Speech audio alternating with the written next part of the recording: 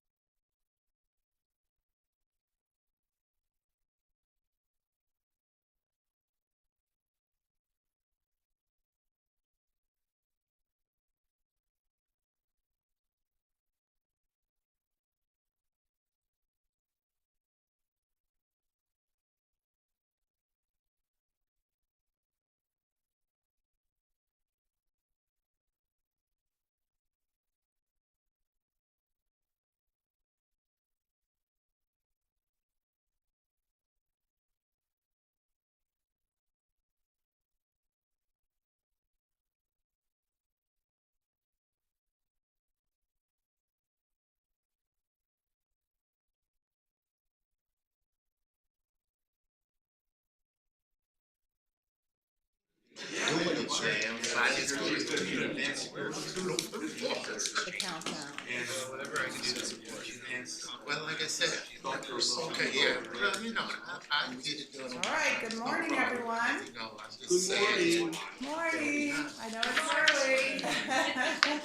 Welcome to the 2025 Ohio Securities Conference. It's the 52nd consecutive year that we've held this event.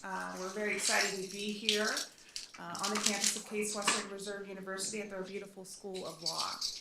We're grateful again to be co-sponsoring this event with the Case Law School, second year of our conference partnership. I would like to especially recognize Case Law Professor Eric Chafee, who's a longtime friend to the division, and if you're a loyal attendee, you know that Eric has been working with us for over a decade, first at Toledo and now here at Case.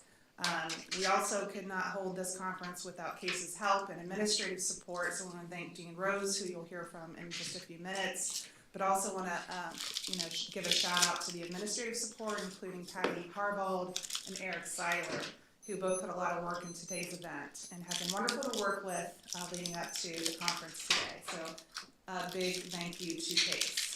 I'd also like to welcome some of the law students who are joining us today, both virtually and in person. So for the last 7 years, we've invited students from all Ohio law schools to attend at no charge. We love to see securities, students interested in securities law. It's not something I was really even, thinking about when I was in law school. So we like to try to recruit them early and as quickly as we can because they are the next generation of our practicing attorneys. So we hope we see them. I see some of them in the audience right now. If you are a student, I would like everyone from the Division of Securities to kind of raise your hand. We have a pretty good showing of securities regulators in the room. Please introduce yourself during a break or during lunch. They're great resources to you. So before we begin, I'll go over some just of the usual housekeeping items. First, we want your feedback. Want to know how we did today so that we can improve the program next year. Early next week, all attendees will receive an email with a survey. Please take a few minutes to fill that out and let us know how you did. If you registered to receive continuing education credit today, you'll get an email next week that will include a link to fill out for a short, short form online that will confirm your attendance here, and that's what you need in order to get your credit. So it's really important to be on the lookout for that email. If it ends up in a spam filter, reach out to David Beamel or one of the conference members, and we'll make sure that we get you your credit for attending today. Now, for virtual attendees, you received an email containing a Zoom link that may have included a link to a CLE survey through Case. I have been told to underscore, you do not need to fill out that survey. We don't want you to fill out that survey. You only need to fill out the survey that the division sends next week. We apologize for any confusion on that. The division's the one that actually submits the CLE transcript, so we're the ones that need to get that survey. So we'll submit the hours to the appropriate licensing agency during the first week of November, but please don't forget to fill out your CE form. We also ask everyone, please take a moment to silence your cell phones, laptops, smartwatches, which I didn't do, so let's see if my phone rings while I'm standing here, and other electronic devices that you may have with you. There are outlets in the tables in front of you. This classroom is very, very convenient, so if you do need to charge your devices, you can stay charged right in the classroom. We'll have two 15-minute breaks throughout the day, as well as a 45-minute lunch, but we do try to stick to the agenda and the times that are noted on the agenda, so please don't dilly-dally out in the hall. Get back to your seat when we start so that all of our speakers get the time and attention that they need. Lastly, if time allows, our panelists and speakers will take questions at the end of their presentations. For our virtual attendees, please submit your questions via the chat feature in the Zoom screen. Our in-person attendees should raise their hands and wait to be recognized. Please note that we will not be able to answer every question, but we'll do our best to answer as many as possible. And so I just want to say a few more words before I hand this over to Dean Rose. I think we really should be proud of the state of Ohio. If you look at some of the speakers we have today, including a sitting SEC commissioner who hails from the great state of Ohio. We have Division alumni, I'm not sure if he's here yet, who flew in yesterday from Mexico City to be at this event today. We have Paul Graywell coming in from California because they really love the state of Ohio. So we have a lot of people from the great state of Ohio doing great things coming here to Cleveland today. So I just think it's, we take a little pride in the Buckeye State today when we hear from our speakers later this afternoon. And with that, I'm going to introduce Dean Rose.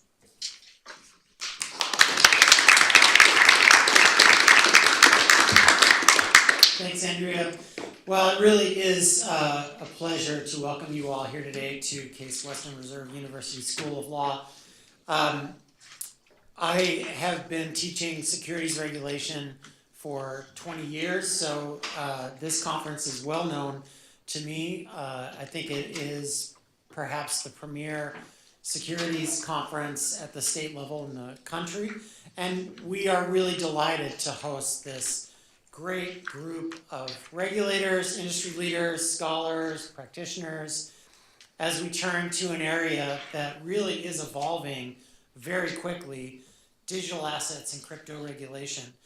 So I want to extend some thank yous as well, of course, to Commissioner Andrea Sight of the Ohio Division of Securities for her leadership every year in helping to organize this event. She and her team work really hard to put on a fantastic event for us. We are really proud to be able to partner with her team in this event.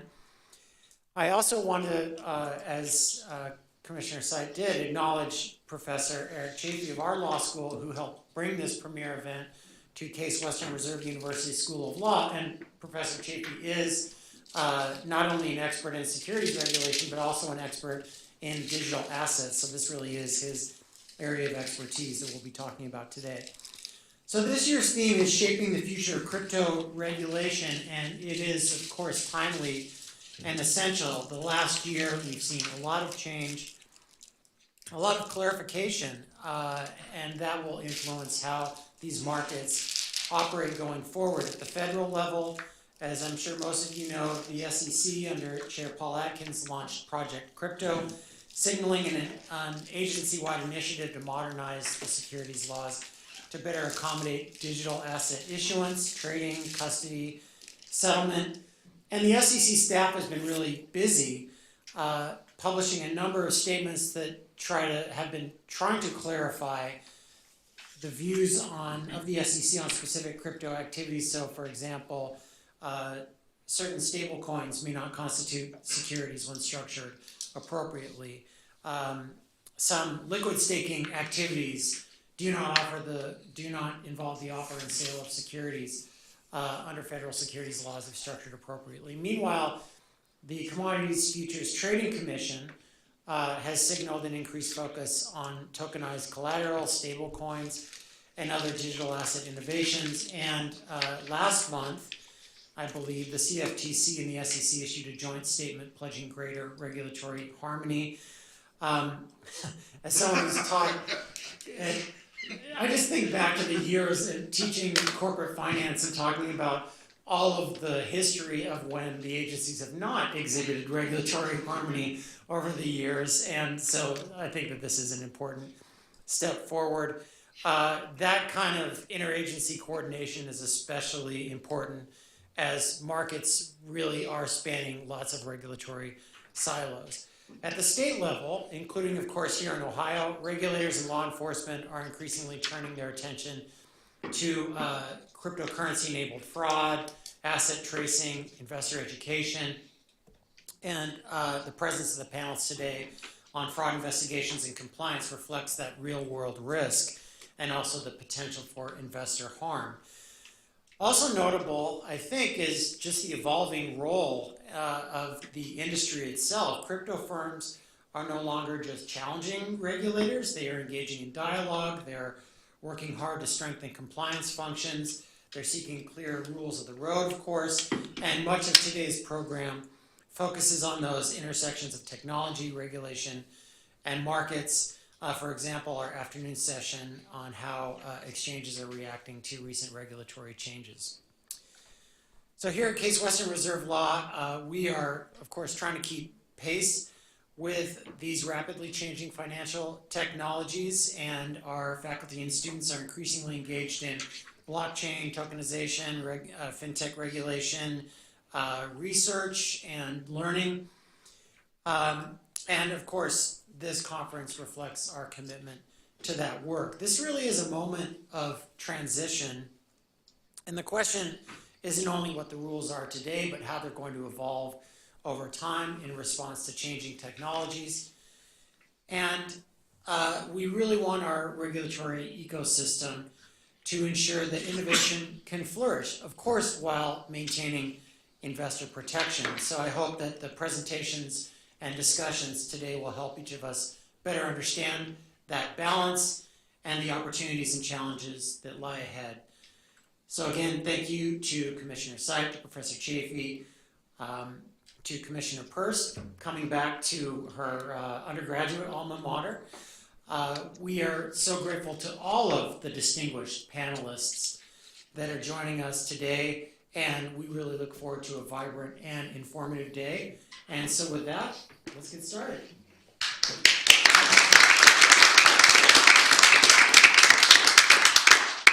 And it is my pleasure to introduce Professor Debbie Hoffman of the Cleveland State University School of Law. She is going to give us a foundation of cryptocurrency and digital assets so that we're all kind of on the same page for the rest of today. Professor?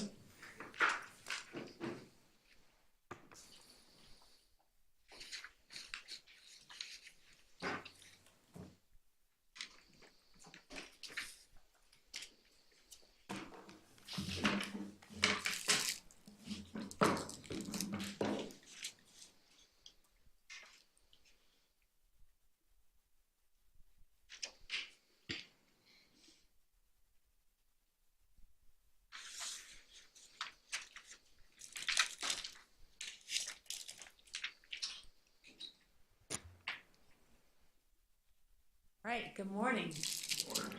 So I am Debbie Hoffman. I'm a professor at Cleveland State University College of Law, a few miles down the road. Okay, so today we're going to take a step back a little bit, just at the beginning, and see where it all began and the foundations of blockchain and cryptocurrency. How did this technology develop? How does it actually work? And how did we get from a niche experiment in digital cash to the regulated markets we see today? So not long ago, we sent money across the world, and we relied on banks and clearinghouses and a few days of waiting. That was just the traditional way of doing it. But then in 2008, a white paper appeared online, written by someone, we don't know who, it could have been a group, named Satoshi Nakamoto. And it proposed something radical, a digital cash system. And it let people exchange value directly without anyone in between. And that became Bitcoin. And from then on, everything in finance changed. So 15 years later, we're not talking about one coin or one experiment. We're talking about $1 trillion market with thousands of cryptocurrencies, entire ecosystems like decentralized finance, and stablecoins, digital identity, and all of this can reshape how we move money and prove who we are. But, as we all know, with innovation comes complexity. There's scams and hacks and volatility and, of course, regulation. So my goal today isn't to turn any one of you into a blockchain engineer, but just to make this world accessible so that we can explain the technology in plain language and connect the dots and show where the law and technology and markets are meeting right now, especially through we have this new Genius Act. So we're going to start with some of the basics, what cryptocurrency is and how blockchain works, and then we'll explore a little bit more about how regulators and lawmakers are stepping in to shape the future. Okay, so at its heart, cryptocurrency was built to be electronic cash. It's a way for people to send value directly to one another, instantly, without needing a bank or middleman to stand in the way. And what makes it different is that it's decentralized. Instead of one company or government keeping the records, thousands of computers around the world are maintaining this same shared ledger, all agreeing on what's true. It's open source, meaning the code is public. Anyone can look at it, improve it, or even build upon it. So the first experiment, as we all probably know, was Bitcoin in 2009. And from that one idea came a fast-growing ecosystem and the kinds of changes that forced regulators to start paying attention. Those changes are what ultimately drew regulators to take a look at this world and how it should be governed. So here we have a timeline, and it shows a little bit about how we got from concept to global market. And I'll walk you through just what was happening when all this is going on. So in the 1990s, computer scientists began exploring this radical idea. And it was a shared database. It didn't need this central middleman. And the experiments planted the seed for what ultimately became this distributed ledger technology. By the early 2000s, those concepts started taking shape in this peer-to-peer system and setting the stage for everything that followed. And As I noted, in 2008 or 9, Satoshi Nakamoto published this famous white paper, and by 2009, Bitcoin is launching, and the real-world test of One Vision, this peer-to-peer electronic cash system, is on its way. In 2010s, we had an explosion of innovation. Bitcoin's early years set the stage for what followed, and that's what you're seeing on this timeline. And then in 2015, Ethereum came into the scene, expanded the playing field with smart contracts, and that's really what turned blockchain from digital money into this full technology platform. By 2017, we had this excitement becoming a frenzy. If you all remember, it was just prices are soaring, markets are crashing, and suddenly everybody was asking each other, what's this thing about crypto and Bitcoin? And so in 2019 and 20, we have stable coins that people are learning about, and it's offering something new, this fact that digital assets are designed for stability, and they kind of bring crypto with traditional finance together. And then in 2021 and 2022, we see some highs and lows. We see some corrections when there were some very, very highs. And it helped us remember that this market is very young, it's volatile, and it's evolving. So here we are in 2025. The conversation has shifted a little bit from experimentation to regulation, especially with this Genius Act, and the first major national step towards a regulatory framework.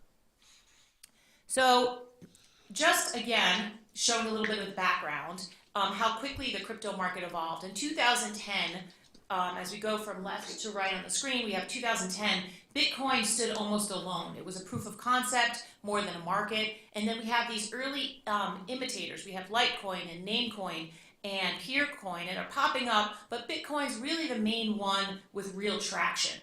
In 2015, we have Ethereum that's changing the game. Like I said, for the first time, we have this programmable smart contract concept.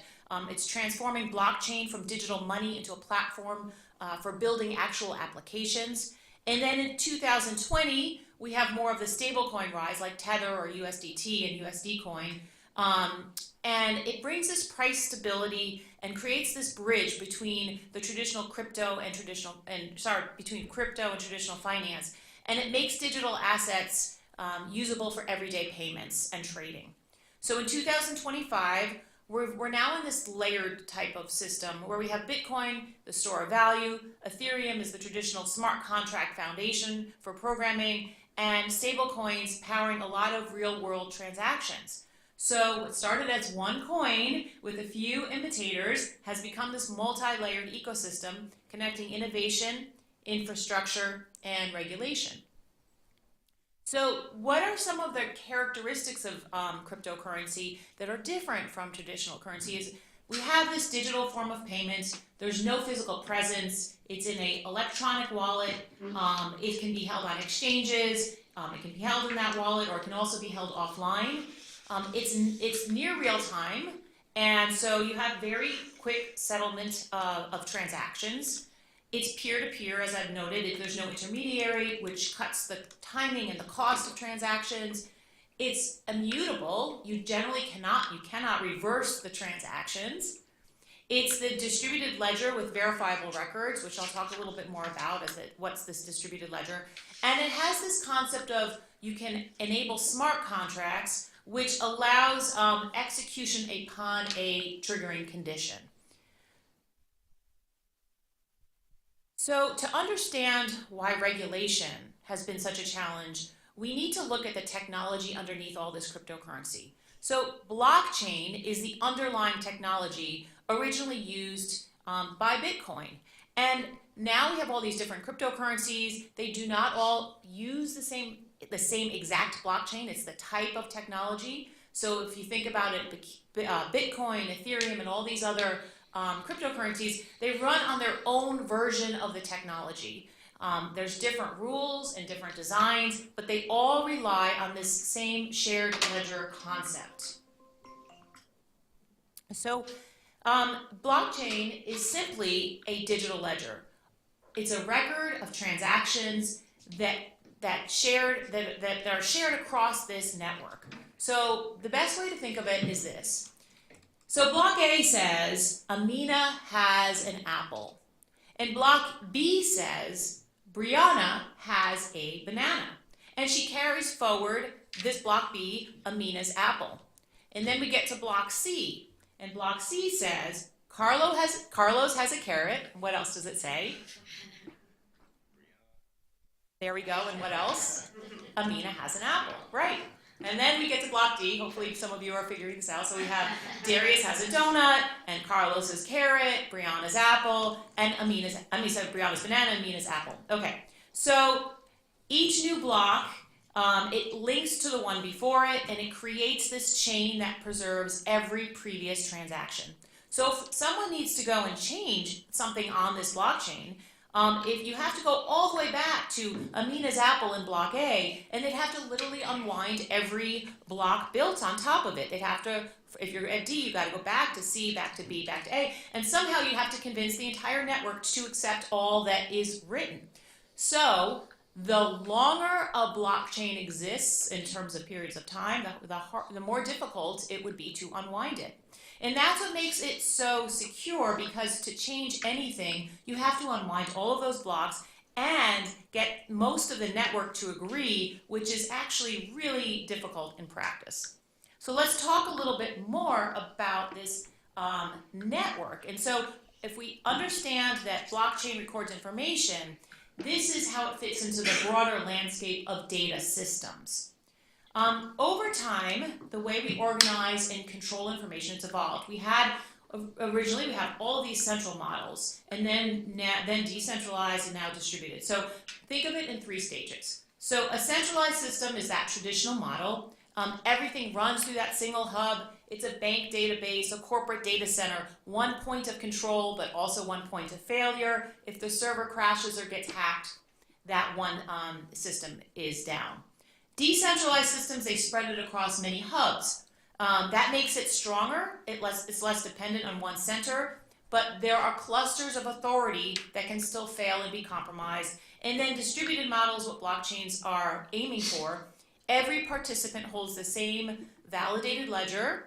They play an equal role in verifying and recording those transactions. There's no central gatekeeper. It's peer-to-peer instead of what's considered top-down.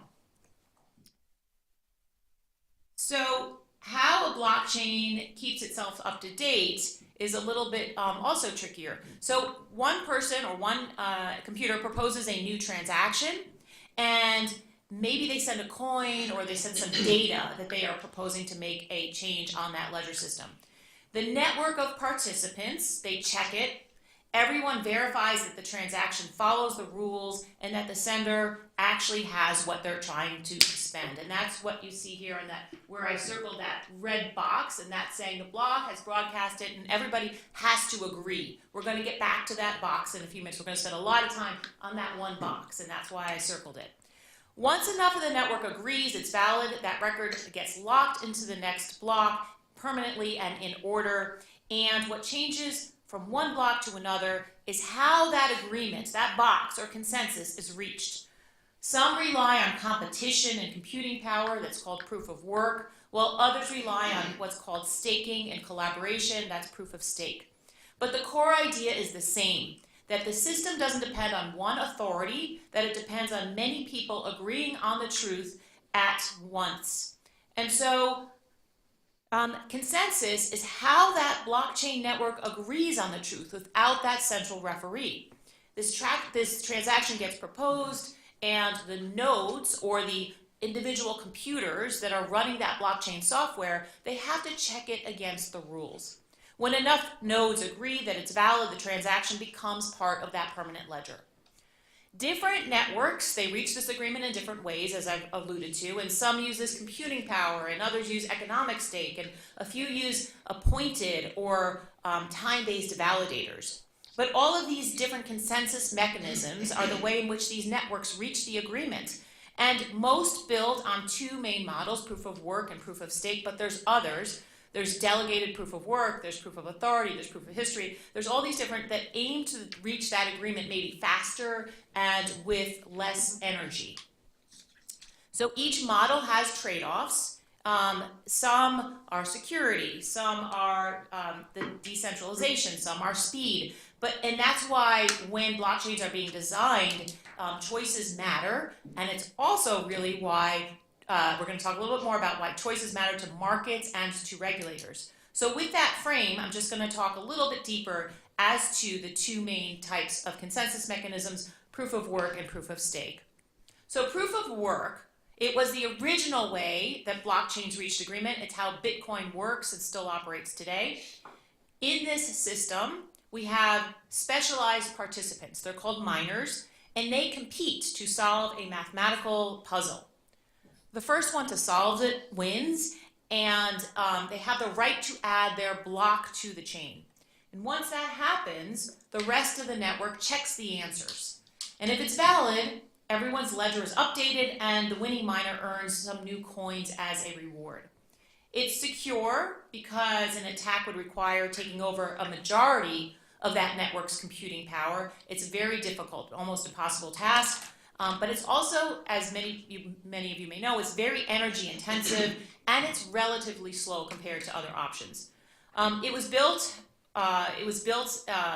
first with Bitcoin, and it's the foundation for trustless systems, but it also showed some of the limits that newer models like proof of stake try to solve. So with proof of stake, it's a very different approach.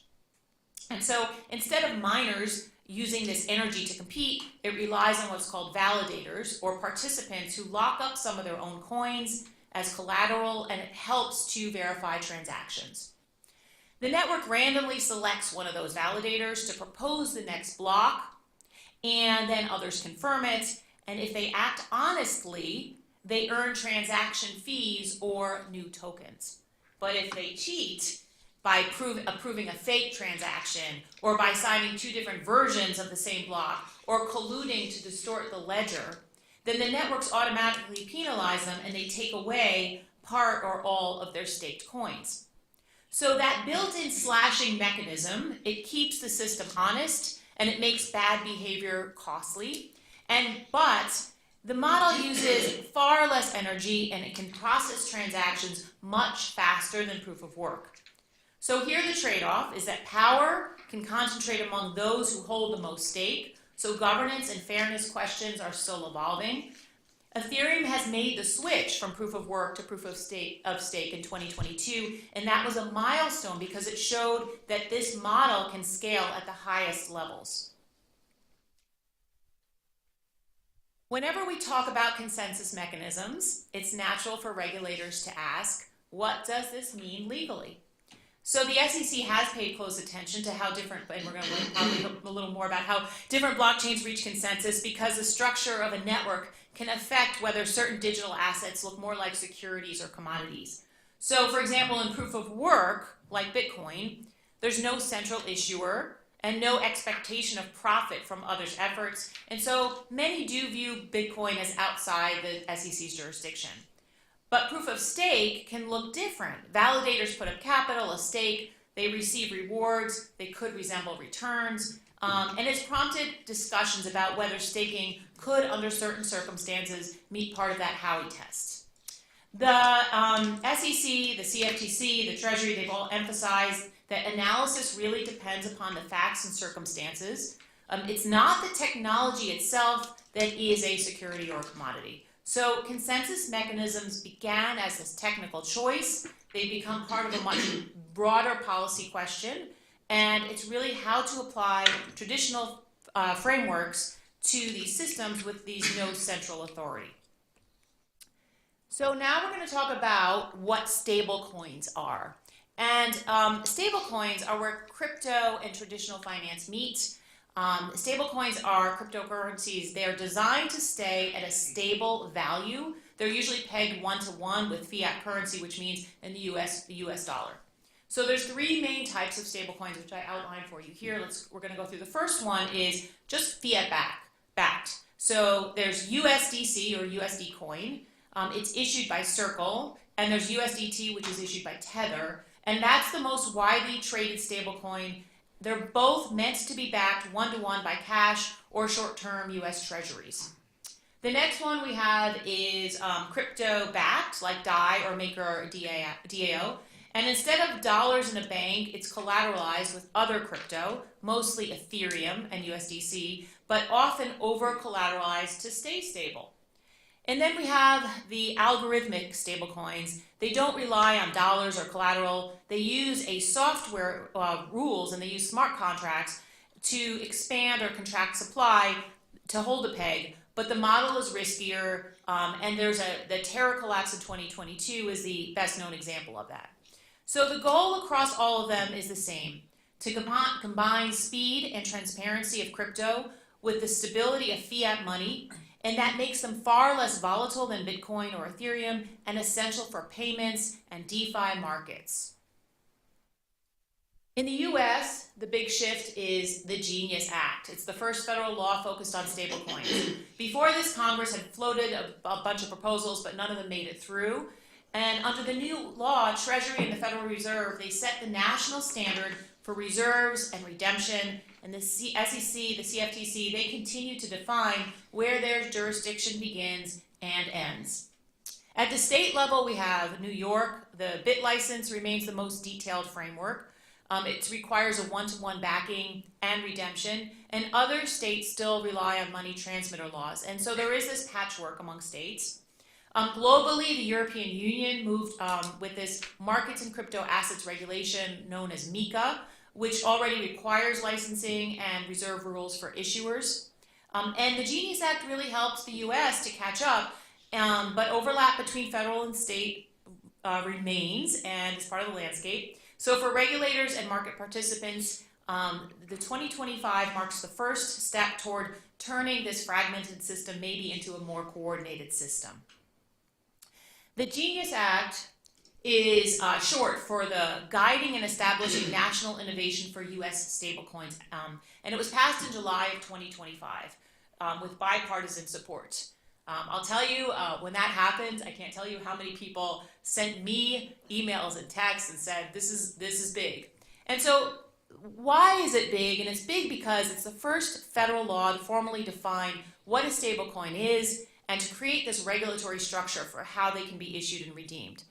The Treasury Department and the Federal Reserve take the lead on supervision and setting reserve and redemption requirements, as I noted, and the Act clarifies the roles for other state regulators, the SEC, the CFTC, and states. And basically it says to reduce the gray area we've seen over the last decade. It creates issuer pathways for banks and non-banks and fintechs, while establishing consumer protection standards for transparency, for audits, and for reserve composition. There is a 3-year transition period.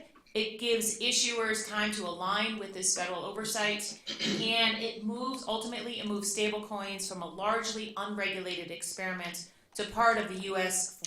Formal financial system. Those stablecoins show how crypto is becoming part of the regulated financial system, but not every blockchain innovation is about money. Some are about ownership, and that's where NFTs come in. So NFTs, or non-fungible tokens, are digital assets that represent something unique, a one-of-a-kind item that's recorded on a blockchain. Unlike Bitcoin or stablecoins, where every unit is identical, each NFT has its own identity, and it's a distinct code that proves authenticity and ownership. They first took off in art and collectibles with those record-breaking auctions, perhaps we remember from 2021. There was Beeple's $69 million sale at Christie's, to the viral NFTs like NBA Top Shot and Jack Dorsey's first tweet. But the technology now extends way beyond that. There's gaming, event tickets, intellectual property, and my favorite, real estate records. So legally, NFTs raise fascinating questions about what ownership means, how rights transfer, and whether certain NFT projects might qualify as securities. After that initial boom and crash, the market stabilized a bit, and regulators are now focusing on disclosure, consumer protection, fraud prevention, rather than just saying we need to ban this technology. So really, NFTs are the story of blockchain meeting creativity and commerce. It's a maturing space, and it's definitely shifted from hype to some real world use cases. Let's talk about some federal and state lawmaking. So as blockchain has expanded beyond finance into those areas like NFTs, and it's also expanding into identity and supply chains and so many other areas. Regulators are under pressure to catch up. And so on the federal side, the biggest milestone I've talked about here is the Genius Act, that first national law governing stablecoins. But Congress is not stopping there. There's the Clarity Act, which has passed the House in July 2025. It's now pending in the Senate. It aims to go further, classifying digital assets beyond stablecoins and drawing a cleaner jurisdictional line between the SEC and the CFTC. It's intended to complement the Genius Act, is a part of a broader federal framework. Meanwhile, the agencies do navigate overlapping authority. The SEC maintains that many tokens function as securities. The CFTC asserts jurisdiction where tokens act as commodities or underpin derivatives. And this Genius Act has the Treasury and the Fed now overseeing stablecoin issuance and reserves. We also have case law that's shaping the landscape. In the SEC versus Ripple in 2023, the court found that Ripple's institutional sales of XRP token were securities, but sales on public exchanges were not.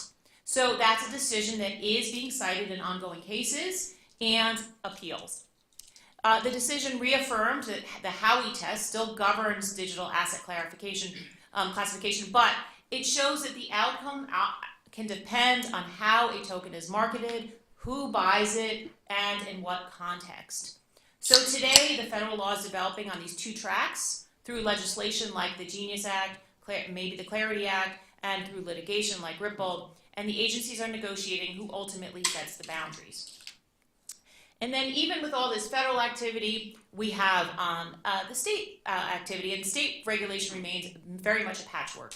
So New York is the strictest with its BIT license framework and detailed oversight of stable coin reserves. Wyoming would take the opposite approach. It's very innovation friendly. It's the first state to recognize DAOs, DAOs, or distributed autonomous organizations as LLCs, and to authorize special purpose depository institutions for digital assets. We also have California through its Department of Financial Protection and Innovation, DFPI, and it applies a strong consumer protection lens, and it's been active in guidance and in enforcement. And then here in Ohio, which will probably be much of the discussion today, businesses generally operate under existing money transmitter laws. The state briefly experimented with accepting Bitcoin for tax payments in 2018, but that pilot ended. And for now, companies still register under traditional frameworks. We do not yet have a dedicated crypto regime.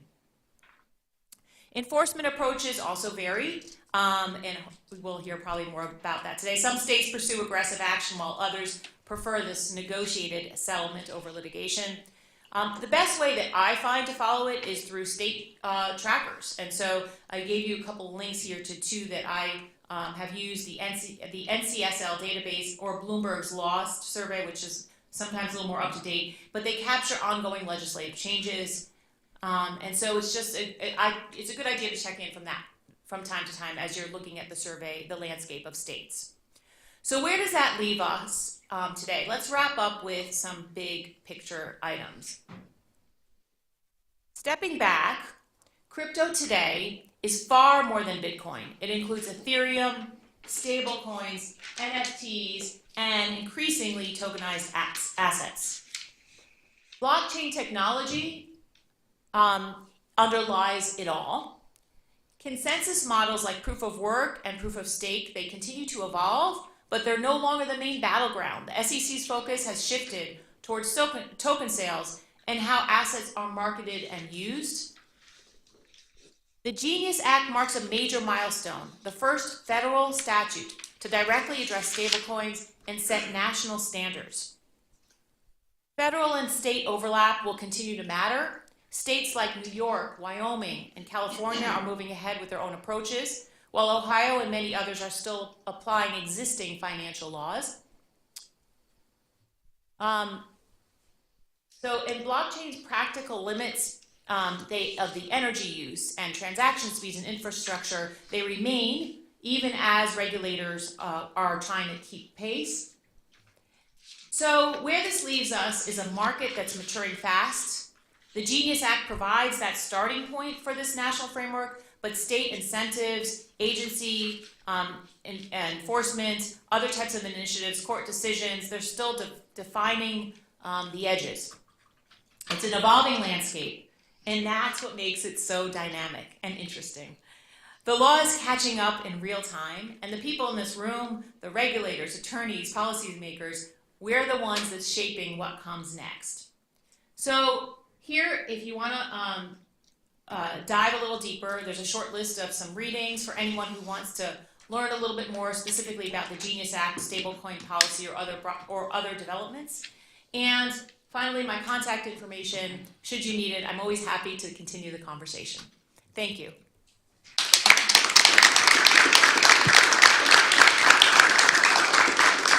Do you have any questions for Professor Hoffman? Yes. Hang on one second. Let me bring the microphone over. Just in general, how many transactions are we talking about that couldn't be handled dollar to dollar? In other words, within the United States, and at least within the jurisdiction of regulation, Yeah. are we talking 90% that could be done traditionally, or what's the big advantage here? So, like I noted, there's so many, but transaction speed and time, it's transparency, it's applicability to people that can't always have be able to do that fiat currency exchange. So there's not a number I can put on that question. So the true crypto and blockchain believers believe that we can get to 100%. So but it's about accepting that this is a new model, and so it's a very, very low percent today, but that's just because people are used to traditional ways of doing things. Yeah. Well, for example, I don't participate in currency exchange transactions on a day-to-day basis. Well, do you, when you leave your coat at a coat check, do you tip that person?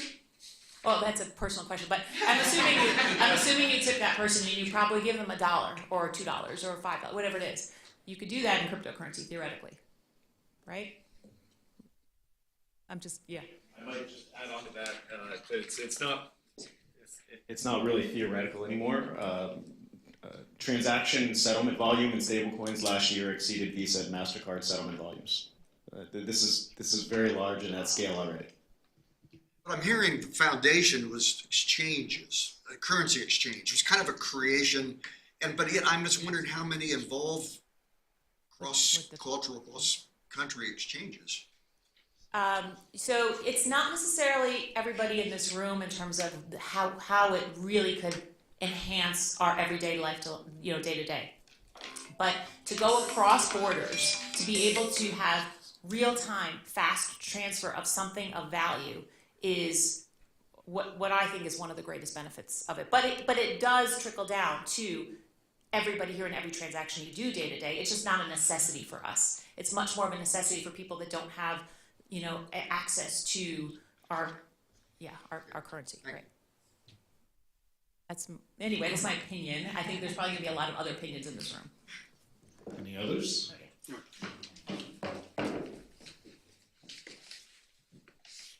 Wouldn't it be useful if the state of Ohio were to issue some sort of blockchain device, and therefore solving our budget problem?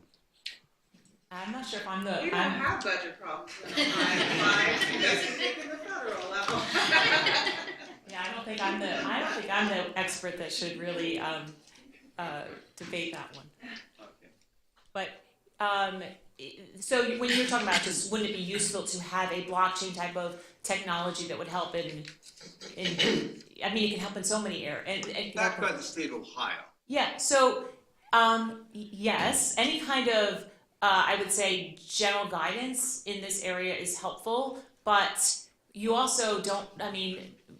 There's some states that have gone overboard a little bit in their guidance, so it's tricky. And then you also, like I said, there's an interplay between federal. So I'm sure there will be much conversation about that today, but generally I would say, without knowing much detail of what you're asking, generally I would say yes.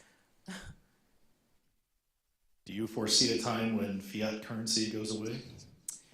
So I used to. I'm not quite as optimistic as I used to be. I do think there will be a mix for a long period of time before people get really comfortable with that. But I was talking to one of my classes the other day and talking about blockchain and cryptocurrency, and I would say 100% of my students were excited and talking about it. And then I was talking to just a friend having dinner, and she really didn't know what crypto was. So I think that it's a evolving thing, and it might take a few generations to get there. Any other questions? None? Thank you, Professor Hoffman. Thank you.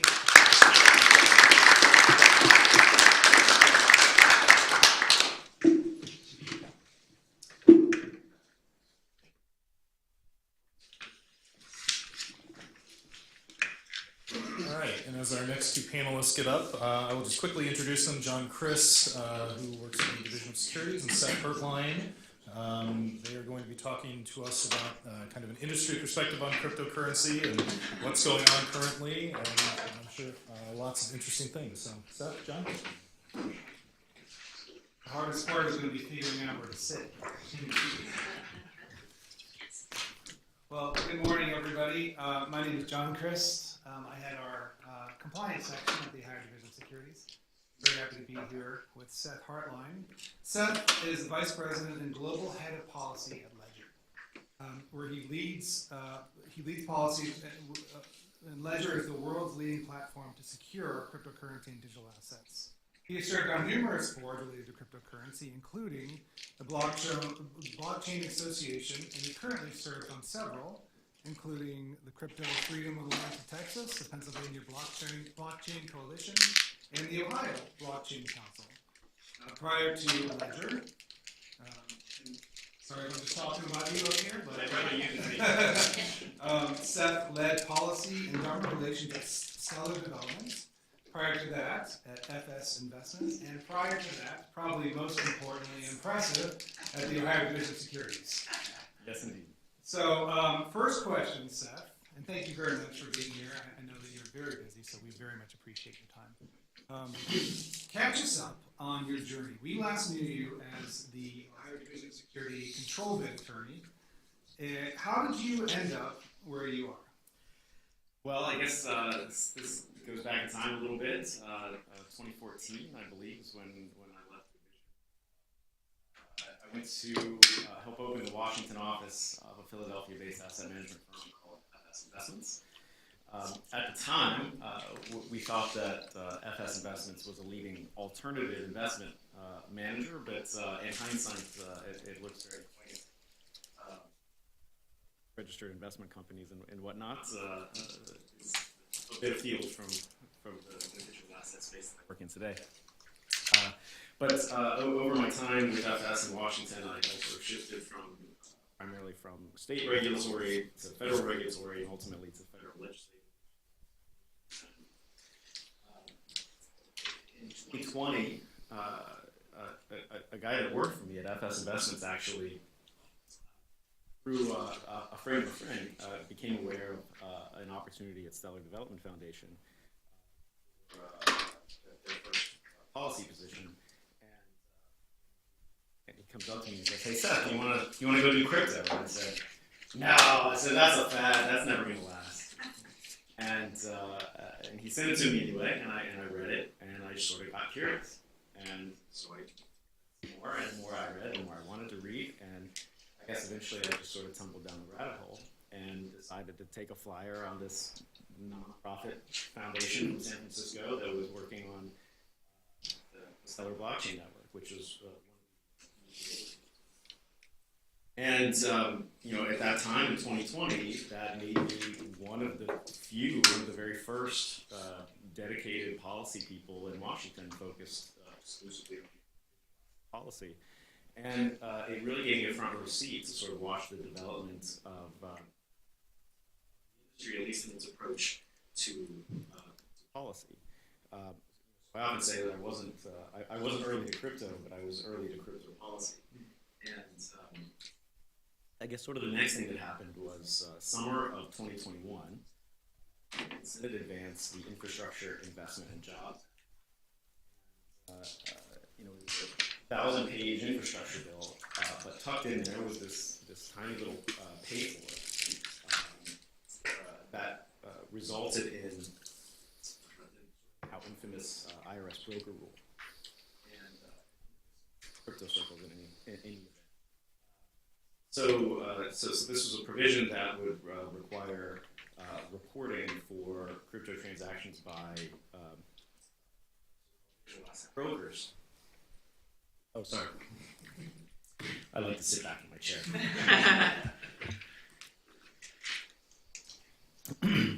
But it was not very clear on what brokers meant and left a lot of latitude to the IRS, who took things a little bit too far. And that was a sort of a collective wake-up call for the industry. So it was really sort of Q3, Q4 of 2021 saw massive investment in terms of digital asset companies setting up offices in Washington, hiring outside lobbyists, hiring internal policy teams. And there were so few of us to begin with. I mean, it was sort of a gold rush. I was getting multiple calls a week from companies trying to hire me because there were only like 5 of us. It was probably the only time in my career that has and will happen, but I enjoyed it at the time. And one of those companies was Ledger. I was a Ledger customer. I had one of these guys already, so I was familiar with the company. And the more that I got to know about them, I was really intrigued by sort of the breadth of issues that they deal with.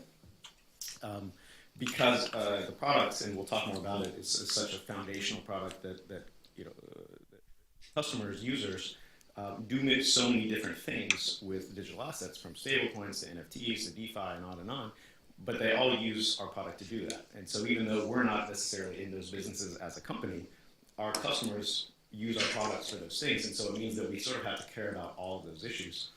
And then secondly is the geographic scope. We sell into over 180 countries around the world, and so I joke sometimes that it means that I have to care about everything, everywhere, all the time. And I like that challenge. And so I ended up starting with Ledger in beginning of 2022. It's been I can't believe it's been almost 4 years already. Yeah. So, and your work now, what sort of work do you do on a daily basis, or a weekly basis, or a quarterly basis? Yeah, I'm not sure that I have a daily or a weekly basis. It's very different. So I oversee internal and external policy and regulatory teams across the United States, Europe, Middle East, and Latin America. And our work really sort of breaks down, I think, in 3 verticals: external advocacy, internal business advisory, and thought leadership. Although anymore you might add a 4th vertical for travel. I've been to 7 countries already since Labor Day. So.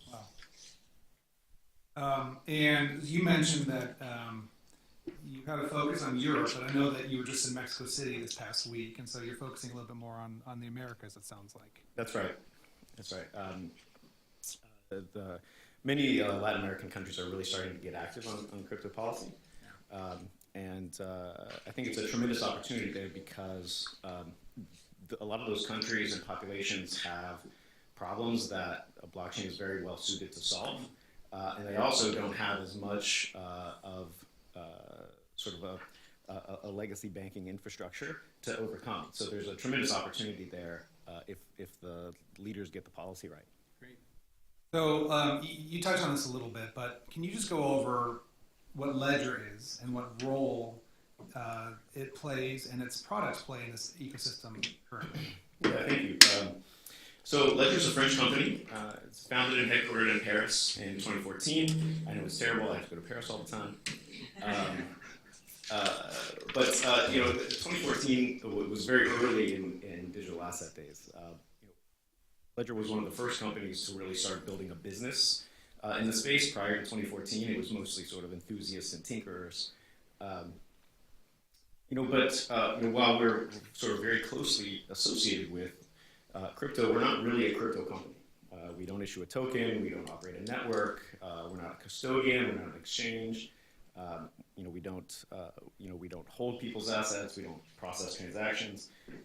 We're really a consumer electronics company.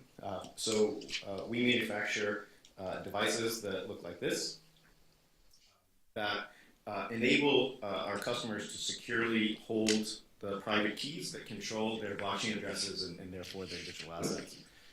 So it's primarily a security product, but in the form of a physical device. So we have a factory in France where we make things and we ship them around the world, and so it's actually a very sort of traditional business in that sense.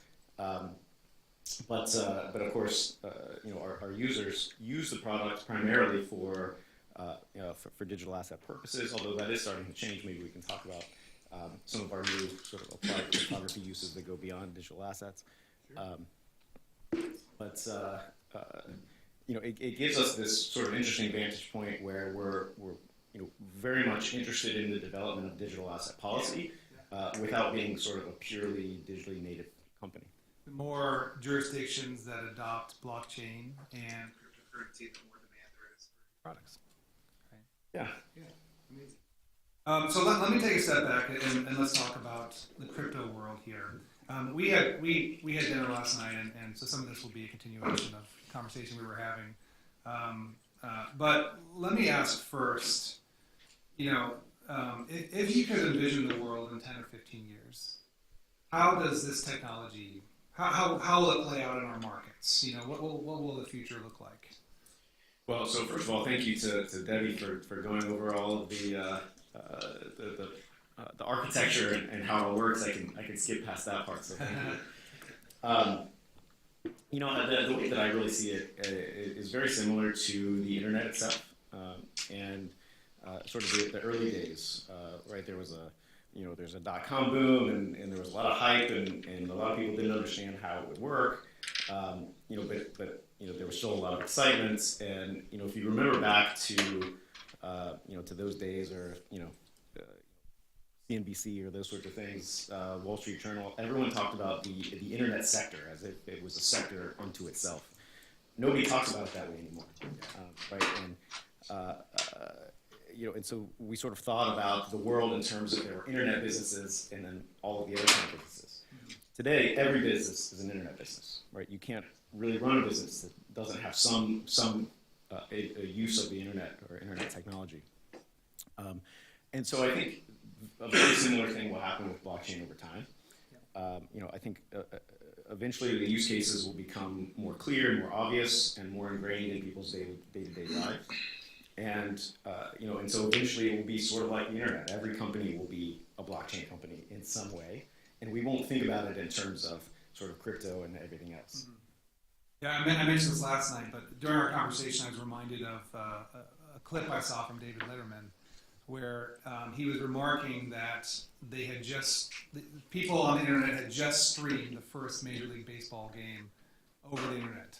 And he was laughing about, we also have a thing called the radio, and the whole audience laughed, and you remarked very wisely, okay, if you could have been in that moment, could you possibly have envisioned that now we'd have phones, and we would have our whole lives, and social media, and every aspect of our lives that are wrapped up in that thing?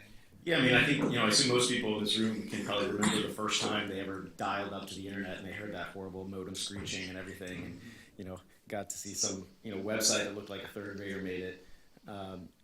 And it's probably difficult sitting there and looking at that screen in 1994 and being able to imagine that one day you would just walk out of the building and pull a device out of your pocket, and 2 minutes later a car would show up and take you where you wanted to go, right? Like, you would never be able to imagine that one day this is how this technology would be used. And, and I think that the sort of the caution there is, if policymakers had sort of rushed to regulate this new dial-up modem technology so early, maybe an app like Uber would never have been developed, right? And so I think there's some caution in sort of letting the tech develop and mature, because we may not know what the the killer use of blockchain is yet. I mean, I suspect that I think, to me, the three most really innovative and useful, are Bitcoin itself for its monetary properties, stablecoins for commercial activity, remittances, payments, settlements, those sorts of things, and then NFTs for sort of the ability to provide to show clear ownership and authenticity of unique assets. And I don't think NFTs in the sense of, like the monkey JPEGs, that was clearly that. But for more mundane things like land records and, auto titles and that sort of thing are perfect for NFTs. So, maybe it's those, but maybe it's something that we haven't even collectively envisioned yet as a possibility. So maybe even the question of imagine 15 years from now is not fair because it's transformative in a way that we can't envision now. So I've heard you say in other interviews that blockchain tech itself matters. Can you explain what you meant by that and why it matters specifically for electric development policy? Yeah, so I think this is a really important point, and I want to spend a little bit of time here. And again, thanks to Debbie, because she did a lot of the work for me on this. But, if crypto was just some new speculative asset for people to gamble on, like that wouldn't be, first of all, it wouldn't be new. It also wouldn't be very interesting. To me, I think that blockchain technology matters because it's this new architecture that overcomes an age-old problem of trust. What I mean by that is, if what role do banks or brokers or other types of intermediaries play in the economy? It's really to overcome a trust problem. They lower the barriers to transact. And so if you think like way back in time, if two strangers didn't trust each other, they may not trade, even though it's in both of their interests to do so. But if there's a middleman that they trust, or at least trust more than each other, they might still trade, which of course is mutually beneficial, and this is the stuff that economies are made of. And so, clearly financial intermediation has been a tremendous benefit to society for hundreds of years, but it's not without its own problems. Banks sometimes cheat, they sometimes fail, they sometimes put their interests ahead of their customers, and they generally always charge high fees for what is essentially a bookkeeping service. So Bitcoin obviated a lot of this, and Bitcoin being the first sort of usable instance of blockchain technology. By creating this method where the sort of formerly secret ledger kept by the bank could be replicated across a globally connected, always-on network that anyone can see at any time and participate in. And I won't sort of go over the architecture again because Debbie did such a great job. But there are two main innovations that sort of flow from this from the individual perspective. The first is because of this distributed ledger, what that means now is that individuals can directly own and control their own digital property, much in the same way that they can physical property. And since sort of the digitalization of finance, the ability to do that had sort of been lost, right? All financial assets were pretty much held by third parties for the last 50 years or so. Before that, you could hold it yourself, but not really from the time of sort of digitalization until Bitcoin. So what that means is, if I can directly hold and control my own digital property, one, I can completely eliminate counterparty risk, and it gives me, just a lot more sort of sovereignty over myself and my own property. I don't have to go to a third party, which is typically a rent-seeking third party, and ask for permission to use my own stuff. Right, so that's number one. We call this concept self-custody, and that's really what sort of our business is, right? Our devices help people to self-custody securely. The second real innovation is that once I'm able to hold and control my own value directly, I can transact directly with someone else, peer-to-peer, without anyone in the middle. Being able to do that, again, increases my own sort of personal sovereignty. It increases efficiency, it reduces fees because it eliminates rent seekers, and overall promotes efficiency, privacy, and I think most importantly, freedom. So you said that the three big sort of future use cases that you can see are Bitcoin, stablecoin, and NFTs. So on the stablecoin side of things, and this is a little bit unfair because we were talking about this last night. This is none of our pre, but you said something really interesting last night that I was hoping you could repeat for our crowd. So I was remarking about concerns I had about moving the entire banking sector. You said something that stuck with me about how stable coins are, in your view, and I don't want to repeat what you said. I'll give you a chance. Stable coins are not introducing risk to the banks, but instead you viewed it as banks introducing risk to the stable coins. Could you repeat that for the benefit of our audience? Yeah, sure. So this is a question that comes up with policymakers all the time, particularly in Europe. But there's a sort of presumption that because stablecoins are new, that they're somehow riskier than what came before, right? So the prevailing mindset is that banks are safe because they're regulated and we know how they work, and that stablecoins are not safe or less safe because they're new and we don't really understand how they work. But that's not the case at all. And from my vantage point, it's not that stablecoins introduce risks into the banking sector. It's actually the reverse. It's that banks into stablecoins. And the reason I say that is because of the difference between the two models. Stablecoins, as sort of enshrined in the Genius Act, but operating this way even prior to that, stablecoins are fully reserved. Right? That's the model. What that means is that should be, of course. What that means is the stablecoin issuer has at least as much in reserve in terms of assets as liabilities, right, or coins in circulation. If that is indeed the case, and it is important that that is the case, but if that is the case, then there should never be a run on the stablecoin issuer, because even if every holder of a stablecoin seeks to redeem at the same time, there should be enough assets to pay all of those out. So that's an inherently a safer model. It's fully reserved. The stablecoin issuers don't engage in lending. They should always have at least as much as they need to redeem every coin in circulation. Banks, of course, don't do that by a very long shot, right? The whole banking model is built on fractional reserve lending. At most, the regulatory requirements they have require at most 10% held in reserves. And so there is run risk there, right? You have to have confidence that in the bank.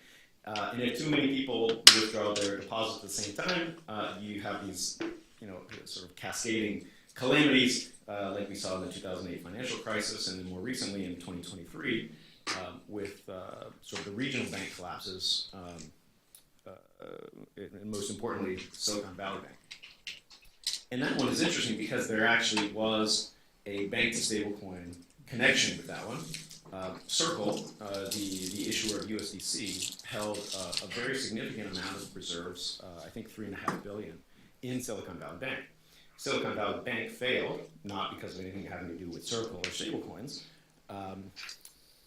but when it failed, obviously the insurance, the deposit insurance limits up to $250,000 don't do a lot to secure the stablecoin reserves of $3.5 billion, right? So there was real fear in the market that that the Circle would not be fully reserved; they would lose a big chunk of the reserves behind their coins, and that caused USDC to depeg from the dollar. The price. I mean, Circle would still redeem you at $1 if you went to them directly, but in the market, the price of the stablecoin went down to 68 cents or something like that for a relatively short period of time, and then it recovered. After the government, announced that it would backstop Silicon Valley Bank. But that's a clear example of risk coming into the stablecoin from the banking sector and not the other way around. Yeah, and it's super interesting perspective. I'm sure that will generate some thoughts and questions from our audience, but I had not heard that perspective before last night, so I appreciate you impromptu repeating it for the benefit of our guests here. So you did talk, you touched on this a little bit, but I want to dig deeper. Can you catch us up on where the industry is now in the different frameworks? Debbie talked about this. We have certainly different states that have tried different things, but also globally, because I know that you're involved both Europe, in the Americas, and also in the Gulf states in terms of the development of policy. Just go over on a high level what the different approaches, the different frameworks look like among these different areas. Yeah, so I think there's three that I'll focus on. The first, obviously, is Europe with MiCA, which was the first, not the first regulatory framework, but the first one, of a sort of a major economy or major block. The other one that's interesting is what's come together in the UAE, the United Arab Emirates, particularly Abu Dhabi and Dubai, which is a sort of a different approach that the industry seems to really like. And then, of course, the last one worth mentioning is the United States. First with Genius Act, and then perhaps with clarity or market structure. Senate version is more likely, in my estimation, than clarity. But so there are some important differences there. MiCA is very much misunderstood on this side of the Atlantic. Sort of no secret that it was very, very tough times politically for the industry over the last few years. And so I think a lot of builders in the space here looked sort of longingly across the ocean at MiCA and said, oh, wouldn't it be nice if we had something like that? At least they have clarity over there. But I don't think they really understand what MiCA is. So MiCA originated as an effort to kill Facebook's Libra. I mean, they won't say that publicly, but I've had a number of conversations with folks over there, and they're like, we did that because of Libra. Well, this type of insight is why you're here. So it's a really protectionist measure, and it was really focused on stablecoins initially, and then after sort of Libra died on its own, it shifted a bit to be more comprehensive. But the problem isn't really with sort of what MiCA says. It's this, what I refer to as the millefeuille effect. So millefeuille is a delightful French dessert that's made of a bunch of different layers of like hazelnut cream and cake, and it's delicious. But in Brussels, they like to make regulatory millefeuille. Okay. And so MiCA is 174 pages, which seems pretty reasonable. But that's the layer one text, right? So then there's what they call layer two, which is it's not really sort of regulations in the sense that we think of them in the U.S. It's sort of interpretive expansions that come from these European supervisory agencies, so ESMA and the EBA and others. Those are the level 2 for MiCA is approaching 3,000 pages. And then there are the level 3 texts. So each of the 27 member states in Europe has to individually transpose the regulations and then sort of develop their own implementation, right? So the layer 3s haven't even, they're just starting right now, but they're going to add several thousand more pages, right? So MiCA by itself will easily hit 10,000 pages. Wow. Before MiCA 1 was even adopted, the European Central Bank and some in the Commission and others were already calling for MiCA 2. MiCA 2 would be a new level 1, which would have its own level 2 and its own level 3. So that's just MiCA. That's not all that applies to digital assets in Europe. There's also a whole AML package, transfer funds regulation, AMLD, I think they're on 6 now, anti-money laundering regulation. There's tax treatment called DAC 8. There's a bill called the Data Act that applies to smart contracts, and on and on and on. Those are all level 1s that have level 2s and level 3s, right? And so it's just this crushing burden, this weight of regulation on businesses in Europe makes it really impossible to start and scale a company there. And so that it has this sort of perverse effect of sort of crushing or plowing under all of the native European startups because the cost per customer to serve a European customer is at least 50% higher than to serve an American customer. So you have to make so much more there, just even to sort of break even on a competitive standpoint with other places. What it does is it sort of makes Europe this like open field for larger foreign companies that can subsidize the higher cost in Europe with more profitable customers elsewhere, right? So it has this sort of perverse effect of making Europe a really great market for American and Chinese companies and a terrible place for European companies. That's MECO. Okay. And then we have the two other approaches of the UAE and then the US. So the UAE is taking a really sectoral approach. Okay. So instead of a unified, comprehensive framework, well, first of all, the UAE is a fascinating place because there are 7 emirates that operate sort of like our states, but they're sort of a bit more sovereign. And then within each emirate, they have lots of different free zones. And some of the free zones set up their own regulatory agencies and sort of pass their own frameworks. And what that does is it creates this really fascinating market for regulation. Because if you don't like the regulation in one zone, you can literally go sometimes across the street and get a different one. And it means that the regulators there are really in tune to what the industry needs. And that's not to say that it's like this free-for-all and no regulation. Like they're real regulatory frameworks, and oftentimes very well-considered ones. But what it does mean is that the regulators there want to hear from the industry. They want to know what works and what doesn't and why, and they want to try to fix it. And again, not to like just make it, this like Wild West place, but to create a framework that works for the businesses, works for the population, and makes the UAE an attractive place to set up and conduct your business. And they have effectively done that. Especially with the sort of the hardship the industry faced in the U.S. over the last few years, many of them, and then the problems with MiCA, right? Many European and American companies have set up in the UAE for that reason. But in terms of the framework, the sort of the leading two is from Abu Dhabi, one of the free zones, Abu Dhabi Global Markets, and then VARA, the Virtual Asset Regulatory Authority in Dubai. And what they've done is created sort of different rule books for different types of activities. So you're not necessarily subject to sort of the whole thing in a comprehensive way like you would do with MiCA, but it's, say you want to be a custodian of digital assets, there's a custodian rule book, and you're just subject to that. And you can start there, and then you can say, I want to add trading or investment advice or whatever, right? And for each new activity, you just add that activity's rule book to what you do. Based on how far you want to go. Exactly, right? And so you can sort of tailor the rule sets that apply to you based on the business that you want to conduct. And companies seem to really like that. Yeah. And then the third one is the U.S.'s market.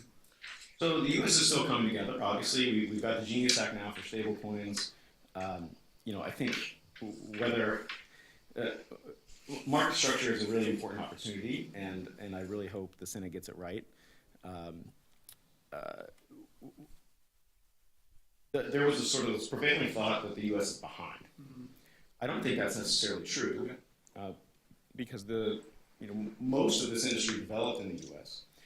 with a lack of any sort of regulation to begin with. Well, I should temper that. A lot of the activity is regulated, but not in a dedicated sort of crypto design framework. And so it's not to say that sort of a regulatory framework is a condition pursuant to the growth of the industry. That's obviously false. And so but that is the mindset in Europe, right? You have to have the regulation first before an industry can grow, and that's wrong, but that's what they think. And so there was often this attitude of the U.S. is behind, we're getting farther behind, and you heard that a lot in the halls of Congress, and I think for sort of advantageous reasons for themselves, a lot of the industry would go to Congress and say that, but I don't think it's necessarily true. I think it was actually smart to sort of take time, let the industry grow and develop a bit, see some of these other models from different places around the world and what works and what doesn't, and then try to craft something that's particularly suited for our market, our industry, and our consumers. And so, hopefully that's what's happening now. It was really unfortunate what happened during the last administration. I think that was a lot of unforced error. But I think we're in a much better place now, and I really hope that the Senate is able to sort of get a market structure bill over the line before the end of the year. Yeah, and that ties back to what you were saying initially, about how you want to wait for the market to develop before you regulate it. Just like how if we had tried to regulate the internet sector in 1996, we wouldn't have appreciated what it could become about ordering Uber from your phone in 2025. So just on the sort of the patchwork of the different approaches that you're talking about, it reminds me a lot of when Debbie was going over what the states do. And when we have different states trying different things, it just becomes impossible.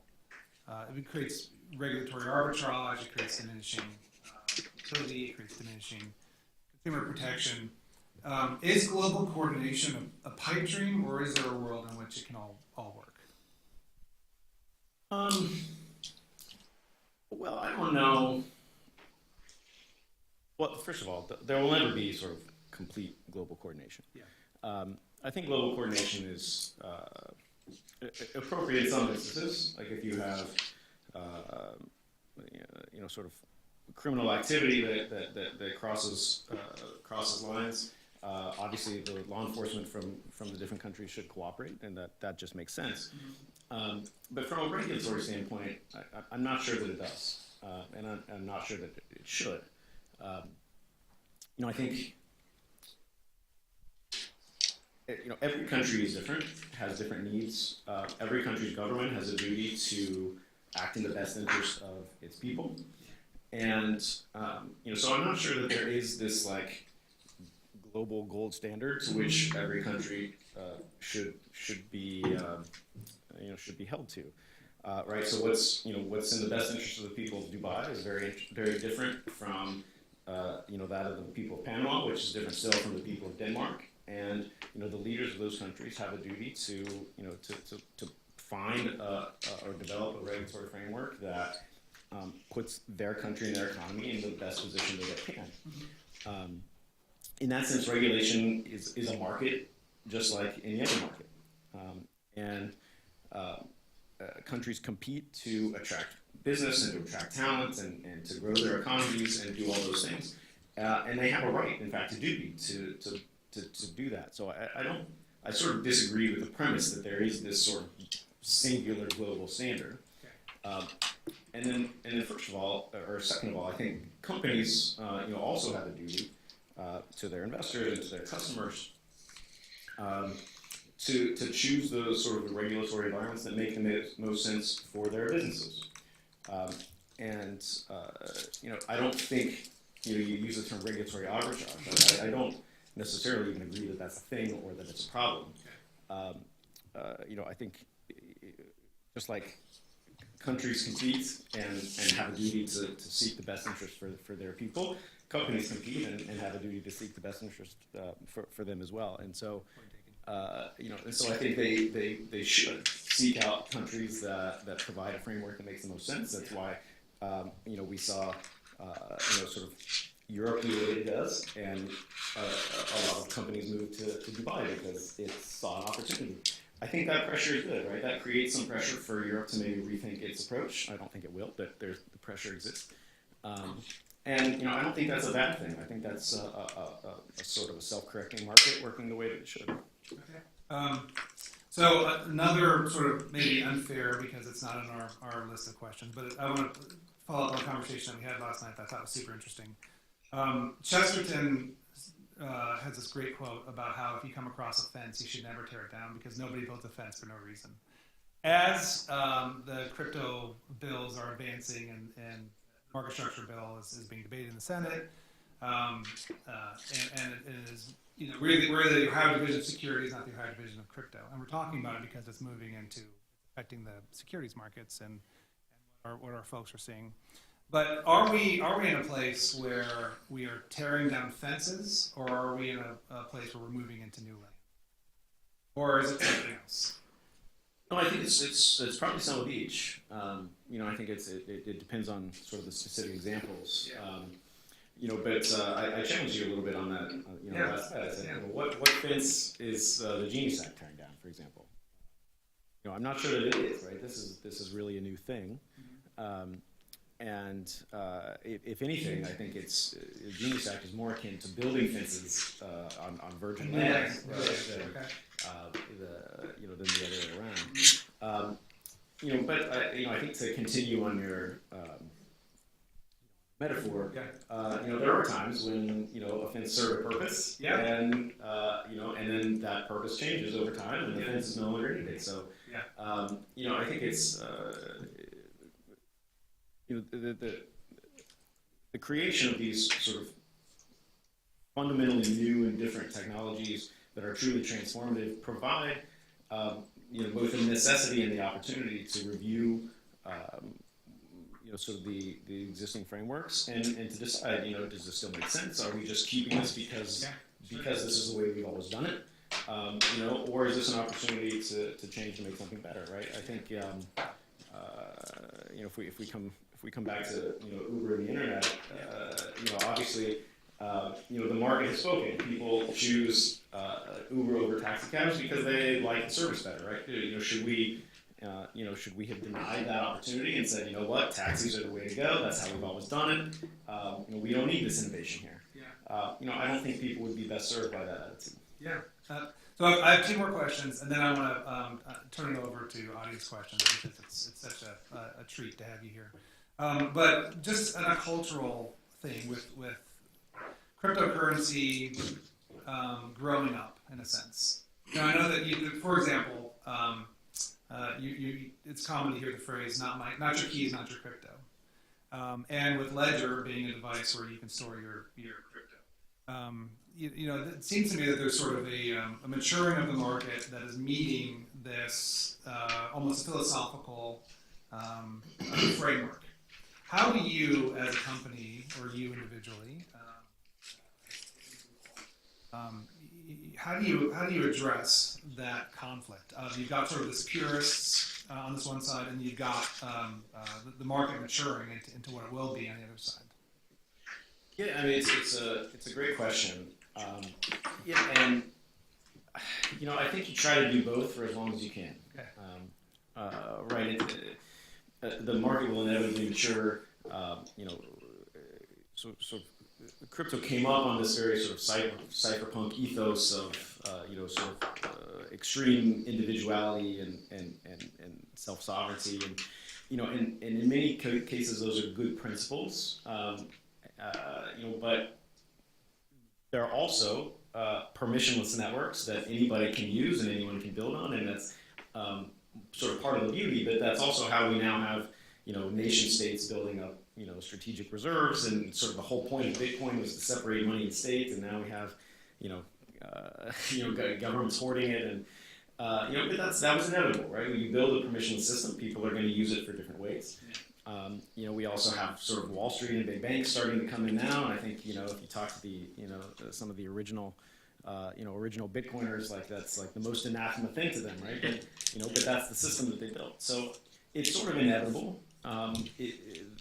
The system will mature, like I said. I think it'll just sort of eventually sort of fade into the background, and everybody will be using blockchain for different things and different reasons, and that's okay. But I think for as long as possible, and this is my personal view, we should sort of try to preserve those founding principles and that ethos for as long as possible, because I really believe that is sort of what makes the technology different and useful. Is its ability to empower individuals and to give them the ability to sort of take back some of that personal agency that's been lost over the years, either to governments or big corporations or what have you. And I think that's a good thing. So I think we try to do both as well as we can. I gave a presentation going over some basics of crypto. And one of the slides was talking about the cypherpunks movement and said what people thought cypherpunks looked like, and it was like crazy pink hair and people like surfing or whatever. Yeah, and then what it actually looked like was a bunch of dudes with like big laptops. Yeah. Last question. Okay, so let's jump back ahead 15 years and look back at 2025. How will 2025 be remembered for crypto policy? You think it will be, for example, the year that crypto grew up, the year innovation got strangled by bureaucracy, Or is it just going to be another year that maybe we're making a bunch of now because we're in it, but we'll look back and it'll just be another year? I was hoping to get out of here without giving the traditional lawyer answer, but it sort of depends. We trained you well here at the Ohio Division. So, I mean, you can point to a couple things. I think, if the Senate manages to get market structure done this year, in substantially the form that the discussion draft has been proposed, I think you can look back in 2025 and say, that's the year that, sort of not just, like I said, it started to grow up in 2021, but I think, if market structure gets done this year, and maybe you say that's the year that it's sort of like graduated.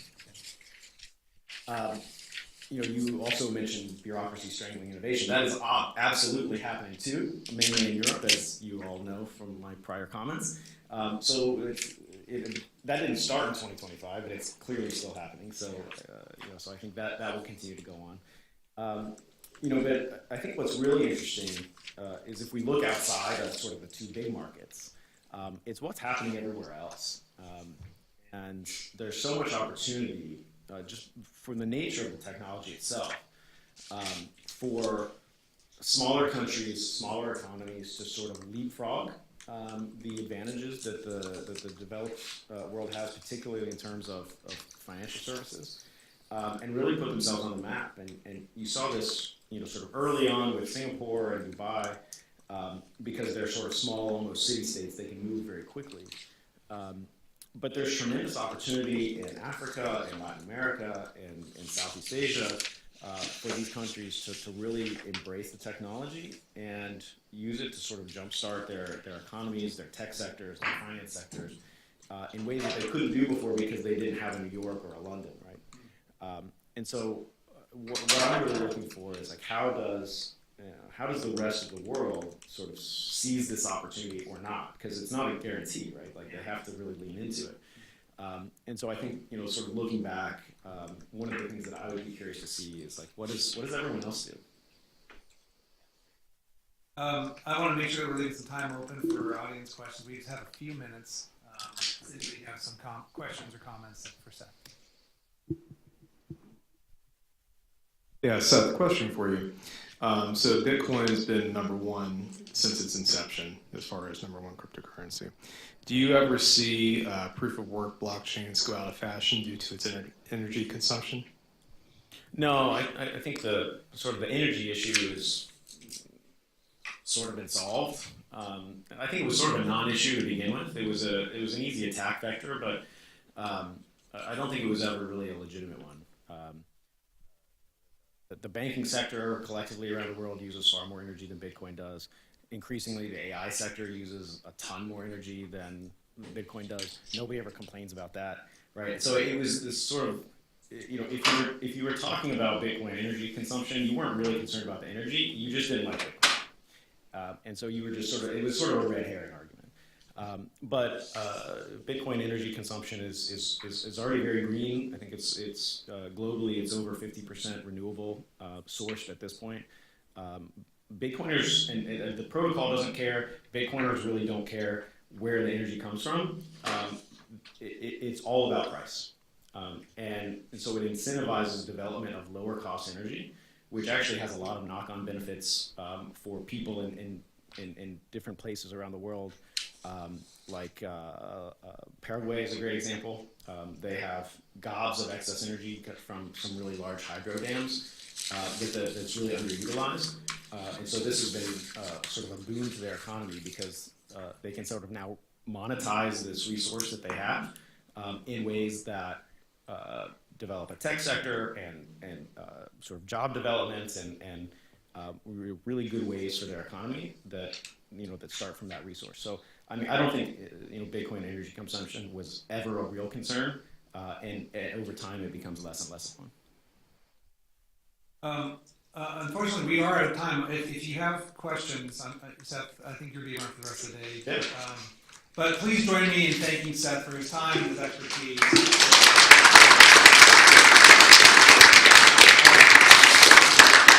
And I I did bring show and tell, so if you want to play with any of my toys, let me know. We do have a short break. We will be breaking until 10:50. Right now it's 10:35, so if you can do the math, that's a 15-minute break.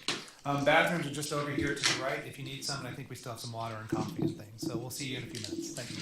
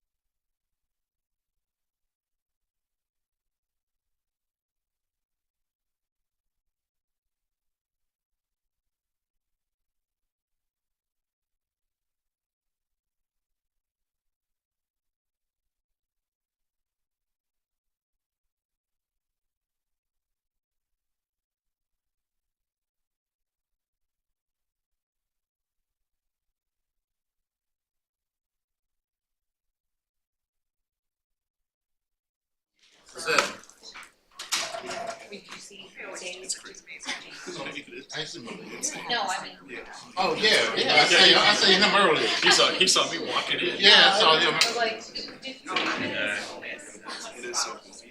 The lifesaver exam was done by, Oh, okay. How did that happen? yeah, but she's handling it. She's give me another. No, the lifesaver exam is kept. And she told me this on Tuesday. Oh, yeah. I had to go to the office. Oh, yeah, well. So I think I'm at like.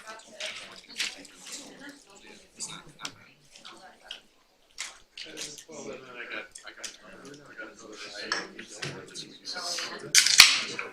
show me the last of my contracts. And I'll check with you.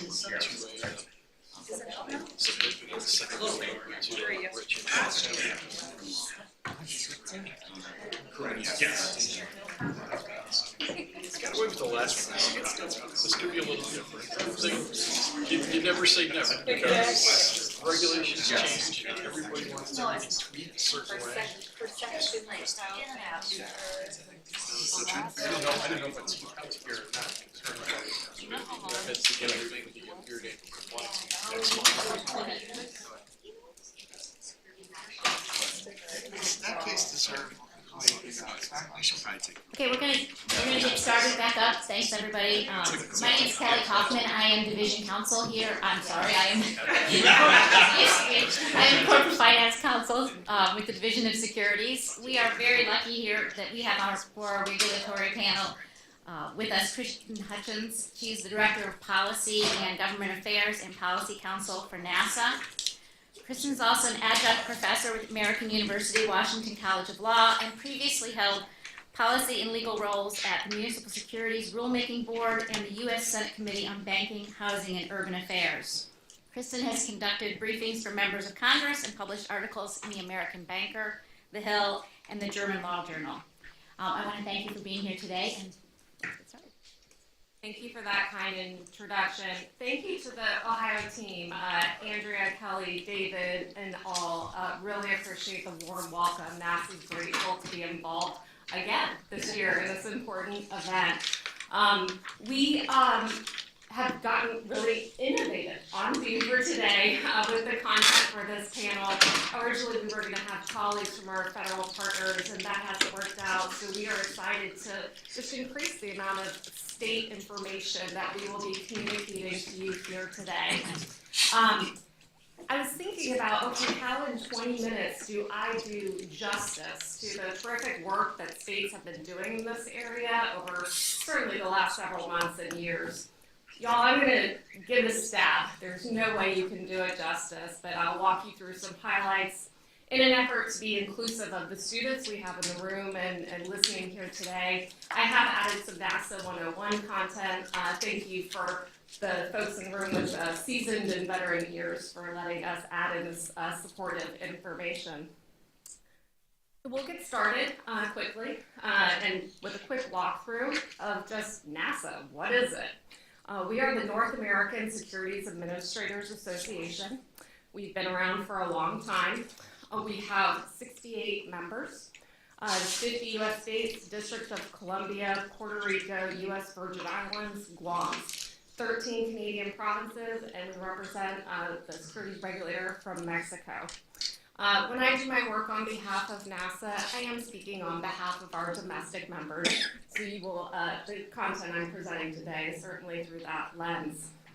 NASA has a corporate office, and so if you're in DC and you're facing Union Station, to the right of you is the SEC. To the left of you on First Street, there's a building where a group of us, the corporate staff, sit.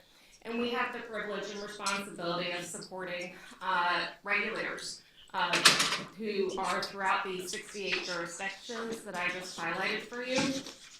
As an organization, we are run by a board of directors. They serve terms, and we are grateful and excited that our leadership has eyes and ears on all areas of the country. Those insights inform decisions that we make in everything we do as an organization.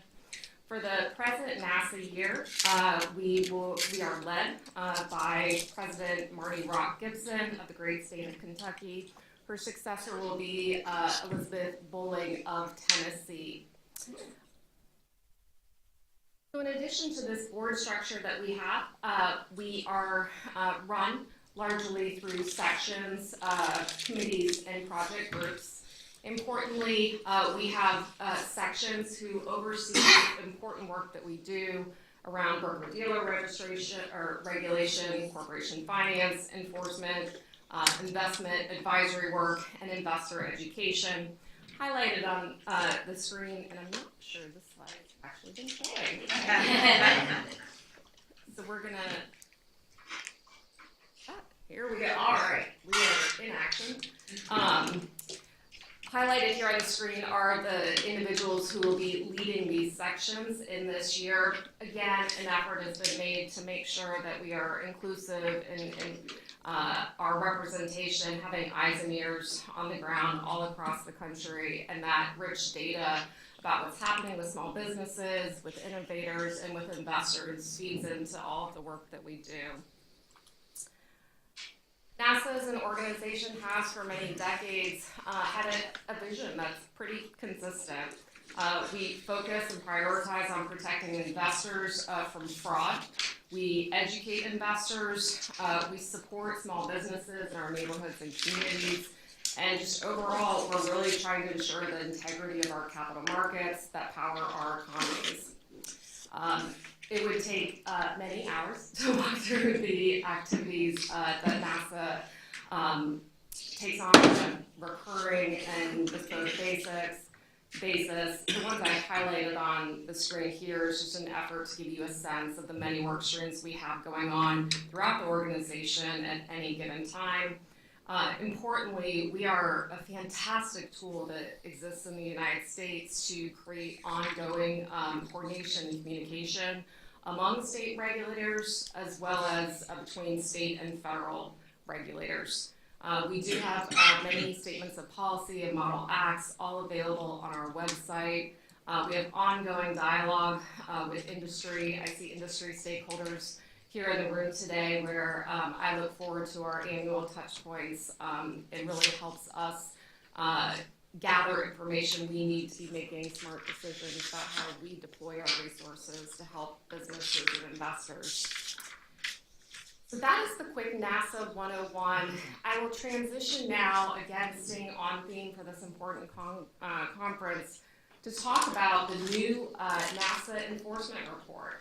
This is a publication that we have done for over a decade now. Our NASA Enforcement section spearheads it. We published it last week, so it is literally hot off the press. It is a document that endeavors to capture in a quick way data that has been submitted by our U.S. NASA members about the enforcement work they have done the prior year. As I thought through how should I deliver a few quick highlights about this, where I landed was an effort to draw out some information that really does intersect with some of the advocacy NASA is doing right now on Capitol Hill to ensure that in this new federal market structure that is created, we continue to preserve the important role of the states. So first, just the quick snapshot of the data from 2024. Members are excited and to report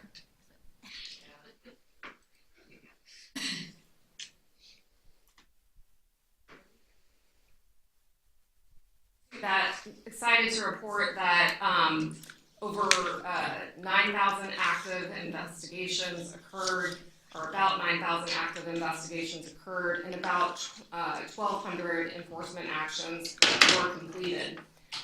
It is the case that the bulk of this important work, both at the investigation and resolution stage, did tie to some sort of activity where technology was used to get at an investor's hard-earned money. So it's a theme we'll come back here in a second to talk about, but it's certainly something to highlight. If you look back to enforcement reports on NASA's website from 2013, that is the first one that we have published. If you run a word like technology, crypto, Bitcoin, it doesn't appear anywhere in the report. In fact, the first year where we used the word crypto was 2017. So for me personally, it's been interesting to see just the full evolution over the last 10 years. You know, we've gone from talking about enforcement in a largely non-tech way to talking about it in a completely through a tech lens. Continuing now to another takeaway from the report that I want to highlight, it is the data around referrals. In the United States, we're really excited and proud that there's ongoing collaboration and partnership between the states and our federal partners. And it is the case that much of the enforcement work that the states does comes by way of a referral from a federal partner. And there are all sorts of reasons for why that happens. It could be that the regulators who are closest to the community are in fact the best people to go and follow up, figure out what happened, take those depositions, etc. If one were in this debate about federal market structure to take away tools from the states to continue doing that great work, there's a large amount of referral information that would have to be redirected elsewhere.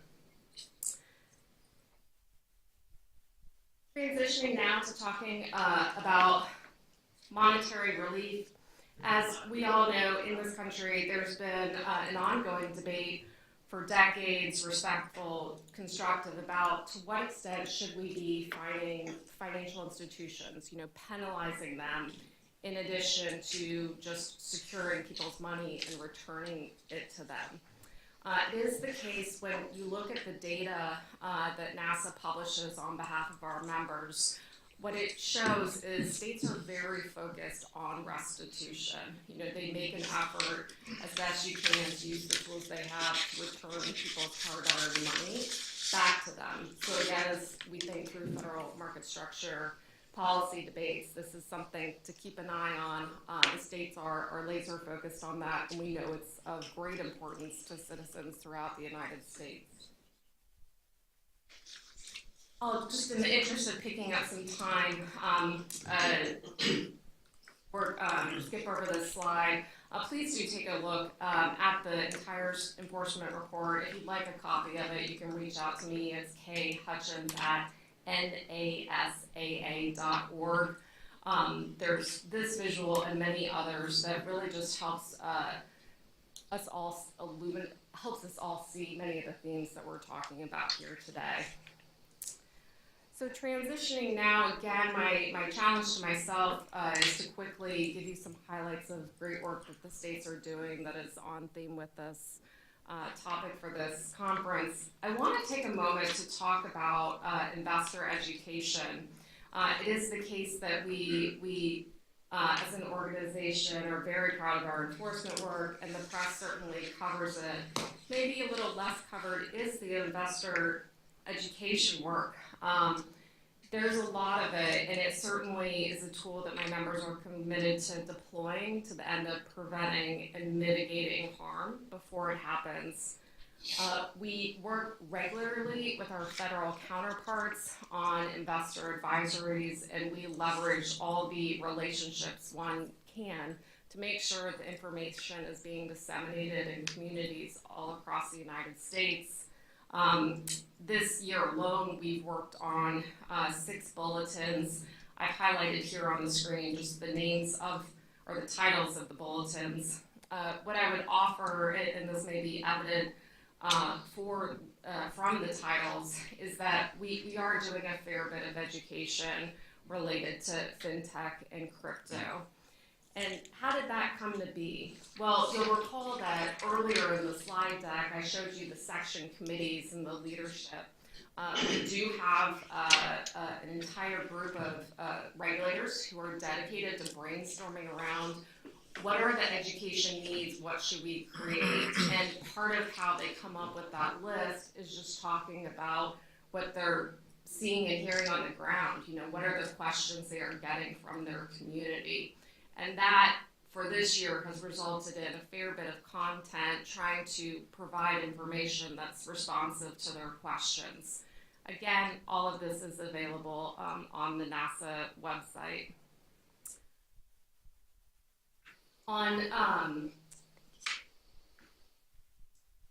I'll transition now to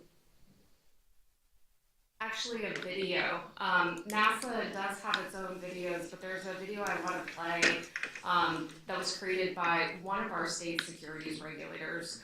This is our Indiana member. This is a video that we have been showing. It's illustrative of content you may be able to tap into if you consider reaching out to your state securities regulator. This particular member, Indiana, I know has used it in her advocacy on Capitol Hill to try to communicate clearly to Congress how important it is that her authority is preserved so she can continue to do great work. It just flashed in front of me. Warning, warning. It scared you to death. While Linda was home on her computer, a warning popped up on her screen, advising her to call a number. The person on the other end said he checked her computer and found viruses, fraudulent purchases, and told her that her bank account had been compromised. And he wanted me to get him the phone number off the back of my debit card, which I did. He supposedly called. The suspect directed Linda to transfer her money to a different account, and they'd purchase gold bars that supposedly would be held at the U.S. Treasury Department for safekeeping. It was like I was brainwashed. They just used fear and they terrified you. And he was so compassionate, come across so compassionate, so concerned.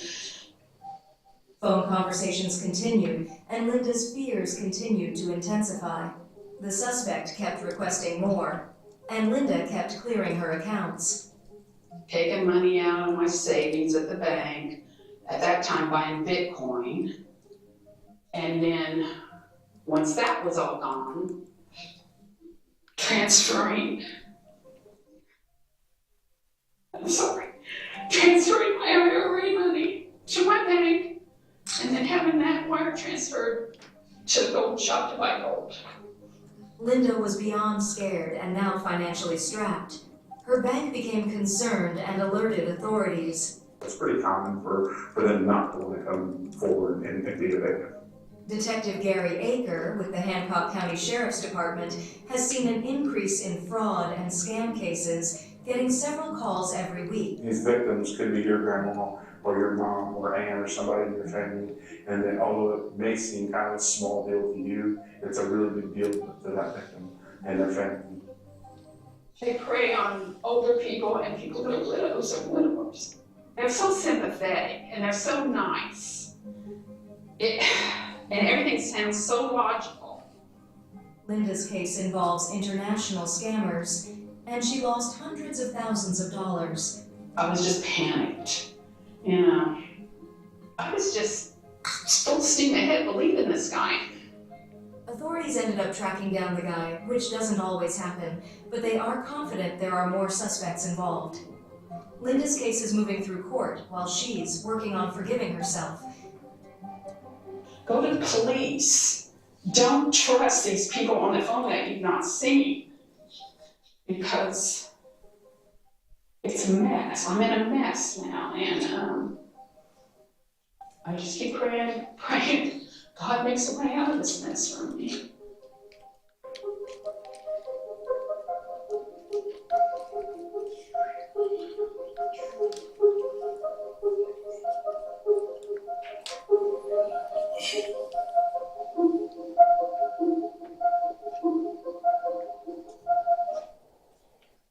So thank you for watching that with me. It's for me, it was a tough video to see the first time. I know I've been in congressional briefings where we showed this, and it really does take some people's breath away. So just really, I'm proud to highlight both that video, but many other educational tools that state securities regulators are creating. Again, I'd be excited to be a resource for you if you'd like to consider reaching out and just learning more about the information that we have available, should it be of use to you and your contacts. Just staying on the theme of talking about the great work that NASA and state securities regulators are doing, I'll talk a bit about a great example of state securities regulators coming together, swapping notes, and saying, how do we move the needle just a little bit to make things better for small businesses, investors across the United States. A few years ago, our state legislation committee came together and they had an observation. It was often the case that they were able to secure restitution for some victims, but it wasn't everything. There often was just not enough money to go around. So they huddled and looked to the opportunity to create model legislation that can be used to set up state-level programs to assist victims of securities fraud. This Model Act has inspired several states to implement a restitution fund program, including Ohio. Each year, the State Legislation Committee talks about the programs, what's working, what's not. I don't have, a survey results for you or anything of that nature, but I can say that just through those conversations, it's evident that these funds are being used to help victims of crypto fraud. So an important data point to note in this ecosystem of policymakers coming together and thinking about how do we think about the regulation and future market structure in a way that's supportive to helping fraud victims.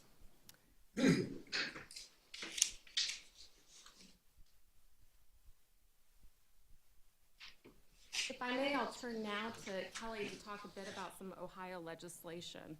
Sure. First, I do want to mention the Ohio Investor Recovery Fund has provided millions of dollars in relief to Ohio residents since August of 2022.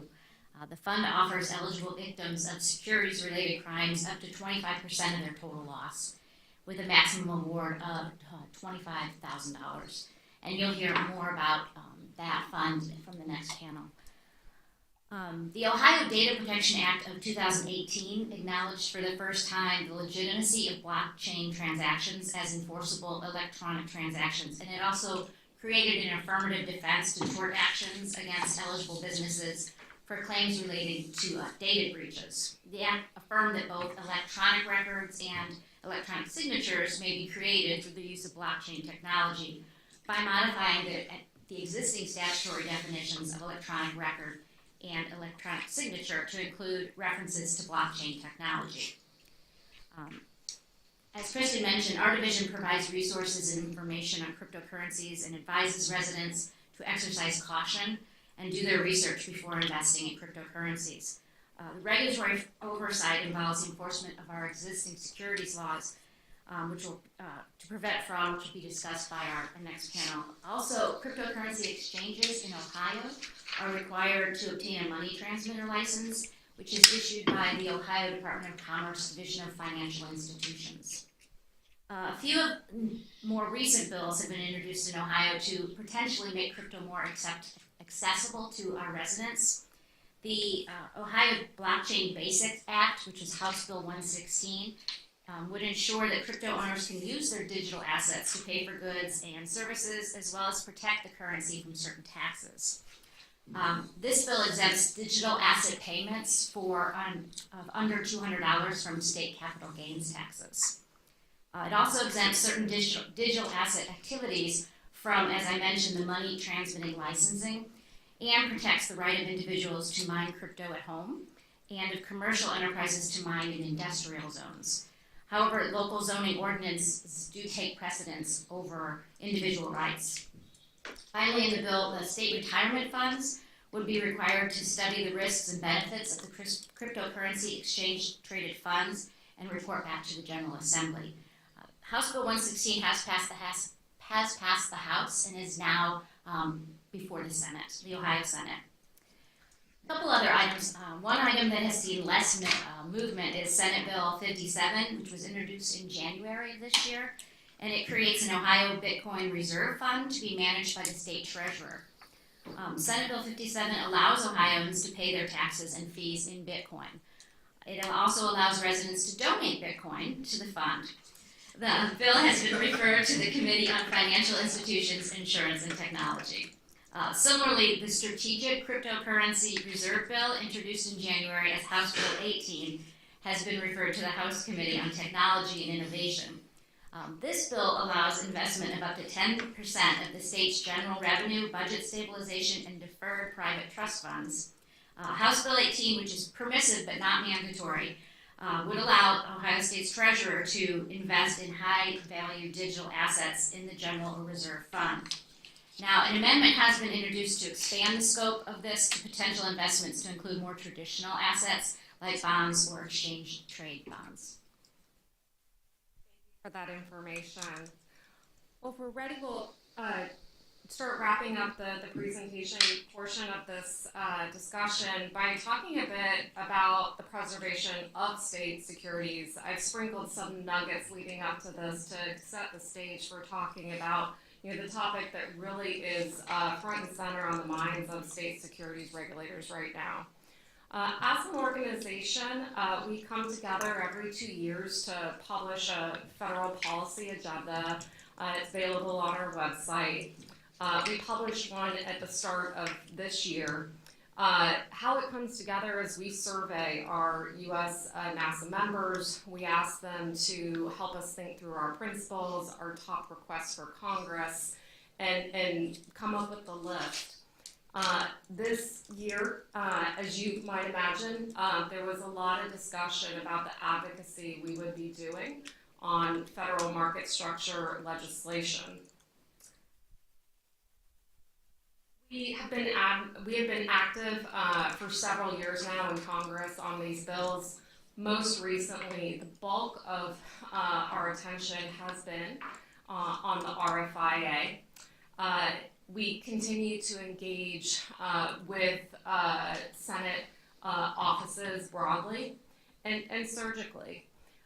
Top of mind for our state securities regulators at this time is the need to preserve state anti-fraud authority, as well as status quo licensing and registration and regulation of broker-dealers and investment advisors. Certainly a few footnotes around how I said that, and I'm sure the securities reg experts in this room could call me out on some of those footnotes, but that big picture is what we aspire to do here in these important discussions. The lens through which we are calling for changes to the RFIA is the SAFE Act, Support Anti-Fraud Enforcement Act. We have legislation that's written, and we are talking with congressional offices about making changes to the bill.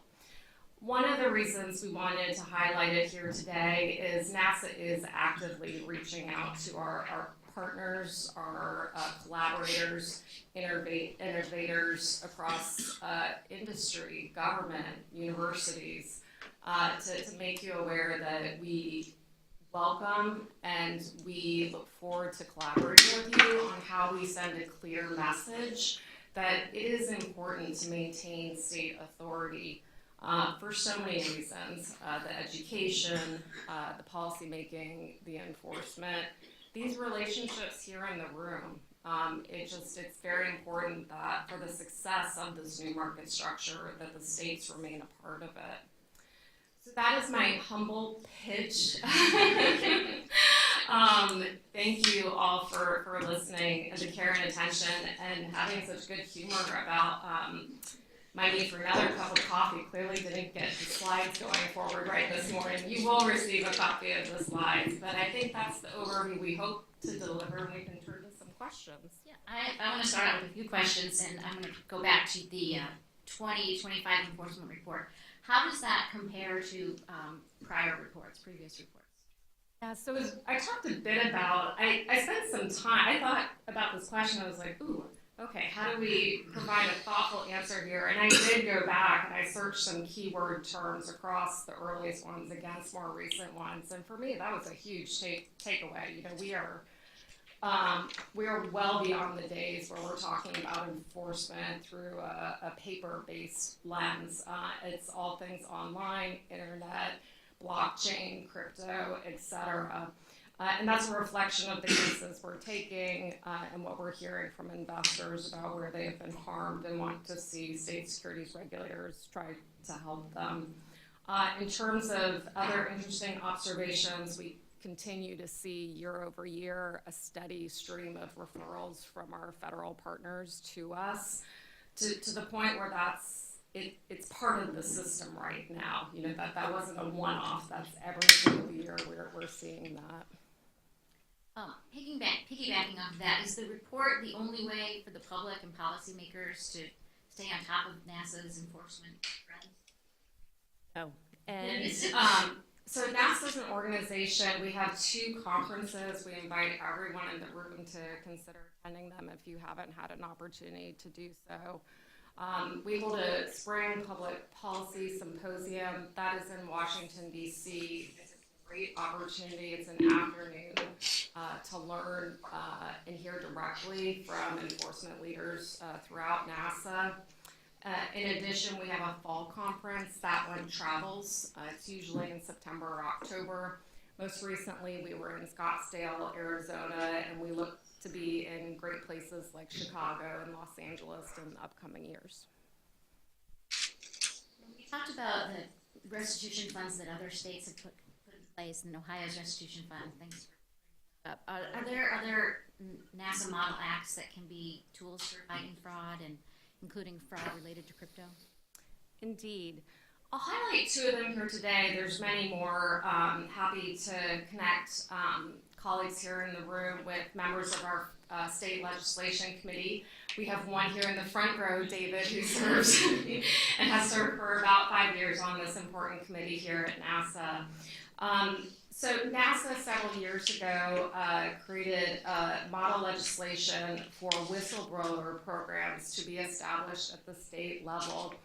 We had an observation that the federal approach to whistleblower programs has a $1 million threshold, basically. In other words, it's not going to get the attention of the feds if the amount at stake is under $1 million. And my members saw this happening and said, what can we do to try and create a world where people with information that should be followed up on can bring it to someone and go from there. So we have several states at this point who have set up programs, and it's something we hope to build and expand on. And it's a thing to think about for this new federal market structure. We want to make sure that people with claims under $1 million have people to go to. The second model act that I will highlight here today, it's one I think we're fairly well known for. The model legislation was adopted in January 2016, and the Model Act is designed to mitigate financial exploitation of vulnerable persons. We are now up to 44 states in the United States that have report and hold law regimes where we've set it up so that broker-dealers and investment advisors, where they see someone being potentially harmed or actually harmed, either on a mandatory basis or a permissive basis, they can report that harm to state securities regulators and other entities within a state. There's data in our enforcement report this year. In recent years, we're trying to add in more data on the success of this program that shows another way that many of my members are learning about potential harm that they need to follow up on in any number of ways is through that collaboration referral system from industry to regulators. Kind of turning to sort of the elephant in the room, would you talk a little bit more about NASA's ongoing efforts to secure potential improvements to the federal market structure legislation? You bet. So we're grateful for the access, the interest that we've had with Senate offices across the political spectrum. We have legislation, as I highlighted, the SAFE Act 2.0, and we are working towards making it more evident, the list of senators who back it. Certainly conversations have been had, and we are confident and clear-eyed in our understanding that there is support. We are down in that process of building that list so it can be communicated. We've heard for a while now nonpartisan concern about making sure the anti-fraud authority of the states is preserved in this new market structure. We are working through the steps that need to happen to make that, in fact, reflected in the text in a way that causes less concern for my members. It is the case that the present text has several references to state anti-fraud authority.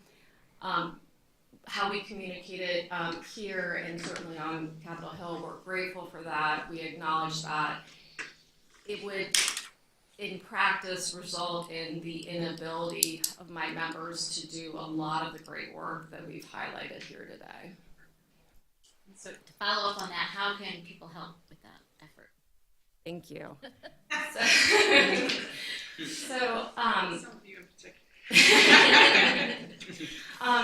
The quick take is speak up somehow, whatever tools in your bucket to do that. It can be as simple as following NASA on social media, liking, reposting it. It can be reaching out to me to have a conversation about, what template letter exists so I don't, have to do all the writing myself. We have resources you can consider using. We're very grateful to have had a group of academic scholars come together to raise awareness of NASA's positions on the RFIA. That letter was recently published. PIABA has put out a letter, and I will let processes play out, but I anticipate there will be several additional letters here in the next 2 weeks. Recognizing you don't have a crystal ball, but what do you think is going to happen with crypto from a regulatory perspective? I am humble enough sitting in front of an SEC commissioner in the room to say I don't know. I think my sense, particularly having been in this space like Seth for about 4 years, in the trenches on Capitol Hill. This year is different, that the pace of everything is different, the content that we're looking at is getting edited more quickly, and so it's not, in some sense, we are taking this week by week, day by day. I will say I personally attended all the roundtables earlier this year that the SEC had. I enjoyed them, I learned from them. We are at NASA looking forward to the respectful collaborative dialogue we've had for years with the SEC, as I know they plan to continue creating opportunities for everyone in this room to weigh in on these important policy debates. How has NASA engaged with the SEC's crypto task force? Yeah. So we earlier this year submitted a document that outlined our responses to Commissioner Peirce's helpful questions. That document we put together by, as we often do at NASA, reaching out to our membership, creating structure and allowing information to flow up so that decision makers could decide what should we communicate at this time to the SEC. We had an opportunity to meet with the task force team and was very grateful for that time. In addition, we have monitored closely attending roundtables and the like. Both NASA has been present, and then several of our individual members, such as the DC member, have attended all these events. This time I'd like to open up the floor for questions from the audience.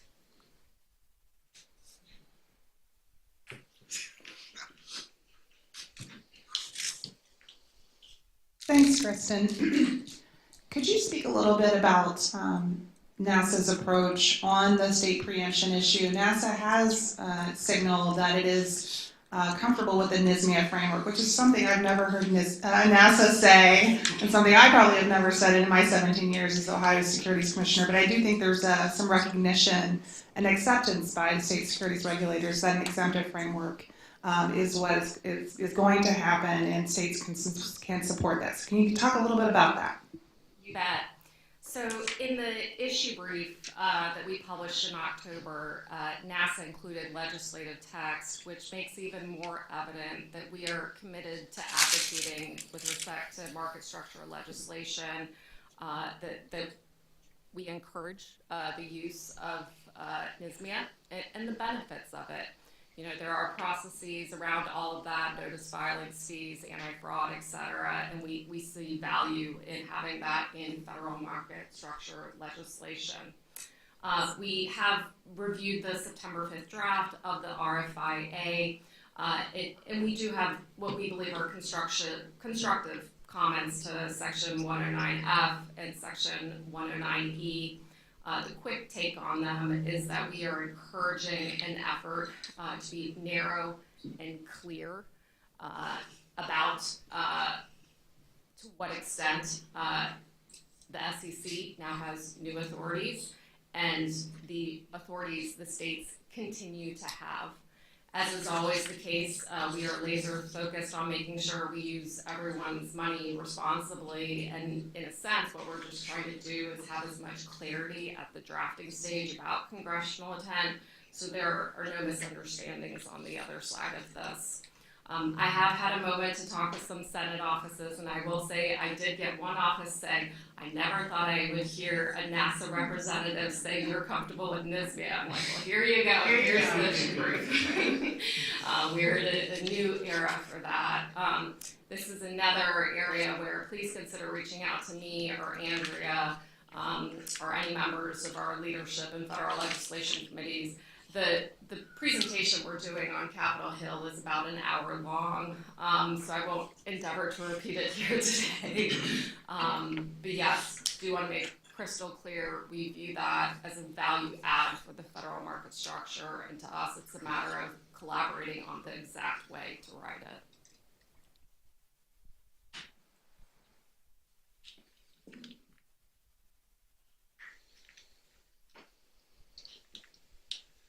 Thank you, Kristen and Kelly. Great presentation. Going back to the video that you showed, which is really hard to watch, really hard to stomach, and shows a senior citizen losing $800,000 to a scam. We can vote, we can call our representatives, we can advocate in that way. But on the ground, in terms of protecting our senior citizens, protecting my parents, protecting my grandparents, does NASA have resources that just has very practical tips about how we can do that to ensure that our folks are not being scammed? So, yes, and what I love about NASA is we're doing this in a way that tries to kind of meet people where they are. I'm a Zennial. I'm on social media. I use it. I like it, all of it. So I often see sometimes NASA's new resource when I go to LinkedIn or I go to X or I go down the list, right? So for those within your families who just may be more open to social media, please consider pointing them to NASA's various handles. They are highlighted in one of the last slides here. And getting them to subscribe, and that's a great way just for staying on top of what we have. You can always come to our website. We have an entire area that says investor advisories, and that's our collection of resources where you can grab a link, send that to your family members. But notably, we are also in the field. One of the things I'm proud to talk about when I'm on Capitol Hill is my members, they're physically in every single state. They're at the YMCA, they're interacting with their AARP local chapter, they're on the radio, they're on local news. They have these conversations with families, they're, people at the grocery store, and they can, in real time, both educate and listen, and get the benefit of people's questions bring that back, and it all filters up into NASA, and that's how we make those tough decisions about which investor advisories to do next. I do a plug for Ohio does this as well. In addition to NASA, John Christ has been doing little video clips, and crypto is one of the many topics that he has been providing investor education on.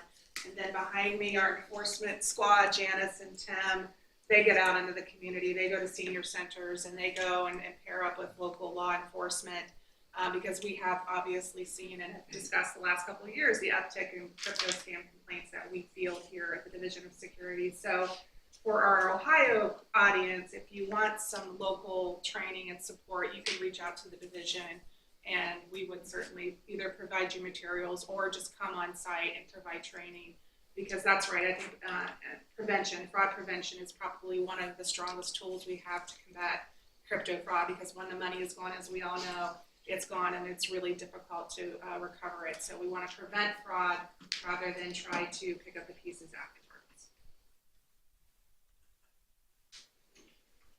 Kristen, I'll ask one question, kind of approaching a slight political hot button issue of the federal shutdown. How is that affecting what's going on in your conversations on Capitol Hill these days? That was supposed to be the markup of RFIA a couple of days ago. That obviously did not happen. Are you still having conversations with legislative staff, with regulatory agencies in greater DC, or kind of have things ground to a halt because of shuttered offices or thin offices in that sense? Great question, and understand the curiosity. So I live on Capitol Hill, work near Capitol Hill, so I'm living it. There's less traffic these days on Capitol Hill right now. So we're having meetings. In a sense, the shutdown's actually given some staff more time to talk to us because they're not, handling some of the day-to-day work that needs to happen when Congress is in session and fully active. It varies whether staff are coming into the office or not. But yes, discussions are definitely ongoing on Capitol Hill. In terms of our federal counterparts, I guess a quick insight that I'll give is I was recently at DC FinTech Week, and I saw several of my counterparts who were there in their personal capacity, which was wonderful to see. I mean, there's genuinely a lot of excitement and interest in people who want to learn more about crypto and stay on top of it, and people are going to take advantage of those opportunities. Some of those staff don't have access to their emails right now, so, when I asked if you had an opportunity to take a look at NASA's issue brief, they can't, they can't get into their email to see it. So, it's just some of those things that we're working through, but we are very grateful to have the interest of our federal partners in NASA's concerns about this legislation, and look forward to collaborating as we move forward. Any other questions? See none. Well, thank you, Kristen Hutchins and Kelly Softman.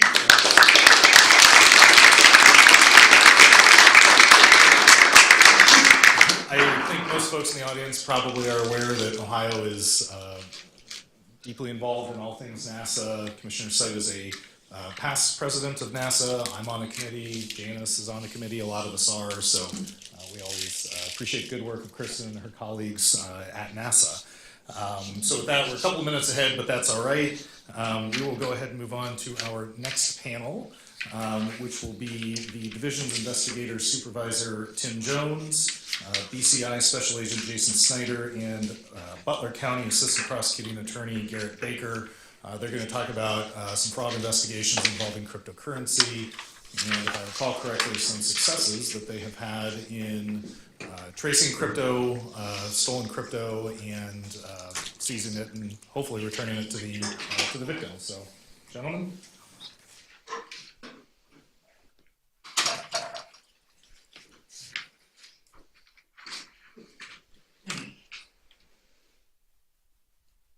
Good morning, everyone.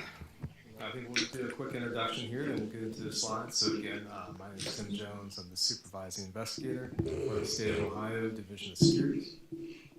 Jason Snyder with Ohio Attorney General's Office, Bureau of Criminal Investigations. And my name is Garrett Baker. I'm an assistant prosecutor at Butler County Prosecutor's Office. I'm the chief of the Economic Crimes Division.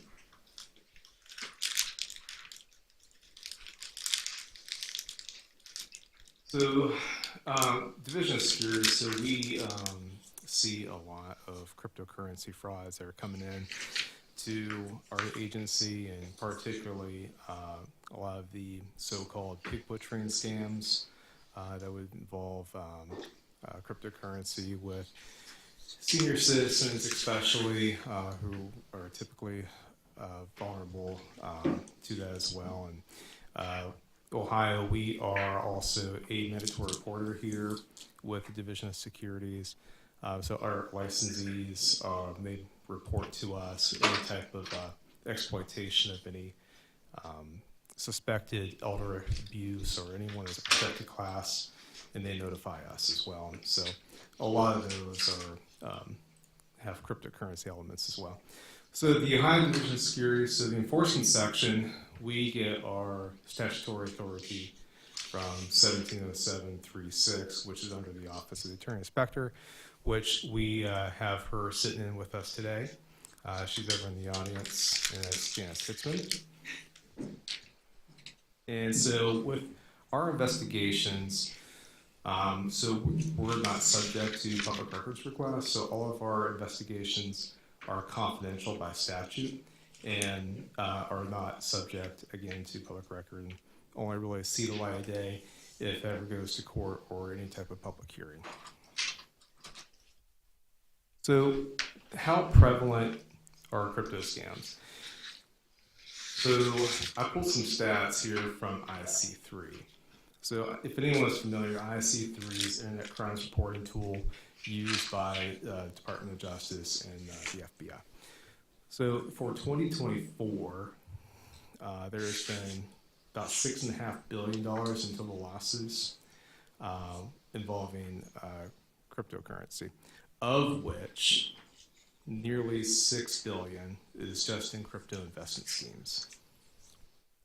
And that was been a 47% increase from the previous year, which is in 2023. And you can see it's been growing exponentially every year.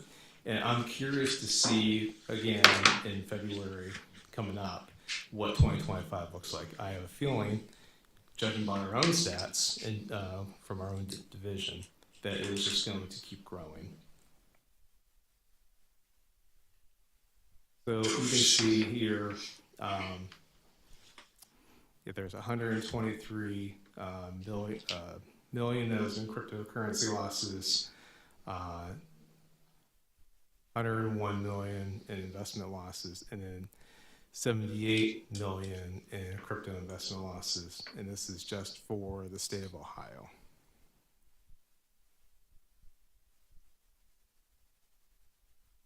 So with division, so how we're able to take a look at this and the tools that we use. So we use some banking software that is has forensic nature to it. So we can use that and run through some account statements, and we can pull and extrapolate bank account data. We also have tools that we use to pull data off of cell phones. So with the cell phones, with the cryptocurrency scammers tend to like to communicate via cloud-based apps, such as Telegram and WhatsApp are particular the top two. And so it's important for us to get those conversations off those phones, so we have to be able to do that, and of which Celebrate helps us do that. And as far as cryptocurrency tracing, chain analysis is a tool that we also use.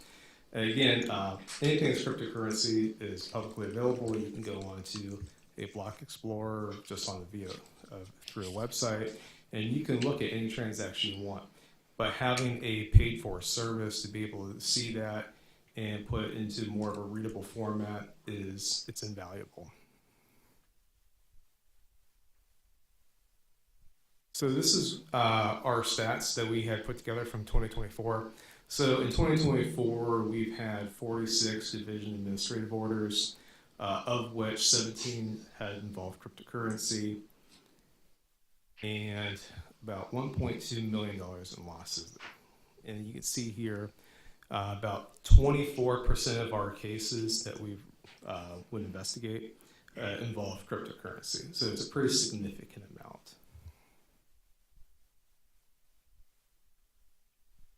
So getting into the particulars of the cryptocurrency fraud that we're seeing, so we typically see, like I said, the pig butchering element. So individuals will be contacted unsolicited through text message, email, sometimes even phone call, dating apps, social media. And these communications were pretty innocent at first, like, hey, this is my new phone number, and you have no idea who this person is. And so people tend to be nice in nature and say, oh, sorry, you have the wrong number. And these scammers will continue the conversation. And eventually, whatever method that had been communicated on initially, it will eventually move over into one of those cloud-based communication platforms. And the reason being, scammers love those communication platforms. There's a whole host of reasons, but a couple of big ones is the communication's encrypted. The companies that are hosting these platforms, they don't know what's being said. It's an encryption. And also to serviceability. Some of these companies are based overseas, so trying to get service as far as users, it's pretty difficult. And then also to, if the conversation is deleted on one party's end, it's deleted on the other end as well. So the conversation is gone. They rely on high pressure tactics. With these crypto investment scams, there's always a sense of urgency, and they have to follow a set of instructions. And they typically like to have screenshots from the victims, so that way they can prove that they're actually following their own steps they're outlining to the victims. And it just helps give a sense of legitimacy as well to these scams, that they're literally helping these individuals along and give them step-by-step support. So when it comes to what we're seeing, typically the bad actors, are operating out of Southeast Asia. So Myanmar, Laos, and Cambodia is the three big ones that we've been seeing. And so I just pulled KK Park. It's like a well-known scammer compound out of Myanmar. And you'll see in the next slide that there's actual images of it. But so how these organizations work, they're ran by transnational organized crime. And so they'll put job postings out there on the internet for like these well-paying IT or social media jobs.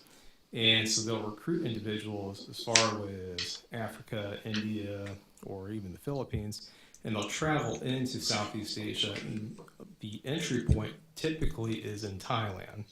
And then once in Thailand, they meet their so-called handlers.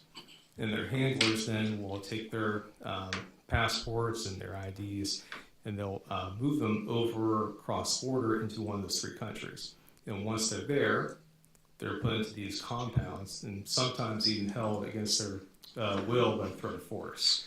And so then they're there and they can't leave. So this is KK Park. So the image on the left is KK Park roughly in the beginning, early of 2020. And then on the right is about March of 2024. So you can see how much this one compound has grown extensively in that short amount of time frame. And every single building there houses individuals.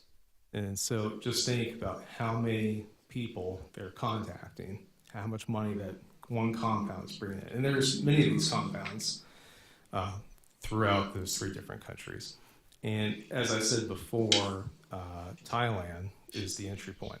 So they are really getting tired of like negative press due to this. And some of these compounds are literally across the border in about maybe 20, 30 minutes from the border. and they get a lot of their electricity from Thailand. So Thailand's actually doing a really good job right at the moment, and they're cutting off electricity supply to these different parts over in these other 3 countries. And so that is severely impacting the scammers' operations. Erin West, she operates Operation Shamrock. She used to be a prosecutor out of California, and she eats, sleeps, and breathes pig butchering. And so she actually went over to Myanmar to take a look at KK Park.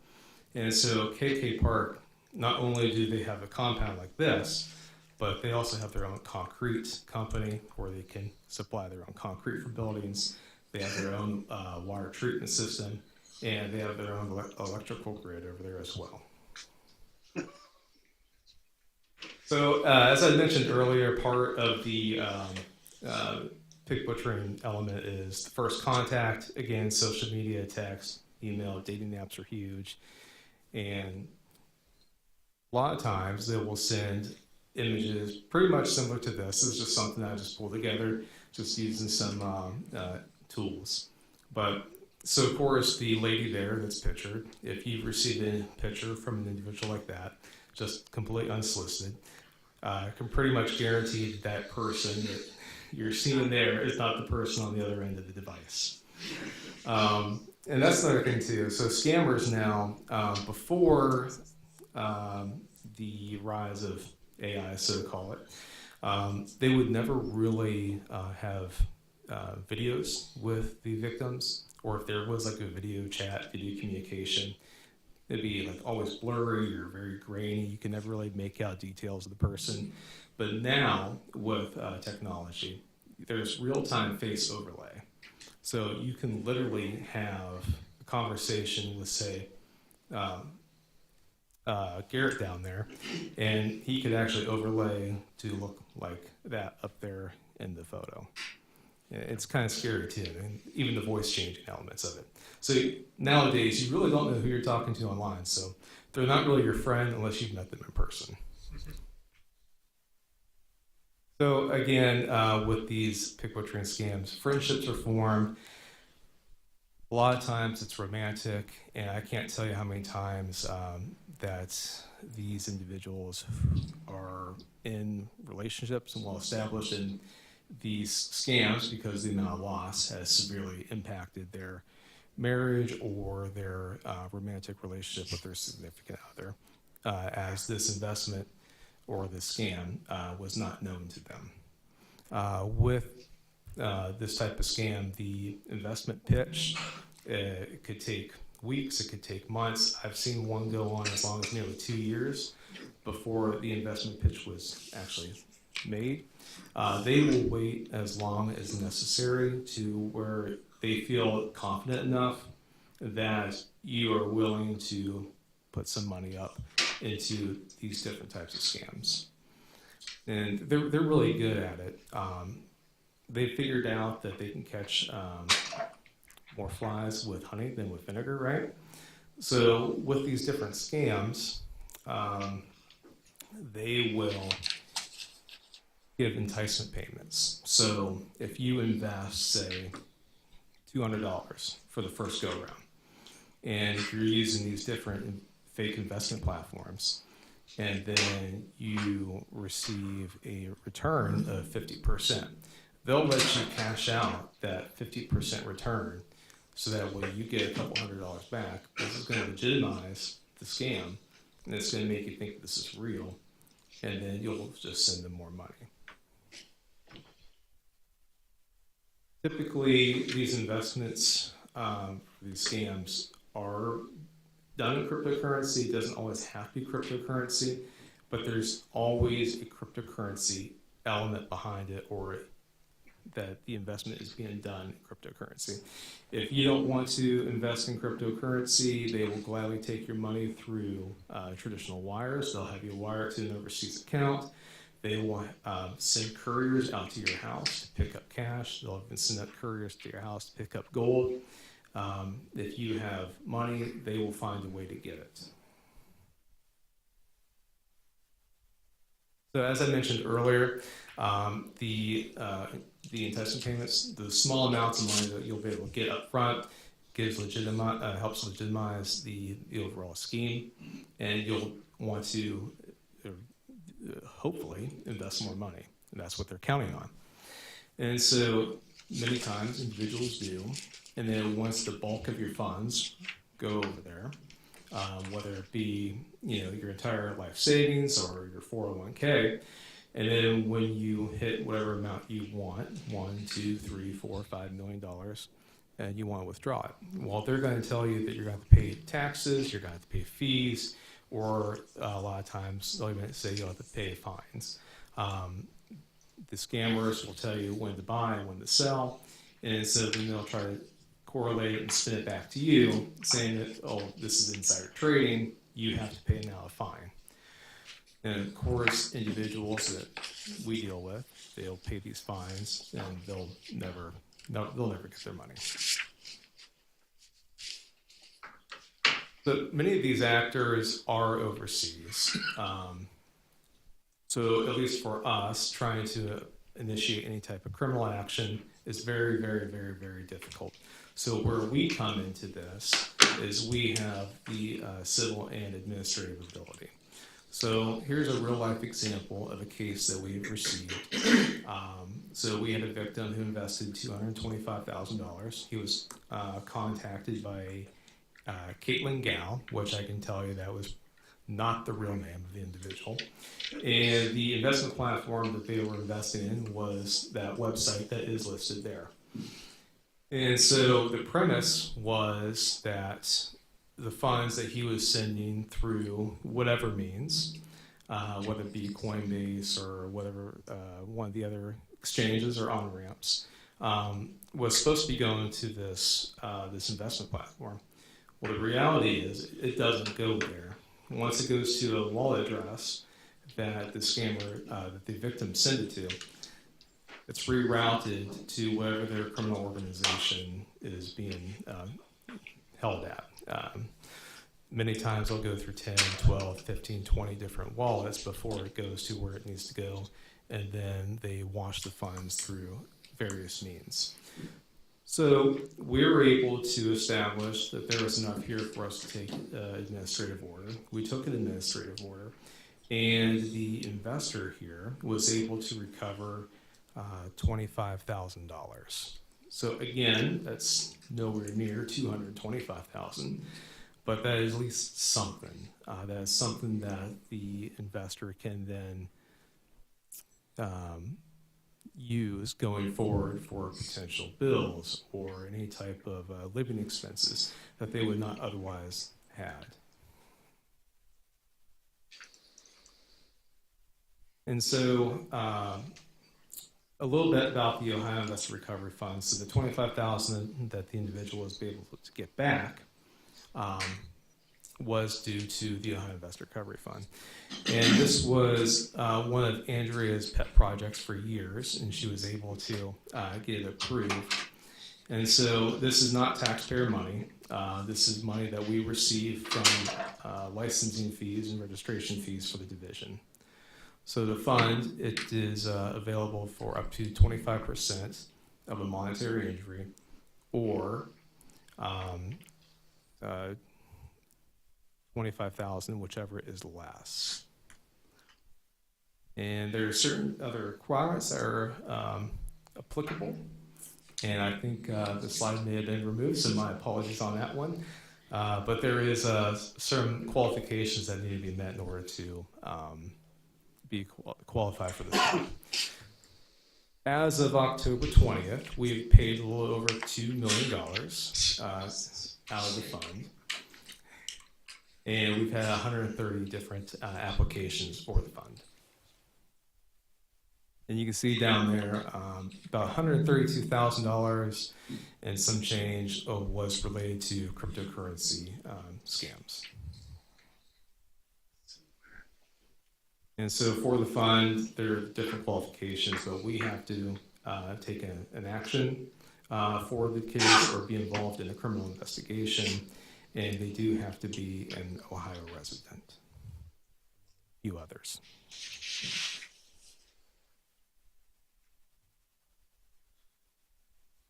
And if you feel like that anyone you know may be a victim of any type of crypto investment scheme, our contact information is up there, or feel free to jot that down and pass it along or save it for future reference. And I believe now it is BCI's turn. Good morning. So the Attorney General's office started this new unit, electronic financial investigation, unit, about 2 years ago. We're coming up to that. So we started the unit with a rough idea of what we needed, but we didn't know we had all these other questions. Eventually, we worked with the Florida Department of, or Florida Law Enforcement, and sort of modeled theirs. Here's what we came up with. The unit has several different pieces to it. So we have agents like myself that actually do the investigation, interview people, things like this. We have a forensic accountant that helps us with the blockchain, and also if we run into anyone going to say that they own the funds, they can go through the records, bank records, whatever it is.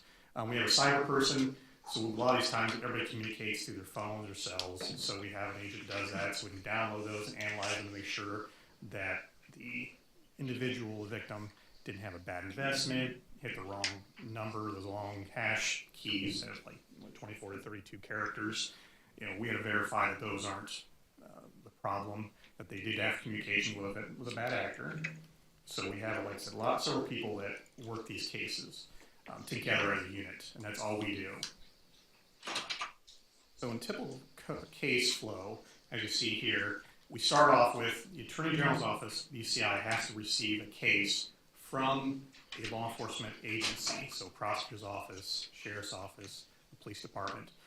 From there, they request us to do the case. We have jurisdiction then we can do the case. We can either help them with the case, like some agencies have, like detectives or investigators that like to do these cases, or we can do the case from the very first part of it to the very end. It's up to the agency, and they request us. We do have times where a victim calls our unit. What we do is we usually do a courtesy call to the jurisdiction, and we help them request if they like our services to system in that case. So we can get any way, but we have to have the actual law enforcement agency ask us to do the case. So some of the basic things we ask for the investigators, even from the victim, is this information here. It gets us a start. I know we've talked about a lot of BTM purchases. We like that receipt as quickly as we can. We do have several computer systems that do the blockchain analysis. We have Clue, now we just started TRM. So we can actually start following the funds to hopefully an exchange or a company that works with the United States. So this is a case example of a pig butchering. This one here, the individual bought a new computer. Shouldn't have good software for malware, antivirus. So she got a pop-up saying, hey, your computer's infected. She communicated with them on the phone. They were very convincing, so she went to her local banks and started withdrawing funds, going to ATMs and depositing the funds, going overseas. Typically, when they go to a BTM, they start off with a Bitcoin. That's an actual coin. And a lot of the bad actors, when it hits their wallet, will change it over to what's called a token. So like Circle, Tether, something like this, because it doesn't fluctuate as much as Bitcoin does. So when we go on the blockchain, we follow it, and most time we see it hop, they call it, change over from one coin to another. So in this case, she continued on taking money out from her bank account until she started into a bank account that was a joint account with her husband. Like, wait, what are you doing? At that point, she was already pretty deep in it. They talked to the bank itself and some employees actually, and this whole time, the individual bad actors are on the phone with her, making sure she's at the BTM, doing the correct thing, making sure she's going to the bank, tell her, don't worry about it, I'm saving up this $10,000 for an investment. Don't worry about it. And the bank teller is like, let me talk to him. And as soon as she started talking to the bad actor, they hung up. They went to the local sheriff's office and they contacted our agency. And this is a typical, the bottom you see here is a typical graph of the blockchain. That this one here was Clue, and we followed it through into an exchange called Binance. They're the largest exchange, as I recall, currently. We contacted Binance. They actually said that this account holder changed over the money to another type of coin, which was called Tether, token actually, and then we can contact with Tether. Tether owns their own blockchain essentially. There's more to it, but they basically own their own blockchain. We contacted them, and through the FBI, we've actually stopped the coins from going any further. Those tokens are now in basically possession of BCI through the FBI. So instead of going to an exchange like a bank, like we normally do and seize the whole account, in this particular one we actually went to the actual processor, the one that creates the actual token. And we've actually seized that and working with the local prosecutor to give those funds back to the victim. The hunt for these stolen crypto is when we get a case, we automatically get into blockchain and follow it, and hopefully we get to an exchange or a place where we can get the money. Only about half the exchanges out there work with the United States. So it's difficult. We sort of keep a running list of ones that will talk to us and ones that won't talk to us. Some will talk to us, but won't give us anything unless we have an MLAT, which is few and far between. But if they do work with us and they do give us the ability to get the account, we then petition the courts through whichever jurisdiction it is, whichever county it is, to the prosecutor's office to get a search warrant to take those assets out of that account and put them into an account and storage with BCI until the prosecutor continues on, which we'll get that here in a moment. Well, from there, we sort of store it and wait for those orders. Yeah, sure. Okay, this is our cold storage. So we actually use initially put everything to either a ledger or a treasure. They are a cold storage unit that goes into our actually evidence room, and it stays in the evidence room until we move it over to Coinbase to get to the victim. And we can give it in two ways to the victim, which we'll get into a little more detail here in a minute. We can give it back to the coin that we have it in, because like I said, they change it from like Bitcoin to Tether to Circle, whatever the case may be. Or we can give them an actual state of Ohio check, which we would do is we sell those coins at that current market value, and then take those proceeds and give those to the victim through the court. Summary. My name is Garrett Baker, like I introduced before. I'm the head of Butler County's Economic Crime Division. I handle all the economic crime cases, employee theft, a lot of embezzlements, some securities fraud cases, don't do a lot of those, a lot of identity fraud cases, some corrupt, pattern or corrupt activities, had a handful of those, and basically any financial crime case that a docket prosecutor doesn't want to do anything with. You give a docket prosecutor stacks of bank records and they will run away. They would prefer to do 3 murder cases versus 1 economic crime case. It just becomes a nightmare for them. I think a lot of docket prosecutors get used to whether it be assault or drug cases or these kinetic things that aren't extremely complicated. And unfortunately, crypto is complicated to a lot of folks. It's interesting for me because it's kind of this middle part in a Venn diagram between finance, technology, and law, which if you don't like those 3 areas, you're not going to want to touch it, really. You'll kind of run away from it. So regarding the crypto stuff, how I got involved in it is about 3 years ago, which doesn't seem that long ago, but it feels like a decade in terms of crypto theft cases. I got a call from a Trenton detective who let me know that he had a victim that lost about $55,000 in cryptocurrency theft. This individual had went to a BTM. BTM is a Bitcoin ATM for those that don't know. I'm assuming everybody here probably knows, but this individual went to a Bitcoin kiosk or Bitcoin ATM, put, like I said, $55,000 in. It went to various wallets, approximately 4 different wallets. 3 of those wallets were unnamed wallets. It's kind of an old terminology that's used there, but that's what we were calling it. Basically, these were wallets that weren't connected to an exchange, where we couldn't link a particular individual to. I would say the lion's share of the money went to these unnamed wallets, probably 95% of it. So there was a small portion that was linked to an exchange, though. Very de minimis amount, but I talked to the detective and kind of had conversations going back and forth, like, is this even worth doing given the de minimis nature of it? But I wanted to experiment. I wanted to see, hey, could I actually get this back?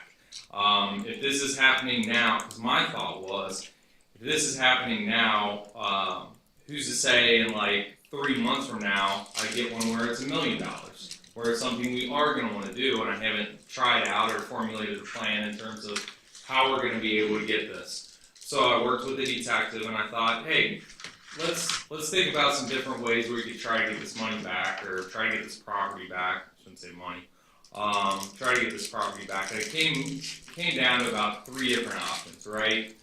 So the first is the thought, when you talk to a prosecutor about doing search warrants and seizing assets, the immediate thing that jumps out at you is criminal forfeiture, right? Whether it be a drug dealer and the police raid the drug dealer's home, they find tons of cash, tons of guns, property, you immediately want to go towards criminal forfeiture. So thought maybe consider that. Also civil forfeiture. That's an option too, a little bit outside the realm of what I traditionally would do as a prosecutor. And then the third option was this method I found after doing some research about photograph and release. Not a new method, but new in this context, right? So thought about criminal forfeiture. There's some predicates for criminal forfeiture, right? You've got to have somebody charged, you have to have a named defendant, and you have to have a charging instrument, and you have to provide a specification in that charging instrument which articulates the property you're trying to seize, and along with that goes a notice requirement. It goes to due process, right? You can't just take some things without the owner, and that's what we're going to get to later, the owner being notified of it. So consider that, and there's some problems with that. I'm never going to have a defendant. Never. I am never going to be, these folks that are involved in this, as Tim described, this is all transnational crime. This is all somebody that's a slave in Thailand, somebody that's been misled, or some bad actor, whether they be in Thailand, India, China. So I'm never going to get that person. Like I said, even if I do get that person, who's to say they're not a victim, right? So the likelihood I get a person to charge, it's pretty much non-existent. The KYC that you get from exchanges, the quality of it varies. Some exchanges get pretty good KYC. Some get a name and an email address, which is effectively absolutely useless. So once again, you start to have the same issues, right? You have to notify a third party, both with criminal forfeiture and civil forfeiture. There's a right to a jury trial that attaches with that. And I'm telling you, this is a cumbersome process to begin with. I would say it takes maybe 3 to 6 months to even secure the cryptocurrency when we start. I don't know what your estimate would be on that, but from what I've seen, it varies between 3 to 6 months because it's a long, drawn-out process. You are law enforcement, BCI. They're subpoenaing they're reaching out to the exchange. First, they do the tracing software, which lets you know which exchange has the money. Then they're getting KYC information based on whoever the owner of that wallet is, right? So now you're eating up a month, 2 months. Now you're at the point of doing a search warrant where you got a 14-day freeze on this if you're lucky, if the exchange is even willing to do that, right? So that starts to eat up time. You've got to get the search warrant, which I tend to review those and work with BCI for reasons I'll kind of get into later. I think a lot of prosecutors can take a laissez-faire approach and say, hey, you're law enforcement, you're BCI, you generate the search warrant. I like to have eyes on it.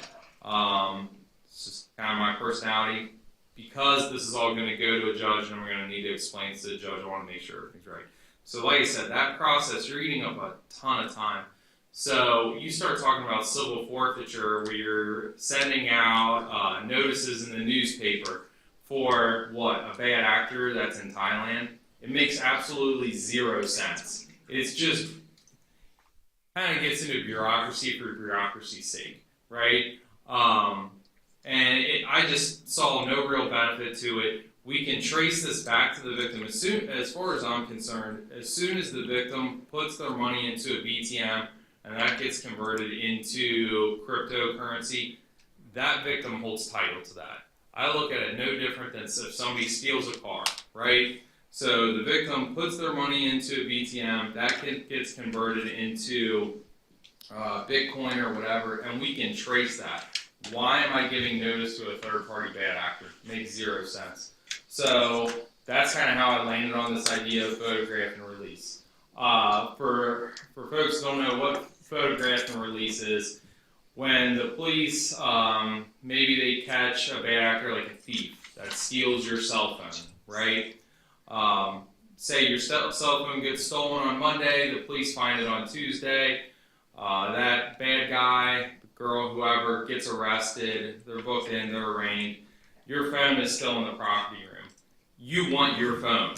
Your life is on your phone. You want to get that back. So what you do if you're the victim is you complain to the prosecutor and say, hey, the police got my phone, I want my phone back.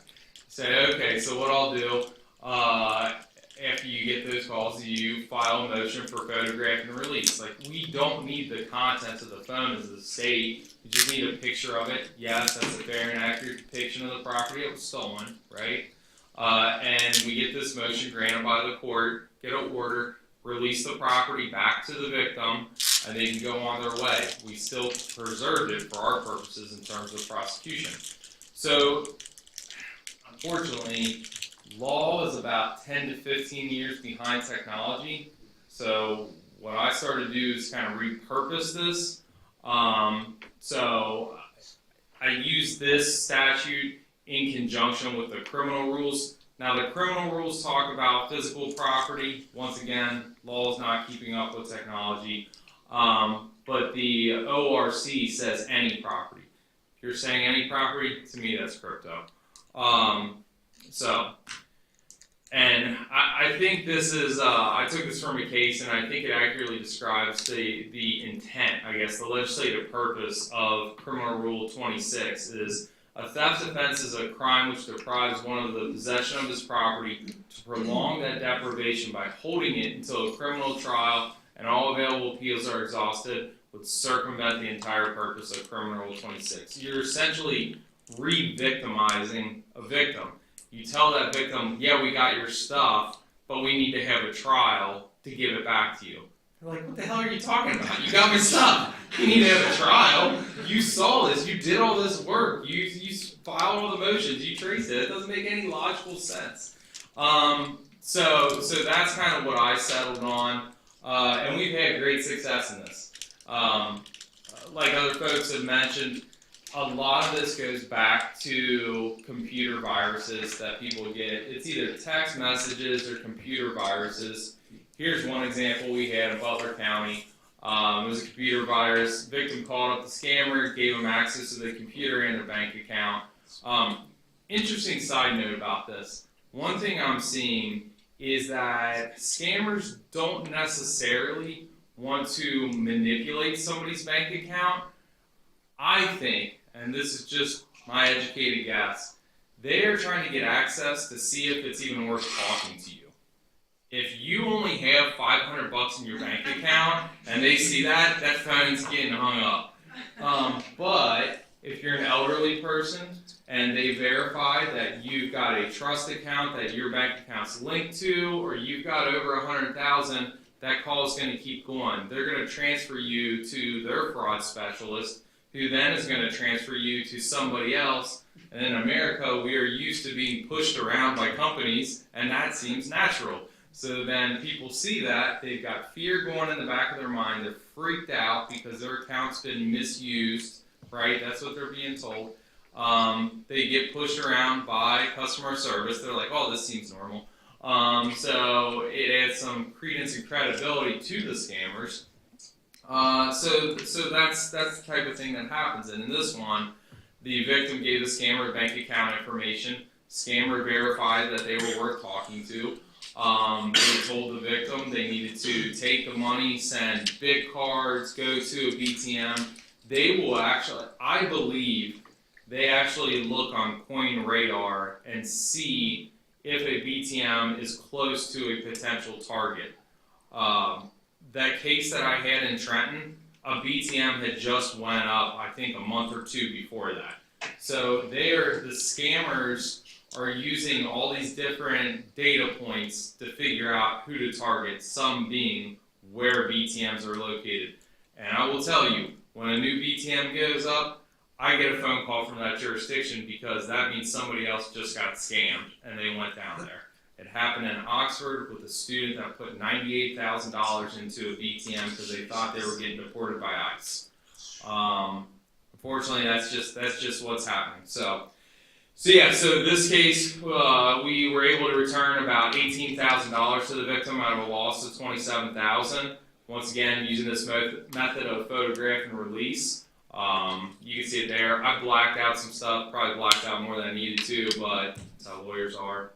Better safe than sorry. Here's one that we just had about 2 weeks ago. Once again, this is a case we worked on for about 6 months. It's a wild amount of time to spend on one case, dealing with the exchanges.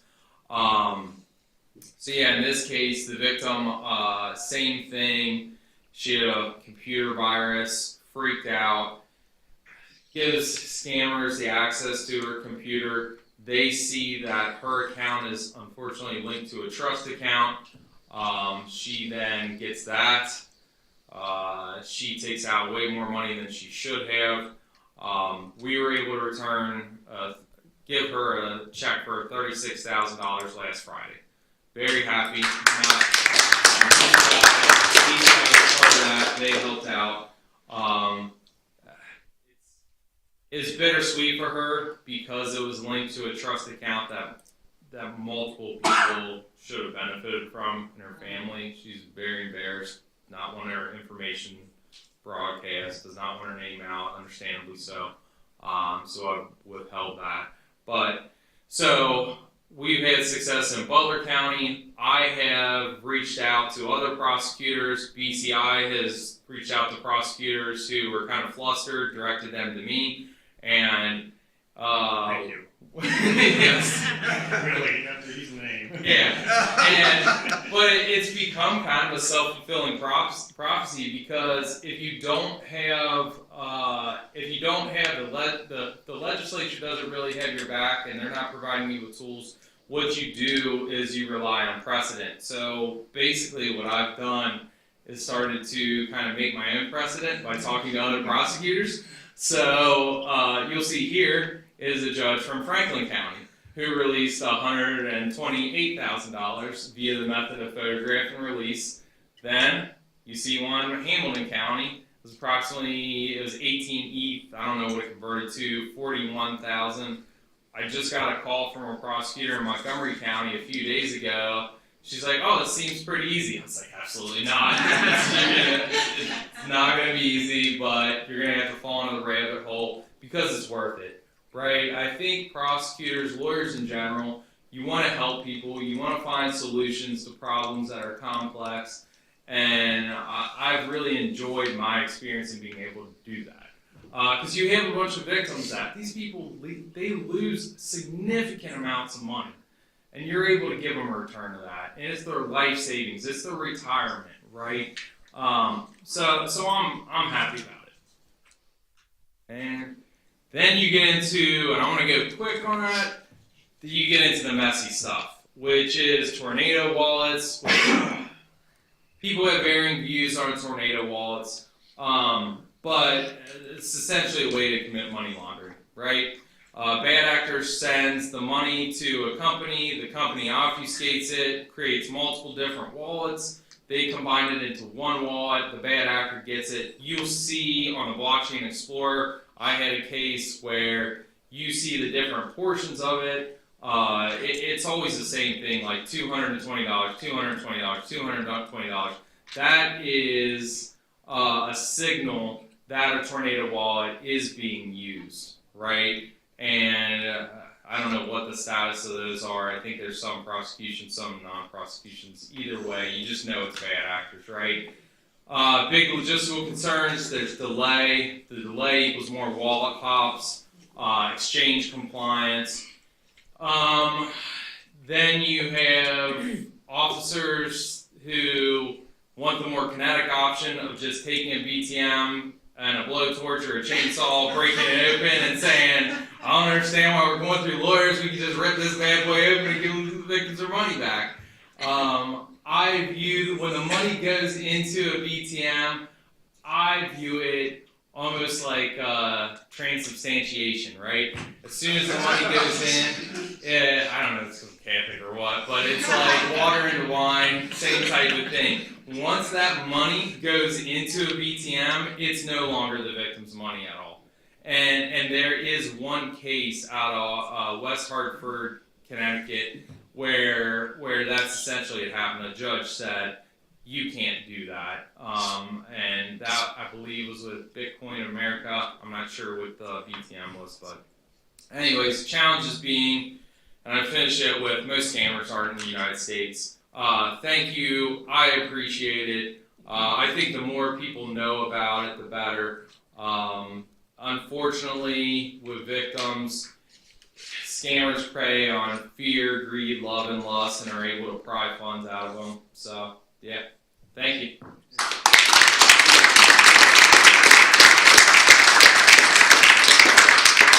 gonna add a little bit to that real quick. On the BTMs, a lot of the companies, if the victim provides a police report, will refund the services fees, and sometimes it can be up to like 25%. So at least it's something back for the victim. So we really had some success with that. Yeah. Another one is we were seeing an uptick in, like they were saying earlier, of people coming by and picking up gold and cash. We're seeing actually an uptick in that. So if you see somebody driving up and grandma's out there with they actually tell them to put them in a shoebox. That's probably a scam. So that was those little caveats I wanted to add there. So thank you. Questions? Is this working? Yeah. Okay, excellent. All right. So first of all, I want to say thank you to the panel and thank you for all of you for being boots on the ground. As somebody who works in this area, it is heartbreaking to see people lose money. And I have kind of an aspirational question for all of you. I think everybody working in this arena knows that there are bad people who fall through the cracks because we don't have resources or legislative support or whatever. So if you could wave a magic wand and get the resources that you need, additional resources, legislation, what would you ask for in order to be more effective at what you do? I think, it's great to have BCI provide tracing software. They're a fantastic resource. I direct a lot of law enforcement to BCI just because they get overwhelmed. It would be nice if funds were allocated, at least to prosecutors' offices, to be able to purchase, or even other local law enforcement, county, whatever, to be able to have that tracing software so they don't get overwhelmed. Because I know BCI's reached a point where they're starting to, I don't know if you want to discuss it or not, probably shouldn't put it out. Don't say it, I'll be drunk. But there's dollar amounts, right? Agencies start to have to provide cutoffs where if it's under 25,000, under 50,000, they just don't have the manpower and the resources to be able to do it. So it would be nice if, whether it be sheriff's offices had a fund where they could go and purchase this for the county to use. Because the tracing software, it's so significant. I mean, I can dork around on Blockchain Explorer and see where the money's going, but that's not saying what exchange it's hitting, right? That's why you need the software. And for my purposes, I honestly would like to do, I would like to have some secondary software just to verify. I'm kind of belt and suspenders type of person, but whatever. When you go to a judge and you say this money came from XYZ, and that judge trusts you and your credibility's on the line, I want to make sure I am 1,000% right on it. So I think in terms of assistance, local law enforcement being able to purchase their own tracing software without breaking the bank or having to rob Peter to pay Paul would be nice. That's my view. Yeah, just to clarify, VSAT will help everybody. We may just say, hey, this is $500. Here's some documentation you could probably send to these places. We'll do the graph and everything. But I'm not saying there's a dollar amount, but we will work with you no matter what. The other one I would go with was the BTMs. We're seeing way too much. I say probably 30 to 40% of my cases that we receive here at BCI are attached to BTMs in some way. And a lot of them have a limit of like $10,000, but it's $10,000 a transaction. It's not $10,000 a day. And if it is, it's still $10,000. I'd like to see, if I could just do that magic wand real quick, I would try to establish some type of policy procedure, whatever it could be for those companies, to say, okay, you can only have $2,000 a day, because why would you want, I don't see the benefits of BTMs as an investment avenue, because right off the top of the bat, you're losing 20% usually. When you put that money, those funds in, you're losing 20%. I don't know how you would see that as an investment. So I would say, hey, $2,000 a day, that's it. Per person, per account, per day, period. Just so you can't pay taxes with it, or you can do whatever you want. But if I had that magic wand, that's what I would say. I think that also brings up the question of, why folks use a BTM. I stopped in it's not a gas station, it was like a convenience store where I live, because I saw a new BTM went there. And I was like, what in the heck's going on? Why is there a BTM here? So I started to talk to the guy that owns the place, and just chit-chat, and he says, well, I get $300 a month for this. It's like, okay. I said, well, what's the typical profile of people that are coming in using this? He said it varies. He said, looks like some folks that don't have access to the traditional banking system. I think that's a small percentage. He says sometimes you see the old ladies that pull up a chair and start piping money in.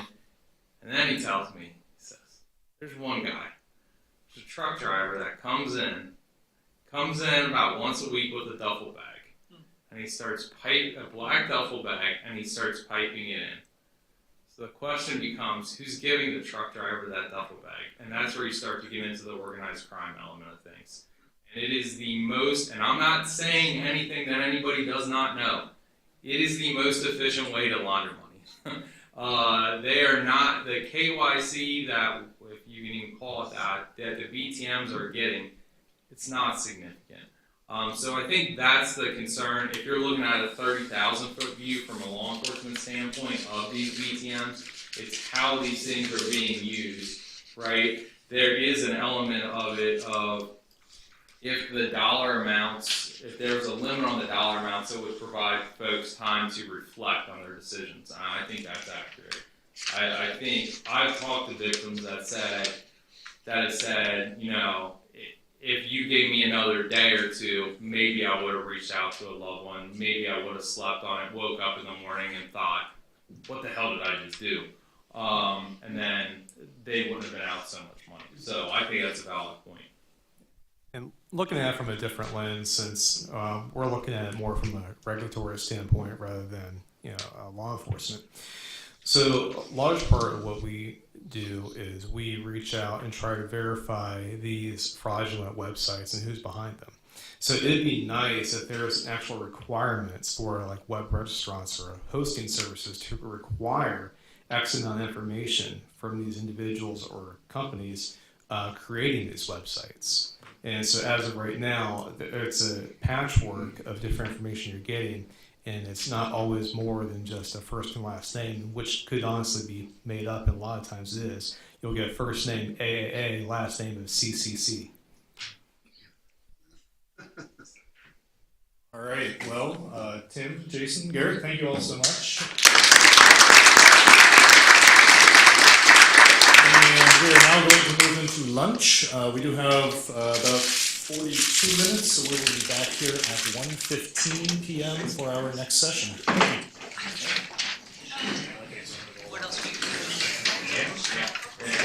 you. I left him at the hotel.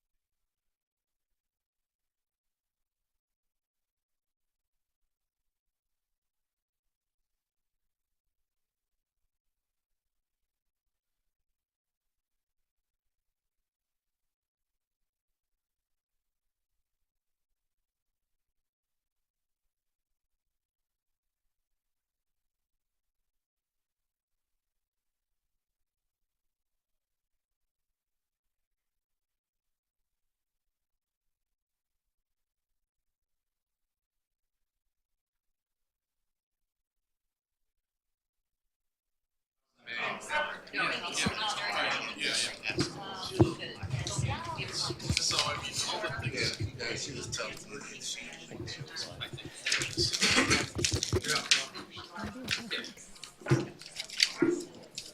Totally happy to. Okay. Talk to him. We gonna need some pointers on finding a job.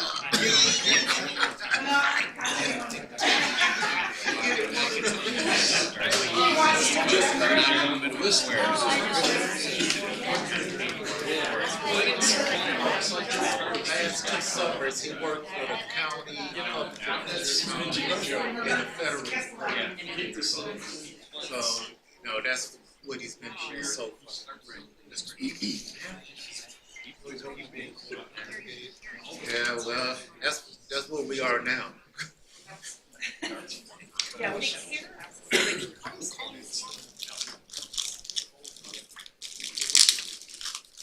Protect the criminals. That pays well. All right, ladies and gentlemen, we are back on. It is 1:15, and I'm very pleased to introduce our next session. We have with us Commissioner Hester Peirce from the United States Securities and Exchange Commission, as well as Professor Eric Chafee from Case Western Reserve University School of Law. So with that, Professor Chafee. Thanks. So I want to take a quick minute to thank the division for partnering with Case Western. It's been wonderful getting to know all of the members of the commission, or the division, excuse me, over the years. Certainly, it's great how much the blue sky regulators in Ohio are willing to share in terms of their wisdom with a professor, and then in addition to that, knowing that they're on guard here to make sure that investors are protected. So I have the pleasure of introducing Hester M. Peirce, who was appointed by President Donald J. Trump to the U.S. Securities and Exchange Commission and was sworn in on January 11th, 2018. Prior to joining the SEC, Commissioner Peirce conducted research on the regulation of financial markets at the Mercatus Center at George Mason University. She was a senior counsel on the U.S. Senate Committee on Banking, Housing, and Urban Affairs, where she advised ranking member Richard Shelby and other members of the Committee on Securities Issues. Commissioner Peirce served as counsel to SEC Commissioner Paul S. Atkins. What's that guy doing now? She also worked as staff attorney in the SEC's Division of Investment Management. Commissioner Peirce was an associate at Wilmer, Cutler, and Pickering, now Wilmer Hale, and clerked for Judge Roger Andewell on the Court of Federal Claims. Commissioner Peirce earned her law degree from Yale Law School, and some other institution gave her her bachelor's degree at Case Western Reserve University. So I want to welcome back Commissioner Peirce to Case Western. We're so grateful that you are going to join us today and share your wisdom today with us in terms of this discussion. To start off, I'm going to say that I'm constantly impressed by people who I meet who graduated from Case Western in this institution. The reason for that is because my wife tells me that I have to say that regularly. She's actually an alum. And actually, it's some weird times. Strangely enough, we're just driving in the car and she makes me say that. With that being said, that's certainly true, and it's certainly true in this case. Clearly the Crypto Task Force, which you lead, has been incredibly busy this year in terms of what's been occurring on the federal level, in terms of stablecoin, market structure legislation getting passed, the SEC and CFTC roundtables galore, interim guidance, and then certainly all of the listening sessions that you've done, both in regard to the roundtables and in regard to the trekking across the country. I do want to start out with this question, then. In regard to being on the SEC, obviously you started out during the Trump administration, and then with the Biden administration taking over, you spent a lot of time being a voice of dissent, meaning that there were a lot of instances where the regulatory agenda felt as though it didn't necessarily fit with your own views of where securities regulation might be headed. my question is with the direction that we've headed in regard to crypto regulation, how does it feel at this point to be, winning, so to speak? And in regard to thinking about that, how does the role that you're playing interact and relate to the other individuals at the SEC in terms of, both of those ways of relating to the commission? Well, first of all, thank you, Eric, for having me here. Thanks to Andrea and your team also for putting this together. It's great to be here. I do have to give you my disclaimer, which is that my views are my own views as a commissioner, not necessarily those of the SEC or my fellow commissioners, even though I may now more often be in the majority. Doesn't mean that I always am, and I don't speak for them. But I think it is really nice having Commissioner, my old boss, Commissioner Atkins, is back as chairman. Commissioner Ueda, who was acting chairman before Commissioner Atkins got there, he also worked with me when I worked for Commissioner Atkins. And so the three of us know each other very well, and I think that's quite helpful in aligning how we approach things. We really see things similarly, and we also know each other's strengths, and I think that's quite helpful. Even during the years of dissent, I think the goal was always to invite people within the commission and from outside the commission to help us think through difficult issues, because reasonable minds can differ on how to approach issues, and so I think it really is important to make it a conversation, and that was really what I was trying to do with my dissents. And so I still think that that's really important, getting that outside input. It certainly does feel better to be in a world where an industry isn't being picked out and vilified for the sake of it being an industry that some people don't like, right? So I think that was not an appropriate regulatory response. I think it set a lot of really bad, maybe established bad habits on both sides in the regulatory world and also in the in the industry itself. And I think we'd be in a very different place if we had approached it differently. And so, yes, I'm happy that we're not doing that anymore, and I'm happy that there's an open mind in terms of regulation. But I don't think that means that we have an easy job, because there's still a lot of really difficult questions to answer.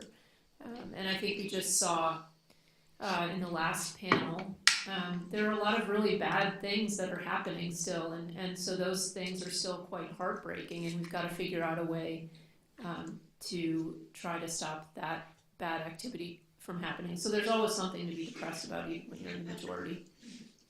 So let me ask you this. Why such a focus on crypto? I mean, I think one of the reasons might be that, under Jay Clayton's leadership, there was an emphasis on cybersecurity because of the Edgar data breach, and, ultimately crypto is connected to technology. There's also a newness, but why does the SEC spend so much time thinking about it? Why is it doing so much thinking about it now? I mean, that is a fair question, because we have a lot of other things that are very important and that we really need to spend time thinking about. So the way I look at it is we need to spend a fair amount of time right now, because we've got to establish some regulatory parameters within which people can operate.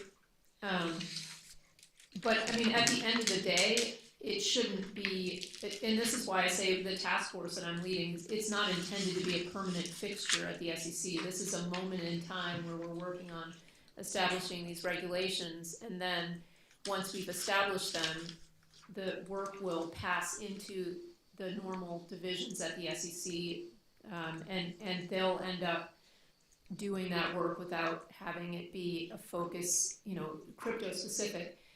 And I mean, I think we used to have an Office of Internet Enforcement, right? And this kind of goes back to what you were saying earlier, Seth. Like, that used to be a thing, but that wouldn't make sense now because everyone uses the internet. And I think it's going to be similar with crypto. It will be integrated into a lot of other things that happen. I talked to traditional mainstream financial firms that are thinking about how they can use, whether it's stable coins or use a blockchain to do something, or tokenize bonds or equities people are very interested in seeing what the technology can do for the traditional markets, and so we will see integration. And so it's really a moment in time, I would say. So you mentioned this in terms of the comment you just made. I mean, under the Biden administration and Chair Gensler, it seemed like there was a lot of regulation going on by enforcement under interim Chair Ueda and then Chair Atkins. It seems like there's been a lot of staff pronouncements, a lot of guidance. In terms of thinking about that, I mean, that creates a lot of fluidity in terms of what's going on with regulation, what's going on with enforcement. Is that a good thing? Is it a bad thing in regard to where the crypto industry is, where the technology is, in your opinion? Well, I mean, the guidance, I think, is a good thing. It's something that I've been calling for a long time. And even though it's coming out at the staff level, it does help people to think through issues with the assistance of, here's how the SEC staff, who are very smart people who have thought a lot about these issues, here's how they're thinking about these issues. So I think that that's helpful. But you're right. I mean, now we're in a different world than we were last year at this time. We have really changed, done a 180 on how we think about crypto regulation. And one of the reasons that isn't good is it's really hard to build a business if every 4 years the regulatory policy is going to change. And I think that's kind of what you're getting at. We really need to be able to give people consistency over time. And so, I mean, that is something that we're striving for. We're hoping to move toward regulation. We've so far done a lot of guidance, but we really are hoping to get regulation out the door. The fact that we're in a government shutdown is not particularly helpful to that, because I can work, but there are very few other people who are able to work right now at the SEC. And so writing rules is sort of on hold for now. And then there are the legislative efforts, which were mentioned earlier today, and those efforts will also help to bring consistency over time. It's much harder to change once you've got legislation in place. So I hope that will bring us some certainty, and then I think people can feel comfortable building their businesses in the U.S. But the other piece I say is that even if we don't get regulation or legislation, the best thing the industry can do is to build useful things that people want to keep. And so if we do that, then I think it's much less likely that a new administration comes in and says we're gonna use regulation to tear this industry apart as we did before. So a couple of questions there, one related to the now and one related to the future. And I have a personal interest in compliance because we have a compliance program here that I head. For companies that have built compliance programs around the previous regime's expectations, what's the transition path? I mean, is it one of those things where they should dismantle everything and just accept what's going on now with the crypto task force? Should they expect that there's going to be some sort of shift when ultimately the next regime takes over, the next administration, better put?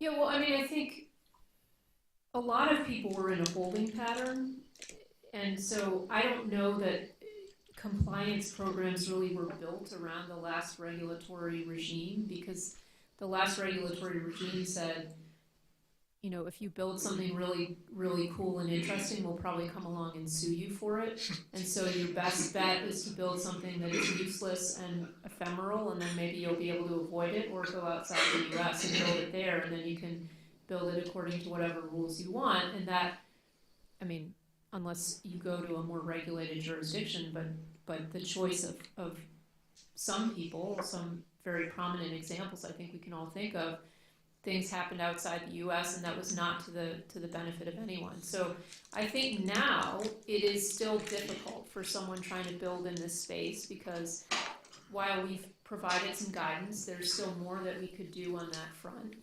And so people are still hungry, compliance folks are still hungry for guidance about how we're thinking about these issues. The question of where the line between a security and a non-security is still one that is difficult for people. And so I think, stay tuned as we work on regulation. Come talk to us, tell us what your issues are, where the problems are that you face. And then I hope we can get to a point where a compliance person with a question can actually just call up the SEC and we can work through those issues together. But there's certainly still work to be done. I appreciate that. So the question about the future, and you mentioned rulemaking. I mean, how do you see SEC rulemaking play out? Does it depend on what happens in Congress? What do you see might be the likely developments there? And yes, I'm a law professor. When I say one question, I ask three. Well, I think we are looking to see what Congress will do, and we're working with them, providing technical assistance to them. But we have a fair amount of authority already, and so we're trying to use that authority that we have to try to write rules and work with folks who are trying to figure out what the rules are. And we also have broad authority to exempt people, and so we're working with people on exemptions as well. And I think whatever we do will fit well with what the Congress ultimately ends up doing.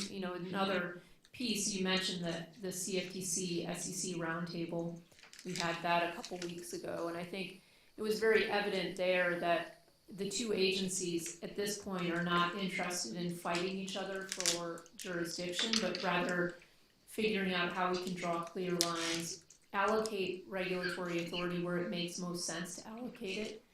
And then I think we really need a process whereby if someone has a product they want to bring to market and they have no idea which regulator is going to regulate, they should be able to come to both regulators at one time and work through that issue. So I think that can also be helpful, and that's something we can do again without new legislation. So shifting topics of the Division of Corporate Finance has issued lots and lots of statements and lots of guidance. Why was it and is it important for the SEC staff to get these statements out? Meaning why now? How much actually are the opinions of the staff, and how much are they to be attributed to the commissioners who support them? How are they developed? Yeah, well, why now is it's too late. It should have been done much earlier. It should have been done years ago, and there were very obvious areas where we could have provided guidance years ago and we didn't. And so my view was when the task force got up and running, one of the things that I wanted to work with staff on was to get guidance out in areas where we could, and where the staff was comfortable providing guidance, and so that's something that we've been doing. You are right to highlight that it's staff guidance. That's not the same thing as commission guidance. Regulatory agencies are all different. I think that's one of the things that law students don't always appreciate. Each agency has its own personality, but it also has its own structure, and we're a commission, which means there are typically 5 commissioners, and things pass, whether rules or enforcement actions, by majority vote. And so staff can take positions on things, but those positions are not the same thing as something that's proceeded through a commission vote. But I think it is still helpful for people who are very hungry for an understanding of how the SEC is thinking about things to have staff guidance come out. Staff does work for the chairman, so I think that's a helpful hint of how the chairman thinks about things, although he's actually been pretty outspoken about how he thinks about things directly himself also. So in terms of all the statements, I mean, what's the reaction been in your view? Favorable, unfavorable, mixed? Have the statements produced deal volume? Have they brought crypto businesses back to the United States? Well, I think they've been helpful to a lot of people, and I've heard people have told me as much. There are other people who think they're not right. I mean, there are always people who are going to be unhappy about things, and especially in crypto, you've got lots of people who think lots of things and don't hesitate to say it, so we get some negative commentary too. In terms of whether it's brought deal volume back, I don't know that I can attribute the return to the U.S. and as a direct reaction to a statement of guidance that comes out from the staff. I think it's more the general realization that the SEC is not now intending to use its regulatory powers to shut down an industry, which was the approach that we were taking before. And so it's much more comfortable to come to a country where you know the regulator isn't trying to put you out of business. So I'm hoping that that message is getting across, and I'm hoping that the message is getting across too, that we do welcome people coming in to talk to us about what they're trying to do from a commercial perspective. And we do have statutory mandates, so we have to stick to our statutory mandates, but if we can work with people within those mandates to get to a place where they can do things that lead to long-term commercial viability, that is the goal. So I think that message is probably helpful, and I think it'll be a more powerful message when people see that there are people actually getting the kind of relief they need to be able to build their businesses here. And how helpful is it that, it seems like the government at this point is all kind of rowing in the same direction, in the sense that the president is very much behind crypto in terms of his statements. You have the presidential working group, you have the CFTC, which is very interested, the SEC as well. I mean, does that inertia help? Is it useful? Yeah, I think it's helpful to have the government working in the same direction. I think it's helpful to be working with people across agencies, because you can, the nature of anything that's regulated by financial regulators is that you're facing a lot of regulators at the state and federal level. So it's always helpful when those people are willing to talk to each other and willing to work with each other. And in terms of the statements, I mean, we talked about the fluidity. We talked about the fact that certain aspects of crypto policy have been relatively ephemeral, and then the rulemaking that it may occur. I mean, are the statements that we've seen, are they the shape of the things to come in regard to rulemaking? Will a lot of them be rendered harder regulation and buying through that process?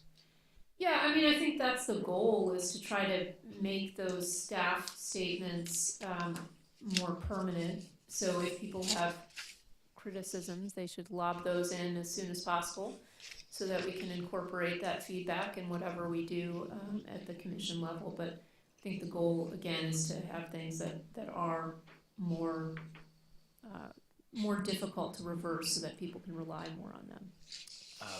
Amongst all of the guidance that has been provided, and there's been a lot of it. I mean, are there particular statements that you think should be made a priority? We should be focusing on in regard to thinking about the direction that the government's headed, about how they're thinking about cryptocurrencies, things along those lines? Well, I mean, there are a couple things that I think we're focused on addressing, telling people when things are outside of our jurisdiction, so that whether it's people in the industry or people who are buying these products, they can plan for what kind of protection they're getting, right? So that, I think, is an important piece of it. I also think it's really important for us to engage with the difficult questions of what does it mean for an entity that we regulate to engage itself or help its customers interact with crypto. And so that means wrestling with questions around custody, for example. We put out recently a no action letter. The staff put out a no action letter on custody, but those questions are important. And then I think the tokenization issues are very real. So I put out a statement, which wasn't a staff statement, but it was a reminder to people that when you tokenize something, you've got to understand what it is, and you've got to tell people to whom you're selling it what it is. So I think those kind of issues around tokenization will demand a lot of our attention and be at the front of our agenda. So in regard to the first point that you made, this question of jurisdiction, is there going to be more of a push to coordinate internationally, to coordinate more with state regulators, because of the fact that, in a lot of instances, these markets are transnational? Yeah, I mean, and I think the discussion earlier this morning sort of was interesting on that point, and really it is important to note that each jurisdiction has its own. It shouldn't just be the assumption that some international regulators come together and they decide what the rules for the whole world are going to be. There's going to be jurisdictional diversity, and we should accept that.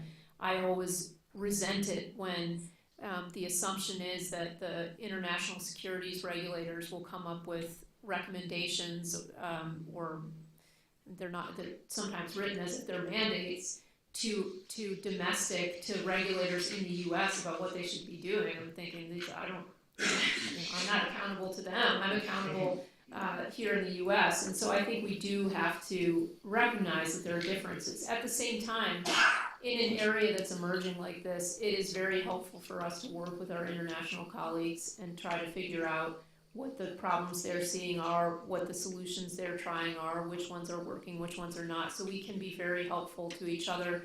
I think we should explore things like mutual recognition, where if another country has the same objectives as we do, but they achieve them differently, we can recognize their framework, they can recognize ours. And then on the state level, I mean, these issues, I think, again, as today's discussions have showed, these issues really are very real to state regulators, and we need to make sure that we're working together with them, and we want to make sure that we're enabling them to do their jobs too, as we heard earlier. So I think it is important for us to work together on these issues and to try to be, thinking about things consistently. It's not a good framework if you have a great framework at the federal level and then the states are taking a wholly different approach. I think that will be very complicated for people to deal with. Switching topics a little bit, one of the tensions that I've always found very interesting in regard to federal securities law is the one between investor choice and then investor protection. In terms of thinking about that, I mean, which standpoint makes sense in regard to thinking about cryptocurrencies? What's at stake in regard to both types of approaches?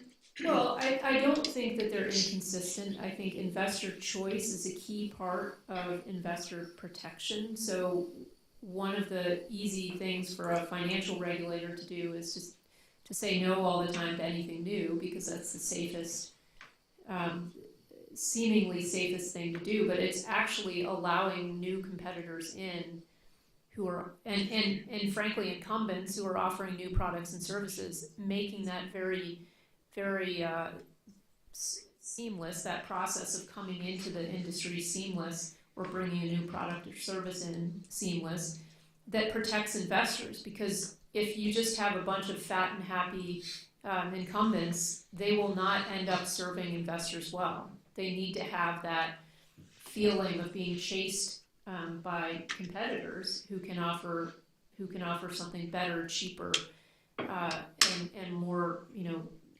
more appropriate for investors. And so we want to keep that competitive dynamic up. I think, as we heard again earlier today, there's a lot of bad activity that's going on in the name of crypto, or has an element of crypto in it. And I think that is something that we need to take seriously, and we need to figure out how to protect people. A lot of that probably has to do with educating people. So I have, because the government is shut down, I've been answering the phones a lot. And I've been getting some interesting calls. So some of them are, it's really very, it's very sad. It is the Indiana ad that we saw earlier today. I have had that basic scenario repeated to me, and it's people who, were really taken in by someone they believed to be real. And one woman, at the end of our phone call, she said, "Well, how do I know you're real?" Because I'm telling her, don't. And in fact, she had fallen prey to a scheme that was done in my name. There's a Telegram profile out there. It looks very real. Someone screenshotted and sent it to me, and it's someone who's essentially offering to help people who have already been scammed to get their money back. And as you might imagine, it involves you putting more money in to get your money back. And so she's not the only one who's called me about it. Numerous people have told me they've been communicating with me on Telegram, and that I'm helping them get their money back. And so people are very, very crafty, and so we have to figure out a way to arm people so that they don't fall victim to this. But it's really difficult. And again, as this woman said, well, how do I know, Hester, the one I'm talking to now, that you're actually the real one, and that it's not the woman on Telegram, or it's probably not a woman, it's not the person on Telegram who's pretending to be you. And I said, well, come to DC and you can see me in the flesh. But I said, don't come now, because right now you can't afford to spend the money to do that. But I think this is it's a terrible problem. It's a very real problem, and we have to figure out what to do about it. Another guy called me and said, he asked me a question right up the front. He said, well, is this entity registered with you? And I said, well, I can't tell you that off the top of my head. And he said, then why am I talking to you? And I said, I don't know. I said, you don't have to talk to me. And he said, well, yeah, I don't see what the point is of talking to you. So anyway, I don't get I don't get and give comfort to everyone who calls. A somber note in terms of some of the things, but definitely admirable in the sense that a regulator who actually rolls up their sleeves and does the work is really impressive. My wife also makes me say that because she works for the federal government, but it's true nevertheless. No, but it just illustrates that there is a need for people have to be able to call someone and ask, can you give me a gut check on this? And we have to figure out a way to make that more efficient, and we have to figure out a way to broaden that reach. Yeah, which I agree. Wonderful point. Circling back a little bit, it does seem like the Crypto Task Force, and with some of the statements that you've made, they're taking more of an investor choice model, meaning, put these products out there, see if people want them. If they end up being great, that's great. If not, there may be some harm that goes along with somebody choosing to buy them. What's animating that? I mean, is it pro-market? Is it pro-innovation? Is it pro-competition? What sort of intuitions about how a market ought to function, really is fueling that direction of things?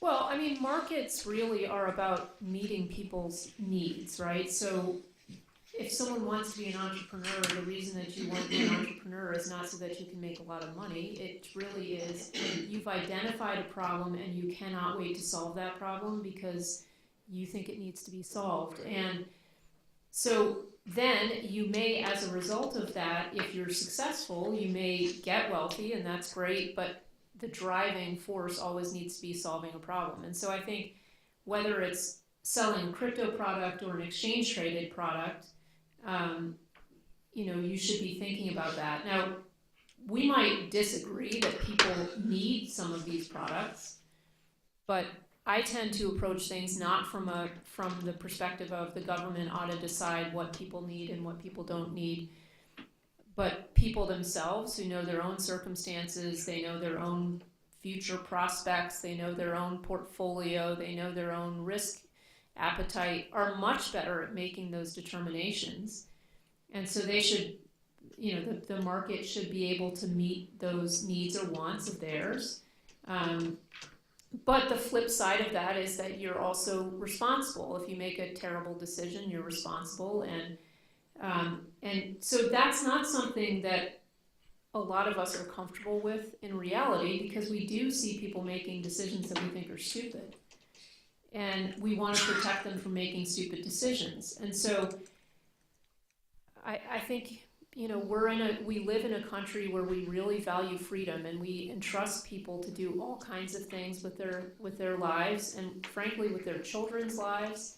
And the government doesn't intervene because we prize freedom. And so what, again, I come back to is the best thing we can do is let the markets meet people's needs, but also try to educate people which we need to start doing much younger. We should be starting in elementary school, and we should be educating people, giving them solid financial education so that they are well armed to be citizens in this free country that is the United States, where you do have to make these decisions for yourself and no one else is going to make those for you. And that's painful, right? Because it's much easier, again, for people who are regulatorily inclined just to say, you know what, I think an S&P 500 product is great for you and for you and for you and for you. And so look, we don't even need more than one product because the same thing works for everyone. And that can't be the right answer. And again, in a free country like this, we can't just come back to the point that we're going to make decisions for everyone else. So building on that, for cryptocurrencies to really reach their true potential, and it seems like they do have some real potential in terms of what they're going to offer society and what they are offering society. Is it possible to substantially limit fraud in this area, or is there going to be substantial fraud? Is substantial fraud just something that we're just going to have to suffer to allow that to occur? I mean, anytime you let people have freedom, some people are going to use it in bad ways, right? And so I don't think we're giving people freedom to rip people off. That's illegal, and it's always been illegal and should be illegal. I think some of the complexities of what we were talking about earlier, about how a lot of this is actually happening across borders, it's very difficult. And I think, I just talked about financial education. We also need moral education. Someone else I know actually was he was targeted by someone, and so he decided he would talk to this person, and he said, what you're doing is really evil. And he said to her, why are you doing this? And she said, well, I've got a family to feed. I mean, he said, you might really want to look into another line of work. I don't think this was one of those people who was in a locked away and forced to do this. It was her choice. And so, unfortunately, people often make bad moral choices. And so whether it's crypto or some other industry, whenever someone wants to rip someone off, they'll find some way to do it. We could outlaw crypto and people would still be ripped off. They'd find another way to do it. But I think that the message that is really important to give is that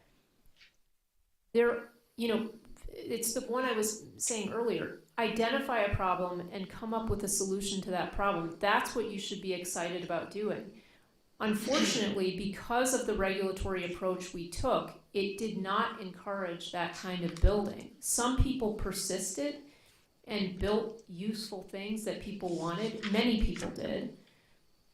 But other people really said, well, okay, if they think we're all a bunch of, jokers and scammers, then we might as well do that. And so we, as regulators, actually encouraged bad behavior. So one thing we can do is stop encouraging bad behavior.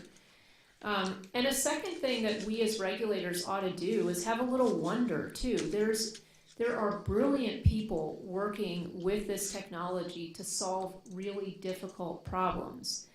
And some of the problems that have plagued us as financial regulators have been around centralized financial intermediaries.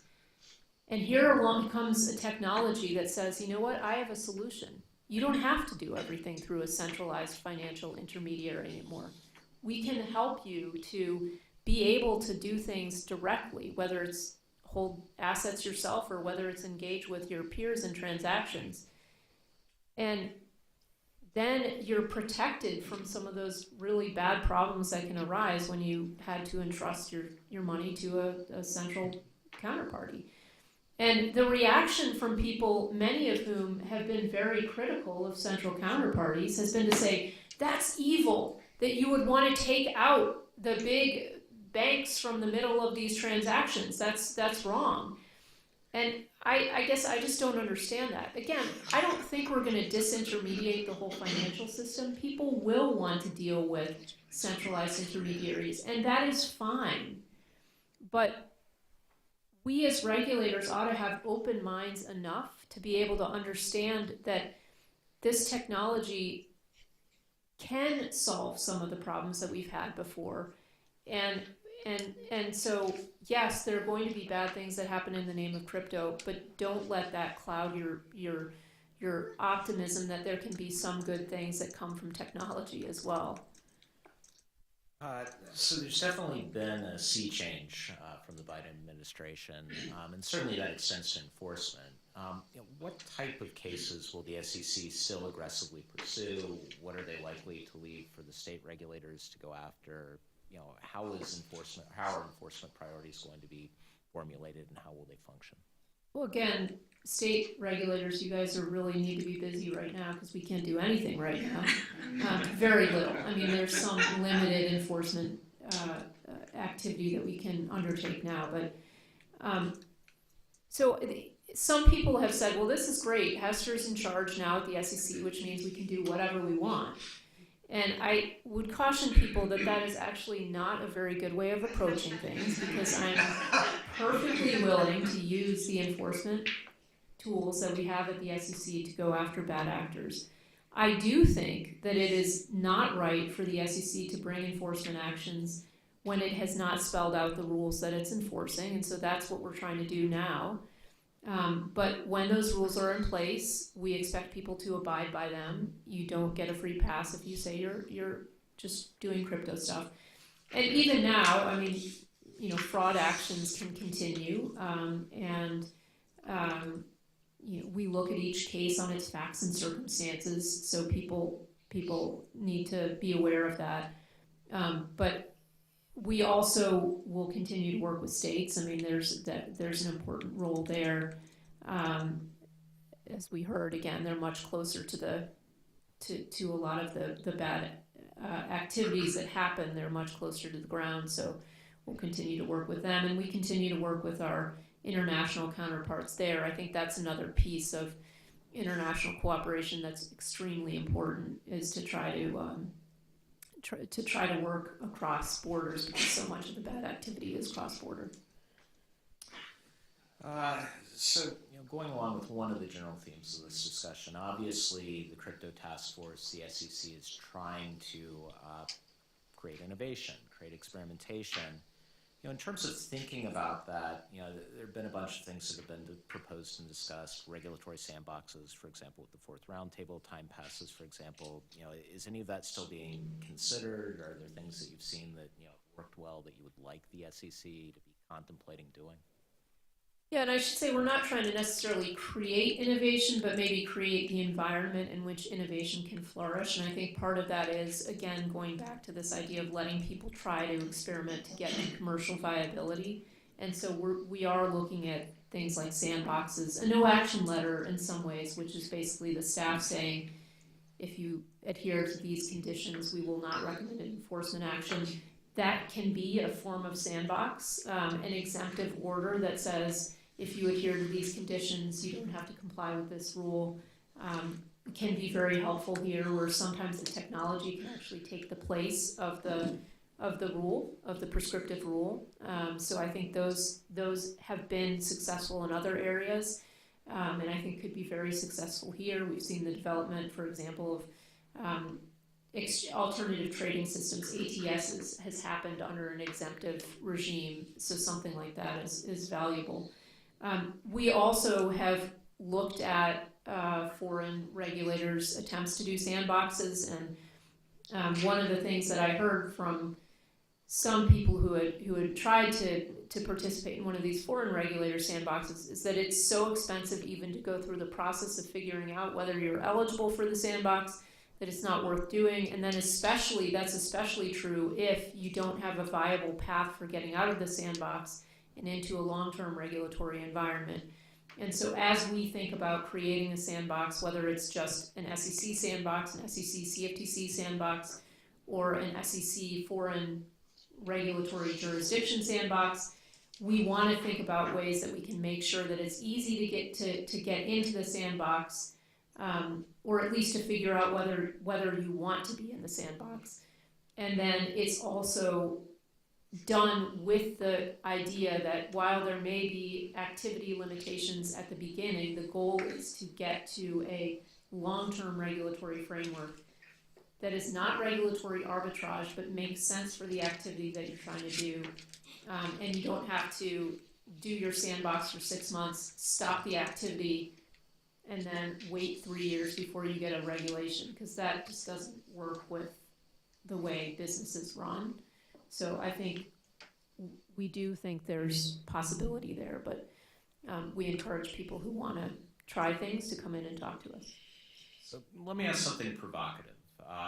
Ultimately, in terms of thinking about this, certainly yourself, Commissioner Ueda, Chair Atkins have been pretty clear about the fact that they feel like this industry has been overregulated, that there ought to be room for innovation here, that we ought to see what markets have to say about these products, and that's important. Why not pursue an amnesty for everything type of program where the only thing that the SEC ends up pursuing is fraud, meaning let everybody play, even without the sandbox? Yeah, I mean, we also have a statutory framework within which we operate, and so I think if you just said, yeah, anyone can do anything unless it's fraud, I mean, that might be a perfectly fine legislative framework to design, but it isn't what we have right now. And so I think you really need to try to do things within the regulatory framework that we have and make sure, I mean, while I do think that new entrants are really important to holding incumbents' feet to the fire, you can't set up a system where new entrants get to play by one set of rules and incumbents have to play by the old set of rules. Now your response to that might be, well, that's fine, they can do that as well. But what does that mean? Does that mean that exchanges no longer have to file the filings that file their rules with us before they engage in them? I mean, again, that could be a fine system. It just isn't the one we have, and so I feel like we have to work within the system that we have. It's sort of a flip side question. What do you say to the folks who've waited for the green light, waited for permission rather than forgiveness, and feel like they should have been more aggressive? If they lost out because of their rules, and obviously you're somebody who believes in accountability because you answer the phone based on the stories you've told. And maybe it wasn't your position that the SEC was taking, but how do you deal with those people who feel like they've lost out because they've been overregulated so far? No, I mean, there are real casualties of the approach that we took before. There are companies that could not survive because they didn't have funding to make it through, or we sued them and they were forced to stop offering a product or service that people actually wanted. And those are regulatory casualties. There are other companies, I think you're going to hear from one of them today, who was able to weather that storm. But, the price of operating in a regulated, so now we as a regulator are trying to operate in good faith, but the price of operating in a very heavily regulated industry is that sometimes things take time. And so I think one of the things we heard at our SEC CFTC roundtable is it's a lot easier to get things to market on the CFTC side because they have a faster process than we have at the SEC. Now that's really driven by statute again, but maybe there's some learnings that we can take from how it has worked or not worked at other agencies to see maybe there are changes that need to be made there. But again, some of that is really driven by Congress, and so I feel like it is painful for a lot of people, and there are a lot of sad stories out there. But I don't think the answer is now just to say, well, we're just going to open the doors and say you can do anything, unless Congress comes in and says we're changing the statute to allow that to happen. So let me ask you this. I mean, there's been a lot of guidance, and obviously yourself, Chair Atkins, have stated that a lot of digital assets are not securities, and I'd like to talk through that a little bit or explore that a bit.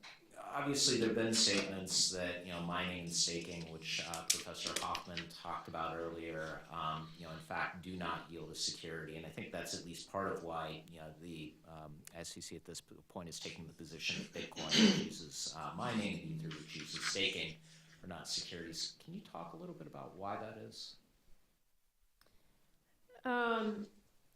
I mean, I think those activities just really are not in the nature of securities activities. When we think about what the SEC is trying to regulate, we regulate capital raising.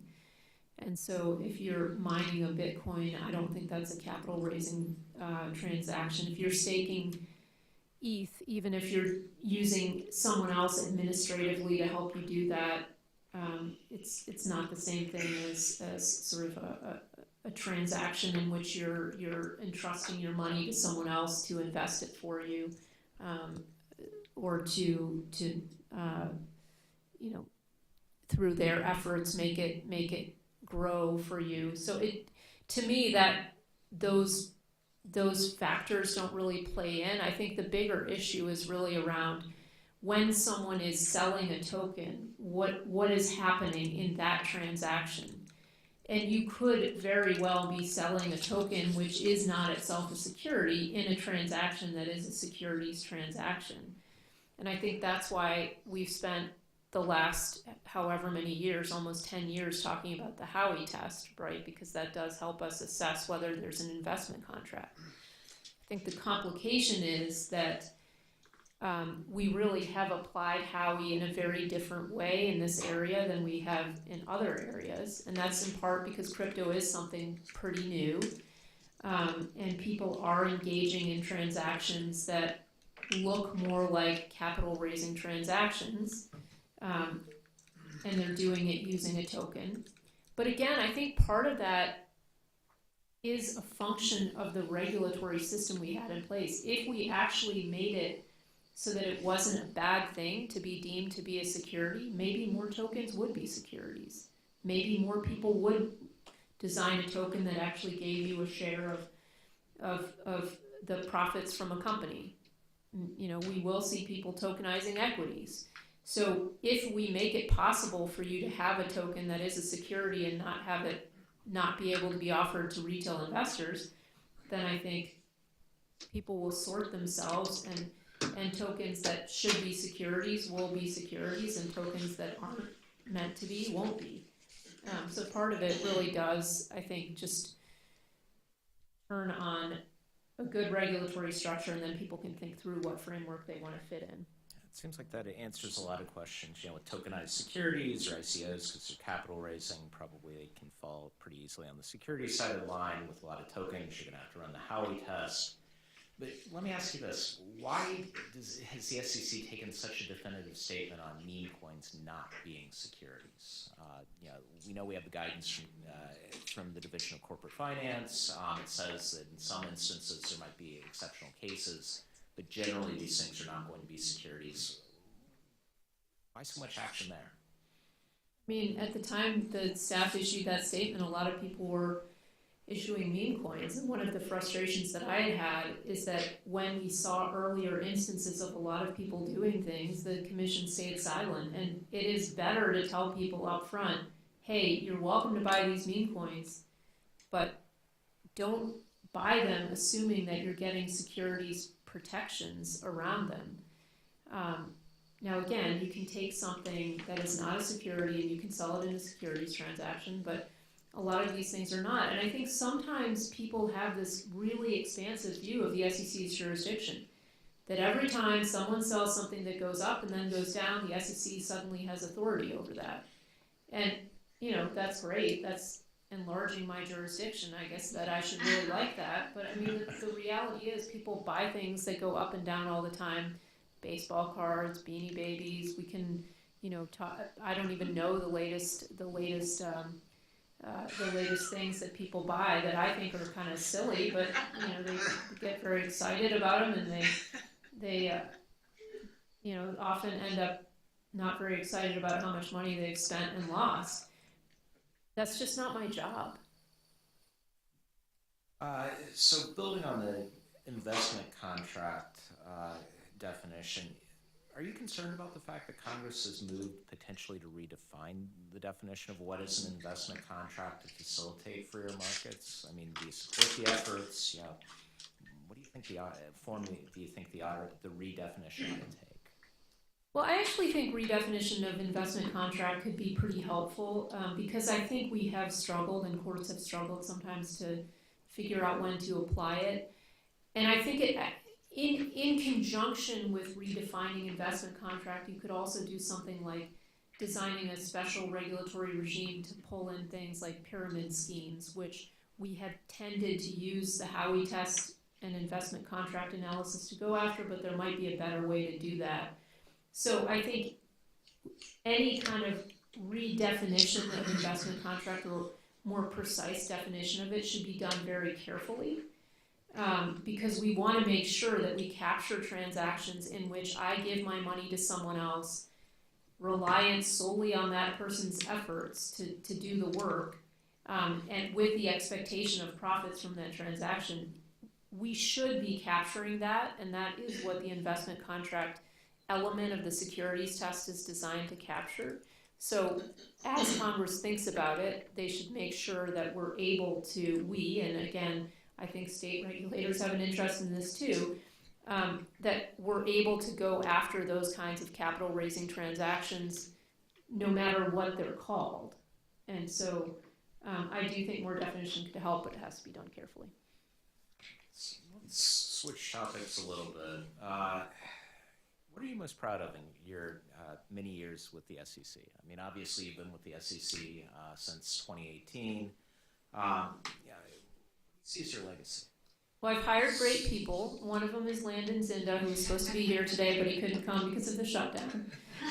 So I think that is what I'm most proud of. But I also just will say that given the change that we've had at the SEC, at the commission level, it has empowered the staff to be really engaged on these issues. And these are really difficult issues. Crypto touches a whole range of things the SEC does. And I have been so impressed at the ability of the staff, when given authority from the commission, to engage with people on these issues, to wrestle through these issues. And that is something that I think should encourage everyone, that there are a lot of smart, hardworking people applying their minds to these problems. Certainly not done yet. There's a lot of runway ahead. There's still time, certainly in terms of your career, but even in terms of your time at the SEC. What else do you want to do in regard to crypto and otherwise before you ride off into the sunset? Well, I'd like to get some rules on the books, or at least out there in proposal form, and I'd like to see some. So the chairman talks a lot about the innovation exemption, and I'd like to see us give some more definition around what that looks like, and actually have people see the innovation exemption at work. Building on that, I mean, a lot of what we talked about today, and in terms of your speeches and the things that are out there in the world, seem to suggest that the SEC ought to be doing less in regard to crypto, meaning other things that potentially it could be concentrating on, other things out there in the world. There's been such an emphasis placed on it that, I know a lot of your time, which is very valuable, is taken up with it. If things move away from the SEC in regard to enforcing the regulations surrounding crypto, what would you like to see the SEC focus on, prioritize? Well, there are a lot of things. I mean, bread and butter rulemakings are always tug on my heartstrings. So whether it's getting our record-keeping rules modernized, making it easier for financial firms to communicate with investors in ways those investors actually can process that information and apply it to their own circumstances, i.e. we need to move away from paper-based rules because that's just not how investors think about things. And then, I think some issues will be teed up well by crypto, but there are areas we need to spend more time thinking about. Transfer agents is one. That rule has needed modernization for a long time. It may be crypto that forces us to do that. Thinking about modernizing the investment advisor custody rules. Again, crypto may be the catalyst for us to really do that and do that well, but I'd like to see that happen. And then one issue that's constantly on our minds is what can we do to make the public markets more attractive for more companies earlier in their lives. And I think that will require us to revisit some of our rule book, make sure that it's well calibrated. So there's certainly a lot that we can do that doesn't necessarily have to do with crypto. Well, I do want to leave some time for questions, but thanks so far for a great discussion. Why don't we open it up to questions?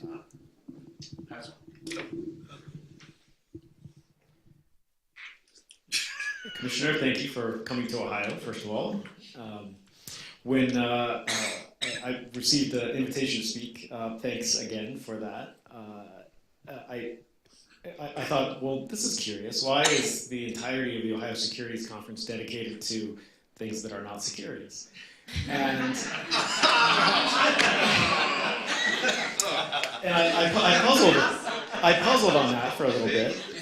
And I thought one of the clear sort of areas of overlap is when it comes to tokenization, and specifically tokenized securities. I absolutely am of the mindset that a tokenized security does not stop being a security simply because it's issued on a blockchain. But that in itself, because of the differences in the architecture of the traditional securities markets and blockchains, raises a lot of really interesting questions. And so from my perspective, my company Ledger absolutely does not in any way want to be involved in the securities business. But if somebody were to issue a security, a share of stock or something, let's say according to the ERC-20 standard, those securities would immediately be compatible with our devices and our software, and there would be absolutely nothing that we could do about that. And so, I'm just sort of curious how you or the commission more broadly is thinking about some of these really interesting technical issues when we do have direct overlaps between securities and blockchain architecture. Yeah, I mean, I think tokenization raises all sorts of interesting questions, and one of them is the one that you're raising, which is that people can actually once again possess their own securities, and they can do with them what they want, and that raises a number of challenges under the securities laws, UCC issues. We have to think about all these things. How does that interact with Reg NMS? If it's a Reg NMS security, and so I think we're trying to wrestle through all of that now, but it's great for any budding securities lawyers. There are a lot of interesting issues to write your law review notes on.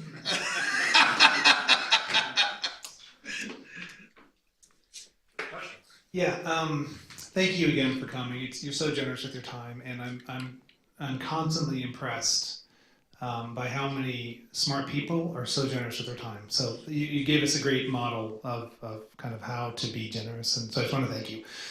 When my earlier conversation with Seth, I referred to the quote that if you come across a gate, you should never take it down, because nobody builds a gate for no reason. So first, a two-part question. First is, do you think that analogy applies to where we are now? Are we taking down bridges, or are we moving into new land?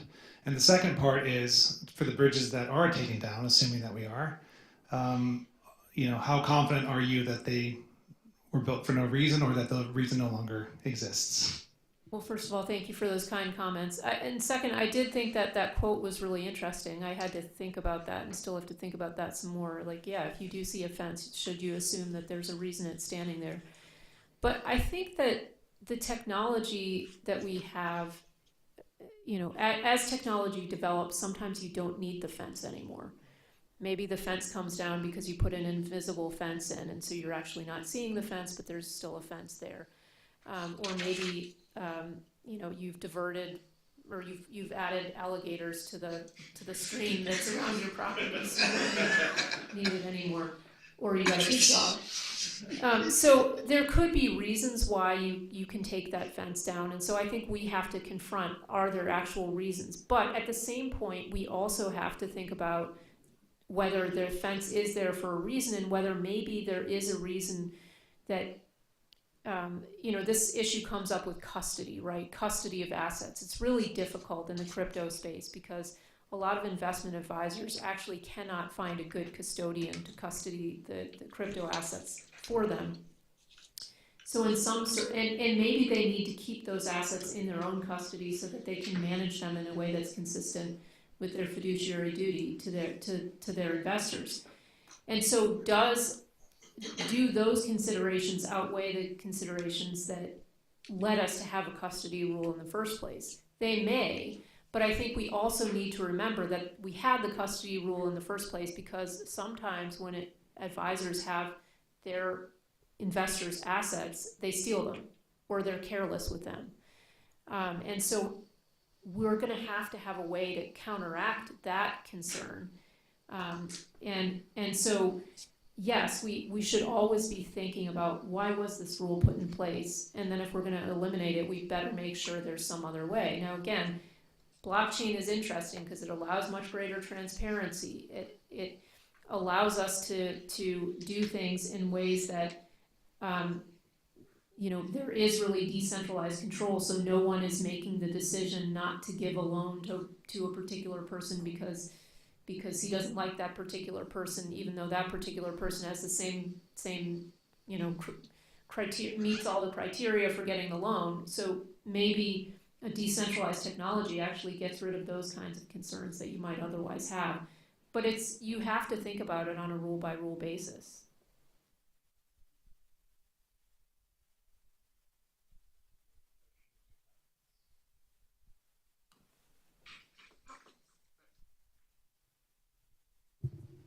Has the change in the Supreme Court's decision in changing the way courts evaluate administrative regulations from Chevron to Loper-Bright, I'm just wondering, has that change had an effect on how you do your job, on how the SEC goes about any of its internal processes? I mean, from the outside, we think it's a big deal, but I just wonder, for you, does it actually alter how you go about doing the things you do?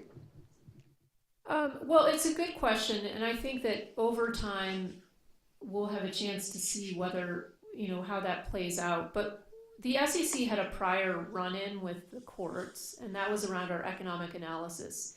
Courts basically did not like how we were doing economic analysis, or not doing it. And so it caused us to really take seriously that process of economic analysis. I'm not saying we always do it well, but we started to put a lot more resources into it. We created a whole division of economists to help us do that. And so I view the Loper-Bright moment as a moment for us to think about whether we're doing our statutory analysis correct. And over you mentioned my dissents, and many of my dissents tied to a concern that we didn't actually have authority to do what we were trying to do.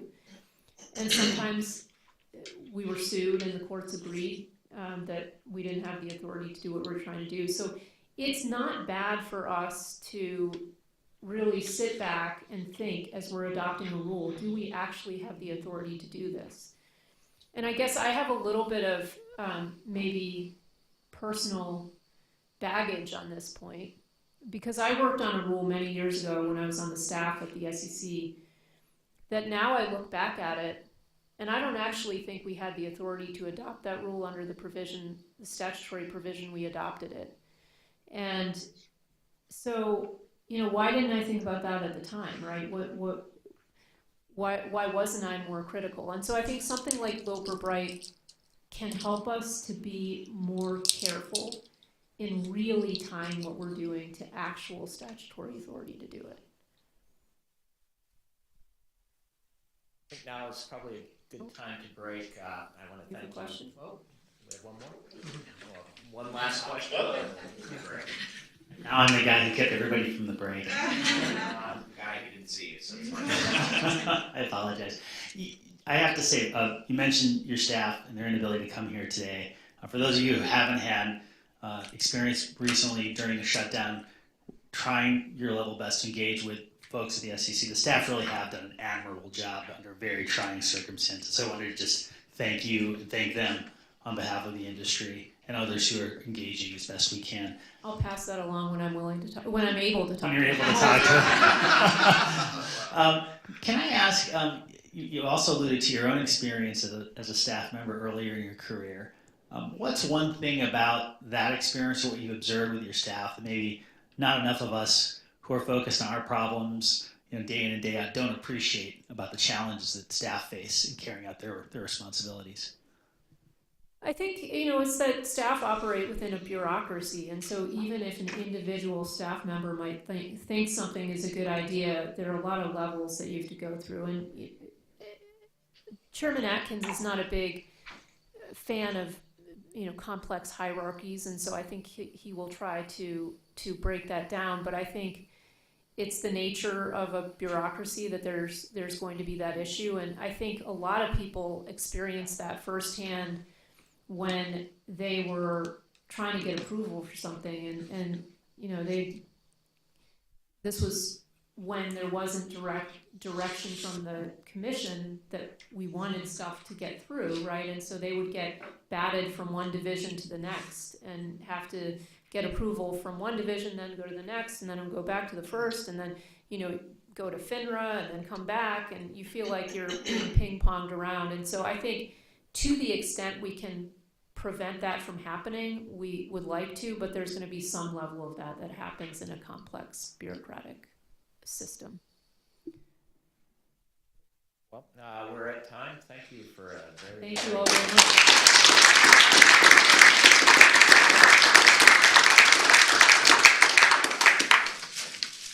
And we do now have a 15-minute break, so we'll be back at 2:40. Okay.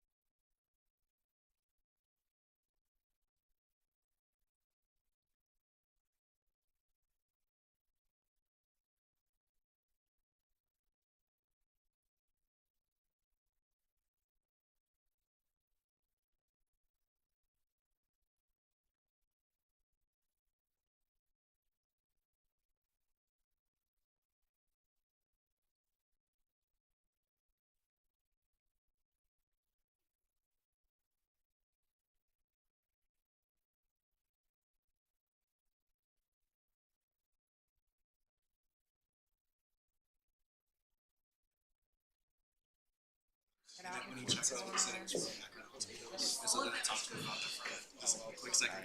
Get ahead of that. They're gonna love this one. One of your colleagues has already booked an exam for January 6th.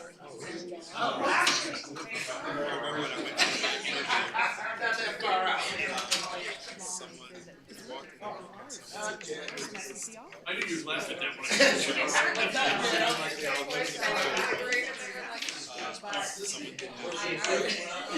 Someone is not big enough. I think I'm a lot of room. I know why.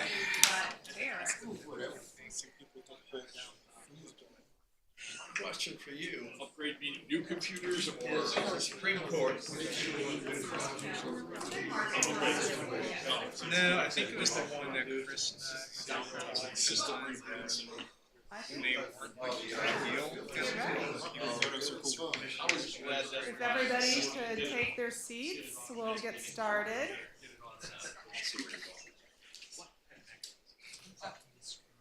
So our original title was Cryptocurrency Exchanges, a Reaction to Recent Developments, but I'm changing it. And the new title is What a Difference a Year Makes.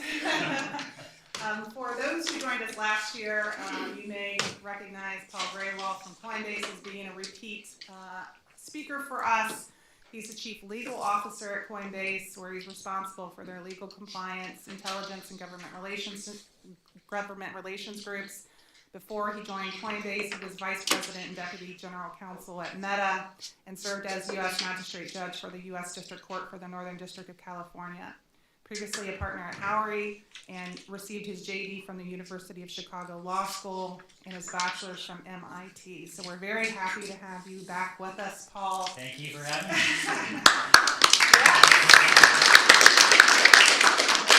So I thought I would start this session trying to highlight some of the big developments that have happened since we had Paul here last year. It has been quite a year. It has been a year. And then we'll dig a little bit deeper into some areas to get Paul's thoughts on the progress that has been made and what still needs to be done, in his opinion, to make the U.S. an attractive place to conduct crypto business. And as always, Paul can interject at any time and ask me questions if he has any. But let's get started with what has happened since last year. So, when you were here last year, we were just a few weeks out from the election. Crypto supporters had organized and put their money behind pro-crypto candidates, including President Trump, in the hopes of prompting change in our country's crypto policies. At that point, the stakes were really high for crypto and Coinbase in particular. We did not have majority support for stablecoin or market structure legislation at that time. We had an SEC administration that we've discussed today that the industry viewed, I think, as hostile to crypto generally and allergic to regulatory updates specifically. We discussed the SEC's rejection of Coinbase's petition for rulemaking, not to mention the litigation that the SEC had initiated against almost all of the country's leading crypto platforms, including Coinbase. But a few weeks after the conference, we had an election, and well, everything changed. Crypto won, I think, pretty fantastically. I'm not sure whether every candidate that crypto backed won or not. Maybe I bet Paul does know. But it certainly won the biggest and most important race in its eyes by helping President Trump secure his return to the White House. From that point forward, I'm going to try to mark down. I'm going to take through these really quickly, but what I see is the biggest developments on the crypto front.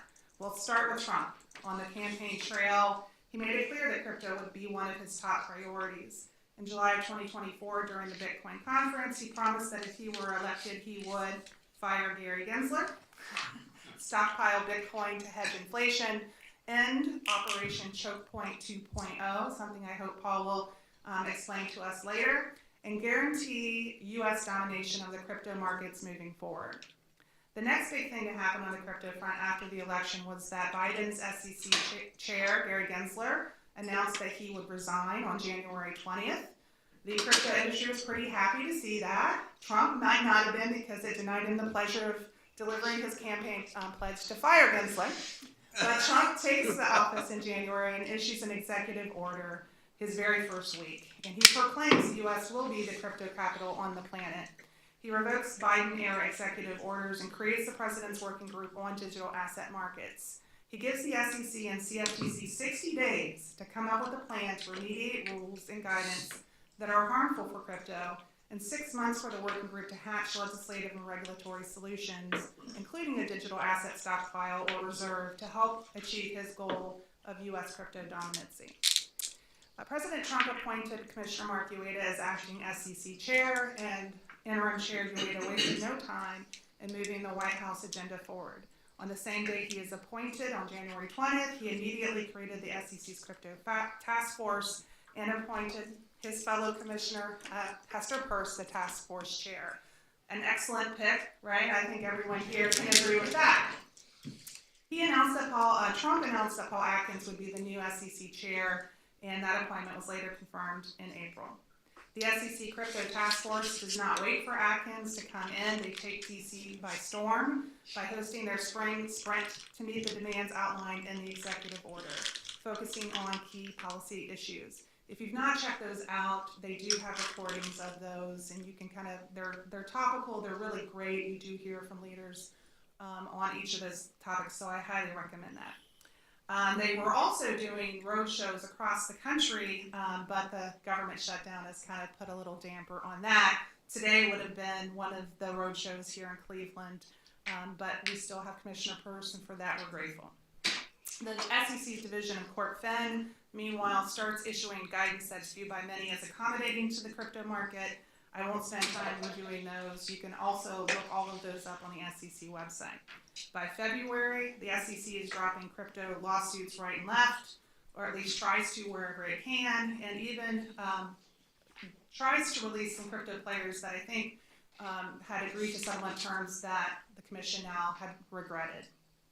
At this point, things start heating up on the legislative front. On May 21st, Senator Hagerty introduced stablecoin legislation known as the Genius Act, and it passed the Senate in less than 1 month on June 17th. This law requires stablecoin issuers that peg cryptocurrencies to stable currencies like the US dollar to maintain a one-to-one reserve. 1 month later, on July 17th, the Genius Act passes the House, and the House passes its version of market structure legislation known as the Clarity Act. Trump signs the Genius Act the following day. As you can tell, things are moving very, very quickly after not moving very quickly for a long, long time. A group of senators on the Banking Committee, including Ohio's own Senator Moreno, circulates a discussion draft of their market structure bill in July, captioned the Responsible Financial Innovation Act. We'll refer to it as the RFIA. On July 30th, the White House issues a comprehensive 166-page crypto report. Another thing that I would encourage you to look at if you're really wanting to dig into crypto. Senators on the Banking Committee privately circulated a revised version of the RFIA on September 5th. The SEC and CFTC hosted a joint roundtable just about 1 month ago, and GOP leadership in Senate banking, as we heard earlier today, were originally going to have a markup of that bill this week, but the shutdown has stalled all of that. So that, I think, Other than that, what happened? catches us up from Paul's visit last year. So really no regulation or structure for 15 years and then everything all at once. So let's get into some of these specific topics. First, I'm going to start with the new and improved SEC. So one of the biggest changes, we've chatted with you last year, is just the change at the SEC, and we've described it as a full 180, the SEC being hailed as crypto villain to perhaps the crypto darling of federal financial regulators. So, and Coinbase has, whether friend, foe, or indifferent, has been at the door all along the way. And so, how is it going? What is Coinbase's interactions with the SEC now? How are things going? Give us the update 2025 version. Well, certainly compared to 2024, 2023, and 2022, it's going pretty well. And I say that only partially tongue-in-cheek. There's no question about it that it is a new day in Washington, and I would certainly commend the SEC as having led a real change, not just in direction, but tone towards this technology and towards this asset class. What was, I think, perhaps the most dark period for the industry just a short while ago has really, I think, blossomed into something much more promising, not just for our own success, but we think for the success of this new opportunity for millions and millions of Americans investing in cryptocurrency every day. what I would say in terms of our interactions with the SEC, as things stand today, is the shutdown has posed some challenge. Commissioner Peirce alluded to that earlier. In asking a question of her, I also referenced the fact that I think staff is enduring admirably during this period, but it has impacted just a lot of the mechanics of how we are able to pursue exemptive relief, no action letters, and the like. But the progress does continue. I would say even before we get to the question of our engagement and others' engagement with the commission, the fact of the matter is, as your chronology underscored, Andrea, we have seen just an entirely different approach to engagements that preceded even the formal appointment of Chairman Atkins. I think it is remarkable, for example, that we now have a team, not a team of rivals, but a team of kindred souls and leaders at the commission operating in lockstep with one another, at least to the outside. Of course, Commissioner Peirce and others could speak to whether that's always the case inside the building, but certainly in presenting to the outside community a perspective, for example, on the virtue or value of guidance on meme coins or the desirability of tokenized equities, whatever the topic may be, it is just so refreshing and frankly productive to see the commission acting with one voice and in lockstep. We have certainly seen, I think, important guidance provided by staff even before getting to the question of no action relief on a number of topics. And again, settling many issues which should not be controversial on their face. For example, we were talking earlier about meme coins and their status as securities. It's a bit remarkable that it required guidance from staff in order to settle that question here in the United States in 2025. And yet it was necessary given some of the uncertainties created under the previous administration. On no action relief, I'm quite encouraged that we're starting to see already progress and benefits from the Crypto Task Force and the work of the staff as a whole on topics, for example, about the ability of investment advisors, for example, to rely upon state chartered qualified custodians. Very useful, very productive guidance and leadership demonstrated there. And I think on a whole host of topics we're going to see, hopefully with the shutdown soon behind us, even more progress in that engagement with not just the industry, but critics of the industry and everyone who has a stake in the future of this asset class. Yeah, I think that's an important point. Definitely a new day at the SEC, but they post on their website. There's a lot of transparency. It's not just a love fest over there. I'm sure Commissioner Peirce and the task force, have their fair share of naysayers and people and critics who want to come in and share their views. But that's all part of the constructive process. As they should. Right, to get to yes, because last administration, it was a different group of people. So yes, definitely important to have that constructive, iterative process. So I'm going to tick through a couple of the staff statements and just because I feel like you and I are you are definitely more into the weeds than probably anyone else besides Commissioner Peirce here. But a lot of people are hearing these staff statements and are probably not familiar. So I'll go through them just quickly. The SEC did kind of go into the crypto guidance area on the issue of meme coins. I would say for a lot of those coins, like people would not be surprised that the SEC does not believe something called fart coin is a security. People are not necessarily investing in that. But there are other meme coins, and we talked about this during the prep session, like Dogecoin, that control a significant part of the crypto, market, and some people do, I believe, invest in that coin, that token, as what they view to be an investment grade asset. Certainly was my son and all of his college friends, foray into crypto was investing in Doge and probably for fun, but I found out about it because he's like, Mom, I made some money in the market. And I'm like, what do you mean you made some money in the market? Well, I made some money on Dogecoin. I'm like, oh, well, that's great. Let's sit down and talk about investing, right? But I think that what the SEC was trying to do there was say, no, let's what is not a security? We can at least start with the things that, and kind of signal to the world things that we think are not securities. And they did start with meme coins back in February. In March and May, they issued guidance indicating that crypto mining and staking are not securities transactions. We had a lot of good conversation about that today, so I won't go into that. In April, the staff issued guidance on the offering and registration of securities in the cryptos markets. I think this bit of guidance was intended really as helpful guidance to token issuers in the ICO context. You know, if you are doing something that does feel more like a security, then here are some disclosure frameworks that you might use in order to engage in that a little, you know, more transparently, building off of the work that Commissioner Peirce and others had taken on Reg X and trying to figure out what would be good disclosure frameworks. In August, the staff issued guidance on staking in the lending context. Their staff signaled its view that those activities are not generally regarded as securities transactions, even though that is not something, that was not the opinion that the SEC had with respect to Coinbase, and obviously was related to the Coinbase litigation. So at a high level, I think this guidance has been well received by the crypto industry as a good faith effort by the SEC to right the ship, kind of, so to speak. But at the end of the day, staff guidance is not the same thing as an SEC rule. Staff guidance is informal and non-binding and can be withdrawn via a new statement at any point down the road. So that is really the trick here. But I do think the SEC, as Commissioner Peirce explained, is not, you know, we are waiting to see what the Congress does. It's really hard to, you know, implement rules and adopt rules without knowing what the code looks like.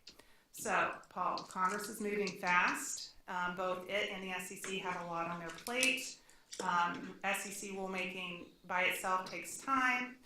And here we need the SEC to coordinate with the CFTC, who I would say is not moving as quickly as the SEC. Do you think the SEC will be able to get its new positions codified into rule before the end of the Trump administration? Well, there's a lot there to unpack. Let me speak, if I may, first and foremost to the question of coordination with the CFTC, which I do think has significant implications for the question you posed, which is speed and how quickly the commission can act. I don't know in my professional lifetime that we've seen cooperation to the degree and at the level that we have seen between the SEC and the CFTC as we have seen in the last several months. It is remarkable. We are now seeing joint roundtables. We are seeing, I think, a preview of what I believe will be the state of the world once we see legislation enacted that really does knit and stitch together these separate regimes and these separate oversight bodies for the very first time.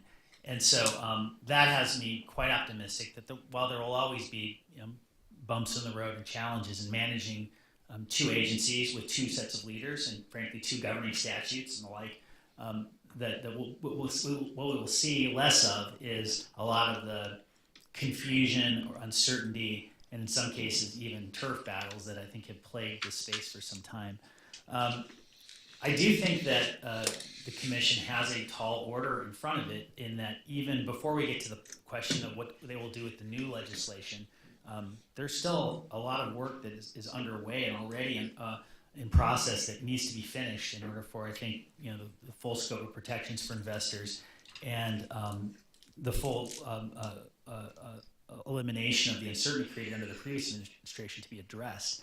I'm confident we're going to get there. I do think it will be a lot of work. And one of the things that I encourage others in the industry, many of whom are in this room or listening to us remotely today, to remember is that if we are so fortunate as to see legislation passed and signed this year on market structure the way that we did on stable coins, that is not the end of the regulatory process. That is the beginning of the regulatory process. And so there will be years of work that lie ahead for the commission and for all of us interested in these issues to get the details right. So that's one thing I think is very important to bear in mind. The other thing I would share is that I think that one underappreciated cost or impact of the current shutdown on the legislative process is the capacity of the regulatory agencies to provide technical assistance to members of the Senate at present as they go about the work of trying to nail down the details of the pending market structure bill and hopefully get something passed this year for the president to sign before the new year starts. Technical assistance matters, and I think, frankly, much of what we suffered, if I can use that word, over the last several years reflected in part a lack of support for a legislative process from the regulatory agencies that may have been in part by design, but regardless of why it happened, really impacted, I think, the ability of Congress to legislate effectively. So that's a long way of saying I think we have a lot of work that lies ahead, and I think both commissions have a lot of work that lies ahead, but I think if we think about it for a moment, it's all the more reason for us to see legislation passed this year, not next year or beyond. Yeah, but it is important for them to get it right, and I agree, technical assistance is really important. In the Clarity Act, you had this unusual thing where, most tokens were not securities, but they treated as federally covered securities. So you got, it helps to have those experts at the SEC come in and opine and point out some of those issues when you have non-securities, non-lawyers drafting. Absolutely. In Congress, we need our subject matter experts on call. So we're going to talk now about litigation. One of the most controversial lawsuits that the SEC filed during the Gensler administration was the lawsuit against Coinbase. It was controversial for many reasons, but for me personally, the two biggest reasons were, one, the SEC well understood Coinbase's business model because the SEC had registered Coinbase as a public company for years, and if the SEC thought the business model was unlawful, we would have expected it to act on that sooner. And then the biggest problem, I think, in a lot of people's views, is that Coinbase had approached the SEC for guidance and rulemaking on how to conduct its crypto transactions, and the SEC refused to provide it. So that was, obviously a bitter pill to swallow. But the SEC was not alone in that lawsuit. Some big states joined the SEC in the Coinbase lawsuit. Some big states like Ohio, Texas, and Florida did not. After the election, most states dismissed their actions this year in tandem with the SEC's dismissal, but not all states. And one new state, Oregon, filed a belated Me Too action against Coinbase, alleging the same causes of action. So where is the state litigation now? Well, unfortunately, we continue to face intense state litigation, even though the matter with the SEC was resolved. What began as a handful of states that have focused on our staking product or service has now been supplemented with a separate case brought, as you mentioned, Andrew, by the state of Oregon that essentially reads, almost to the degree of a cut and paste job of the complaint that was originally filed against us by the SEC in 23. Those cases are going to work their way through the courts if they are not resolved sooner. I would point out that none of them has yet proceeded to any substantive adjudication, and so they're still all relatively early. For example, in the Oregon case, we are still wrangling with the state over whether it belongs in a federal court or whether it should be remanded to state court. So there's a lot of early procedure that's still working its way there. And the fact is that depending upon how Congress ultimately decides to act, there could be preemptive effect that would, I think, materially impact the shape of those cases, but time will tell on that. I think the real, tragedy from our perspective of the ongoing state cases is that it really does continue to cast a cloud over not just our business, but the industry as a whole on a very important product and service, staking, most specifically. But that it impacts tens of millions of Americans in those states who have been denied access to these So that's how you guys deal with it. So the states that have litigation pending, their citizens. We comply with cease and desist orders issued by a duly appointed state securities commissioner. That should not be a shocker, but it does mean that you've got hundreds of millions of dollars in rewards, for example, that are available to citizens of 40-some states across the country, not available to the 4 or 5 states that have chosen to continue with this litigation. So that litigation and the SEC litigation has been characterized as a regulation by enforcement approach. We talked about that a little bit earlier during Commissioner Purse's segment. So from some company that experienced that firsthand, what is the lesson that the SEC and really all regulators should learn and take away from that experience, because it's costly not just for the companies that are on the receiving end, but the SEC has had a lot of resources that were not deployed to other purposes, and wasted resources and cost unwinding that approach. So what are the lessons? Well, the costs are certainly massive and quite real. I would say first and foremost, the most important lesson is one we were reminded of earlier in Commissioner Peirce's remarks. It should be a basic norm or notion of due process that before you are accused of breaking a rule, you are told what the rule is. That was really the simplest way to understand our efforts early on in our engagement with the Commission, to come in and have a good faith conversation about how these relatively arcane, or at least relatively old, ancient laws apply to modern and indeed cutting edge or bleeding edge technologies. It doesn't mean the laws aren't important. It doesn't mean the laws aren't to be respected, but there are good faith disagreements about how to take this 3 or 4. We can't even agree on the number of factors under Howey, let alone how to apply it to distributed networks that are predicated on blockchains. So I do think that hopefully we have moved beyond this gotcha mindset and much more towards let's talk about the rules are, and then let's hold people accountable to them. And I will say that many of us in the industry are the loudest champions of aggressive enforcement, because there's nothing more painful or miserable for me in advising my client. I have one client, which is the Coinbase Global Incorporated Corporation, about how to comply with the law when we see others choosing not to. And so that discrepancy is really something that the good actors in the industry care as much or more about as anything else. The second maybe lesson I would underscore from the experience is that every dollar that was spent on this misguided campaign against not just my company but many others in the industry over the last 3.5 years was a dollar that was not directed towards combating the fraud, scam, and abuses. We just spent an entire half day or more walking through some terrible examples of how real people get hurt by criminals out there who are preying upon the innocent and taking advantage of gaps in our enforcement system.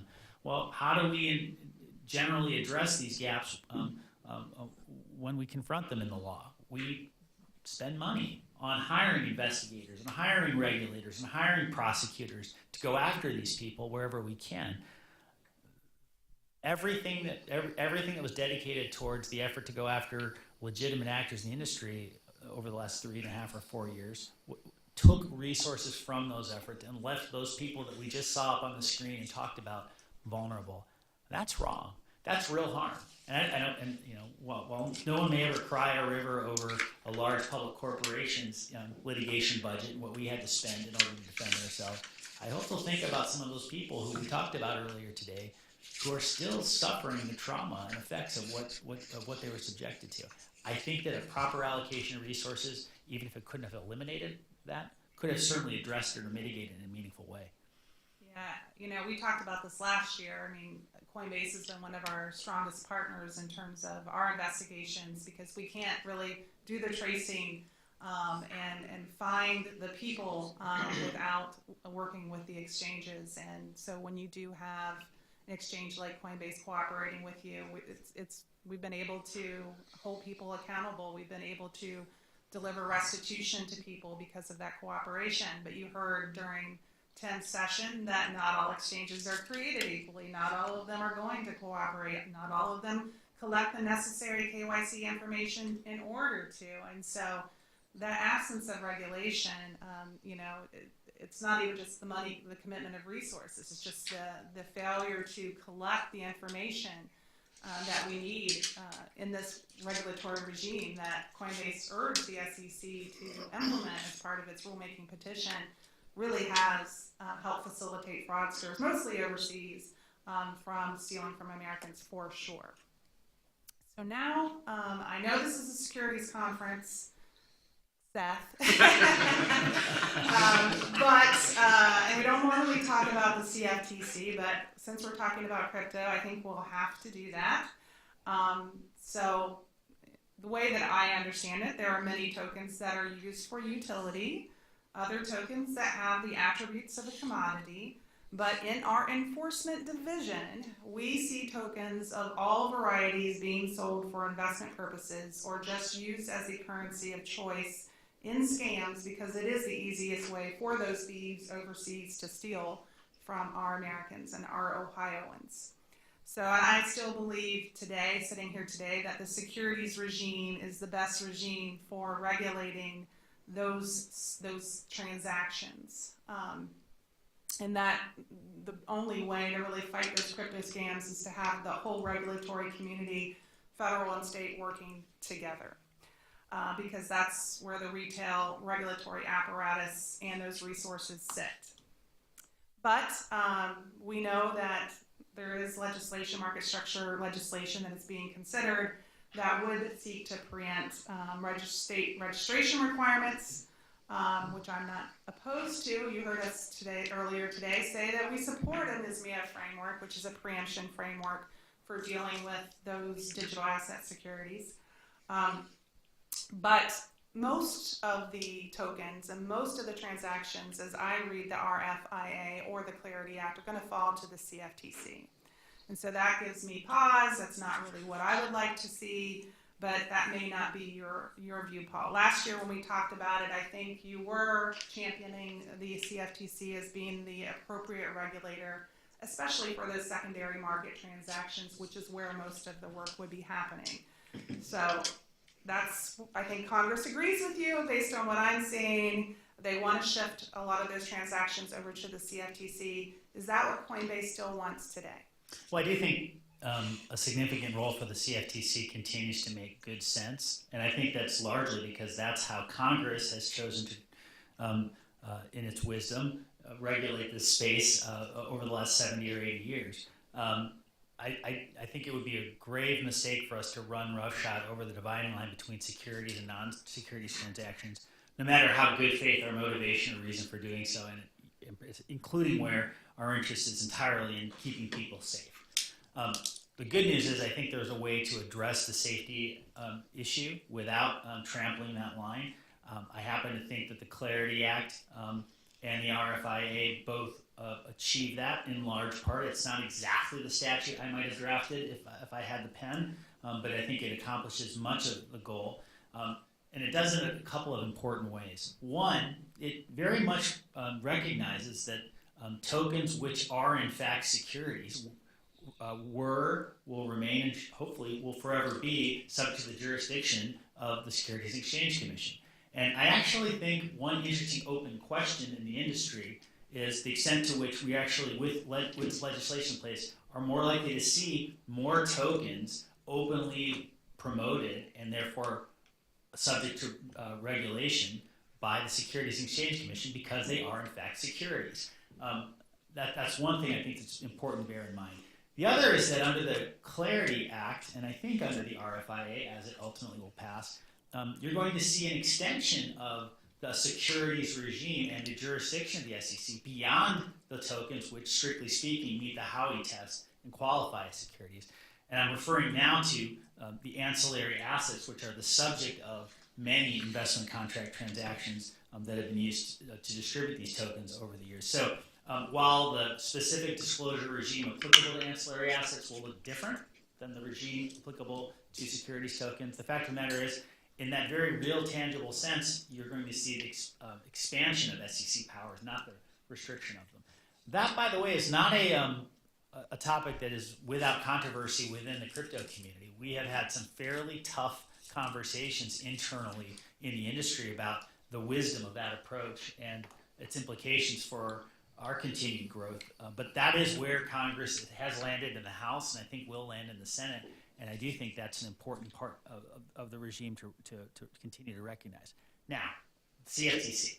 There's no question the CFTC will take on a very significant role in regulating, for lack of a better way to put it, most or all of everything else that falls within the digital asset space. And that will be a very different role from its historic practice. And I think will require very different resources as well.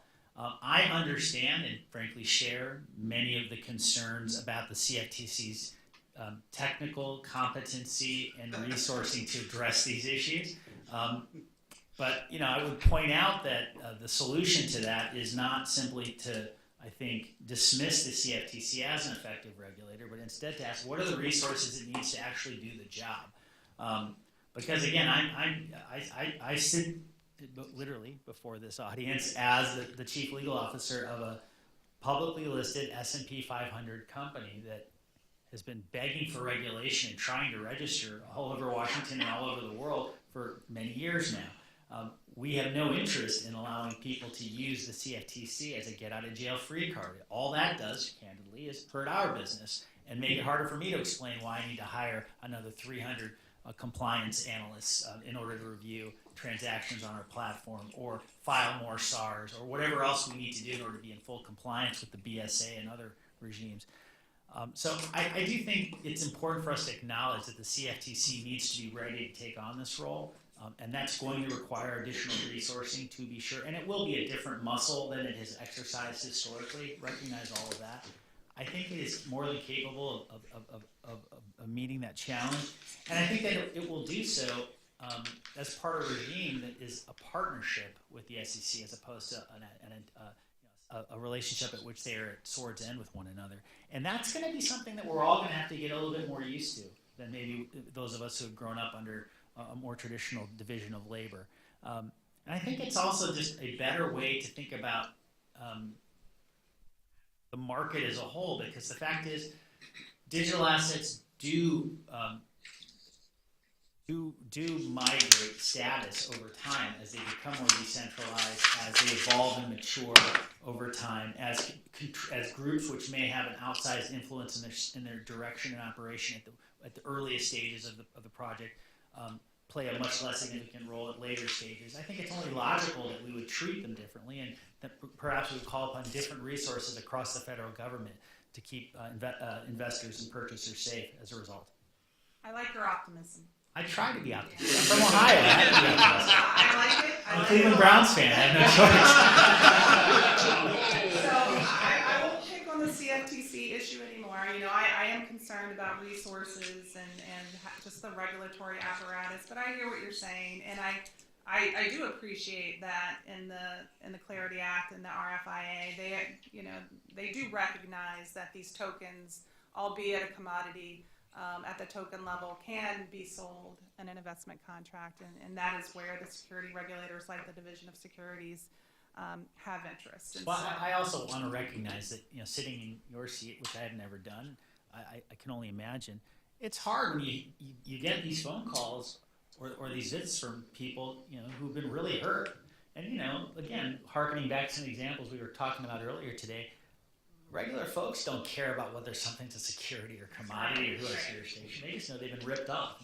We need to address that. And resources, I guess I am going to get back on the bandwagon just a minute. Resources are really important. They are. The people who call us say, we called the SEC, we called the CFTC, we called the Department of Justice, we called the FBI, we called the local police department. We're not getting our calls returned. And it's not because those agencies don't care. We are overwhelmed. We are all working together. We are pedaling as a team as fast as we can to deal with these issues. And it really does take all boots on the ground in order to do it. So when we look at the draft of the Clarity Act and the RFIA, from our perspective, we're very much looking at, are you taking away the authority we need to do our jobs? Because we're going to continue to get those calls. And federal resources, though, Coinbase he's on record supporting the CFTC getting the resources it needs to do its job. It's not the kind of path that the federal government is going. It's not growing federal government right now. At least that's not what I'm seeing. And so we're going to continue to get those calls. And if these bills pass and we can't rely on investment contract analysis, or we're preempted in a way that's going to make these cases cost prohibitive to us, then we need place to refer this to. So I'll let that go, but I do appreciate your optimism. We got to start somewhere for crying out loud. I mean, it's been 15 years, we got nothing. We have to start somewhere. So I am very encouraged and optimistic about that. Let's shift now to banking regulators, something else that we don't normally talk about at the Securities Conference. But there is something known as Operation Choke Point 2.0. And I really don't know much about this other than, I read the headlines, and what I read is kind of discouraging. But I know you know about this, and Coinbase has been actively involved and vocal about this issue. So tell us a little bit, what is, for those who don't know, Operation Choke Point 2.0 or even 1.0? Well, Operation Choke Point 1.0 was an actual project under previous administrations to deny basic banking services to certain disfavored industries without actually acting under legislative authority. So these industries tend to be, for example, in the firearms or legalized marijuana space, for example.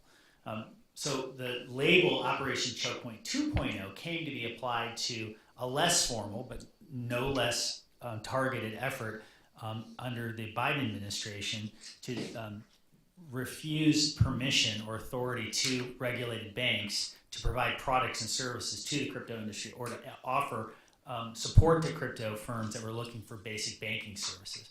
It will come as no surprise to folks that crypto businesses, like any other, need a checking account or credit or other basic forms of financial service. And in many instances, regulators, particularly at the FDIC, but not exclusively at the FDIC, were committed to denying their banks the authority or permission to provide those services and issue what were called pause letters.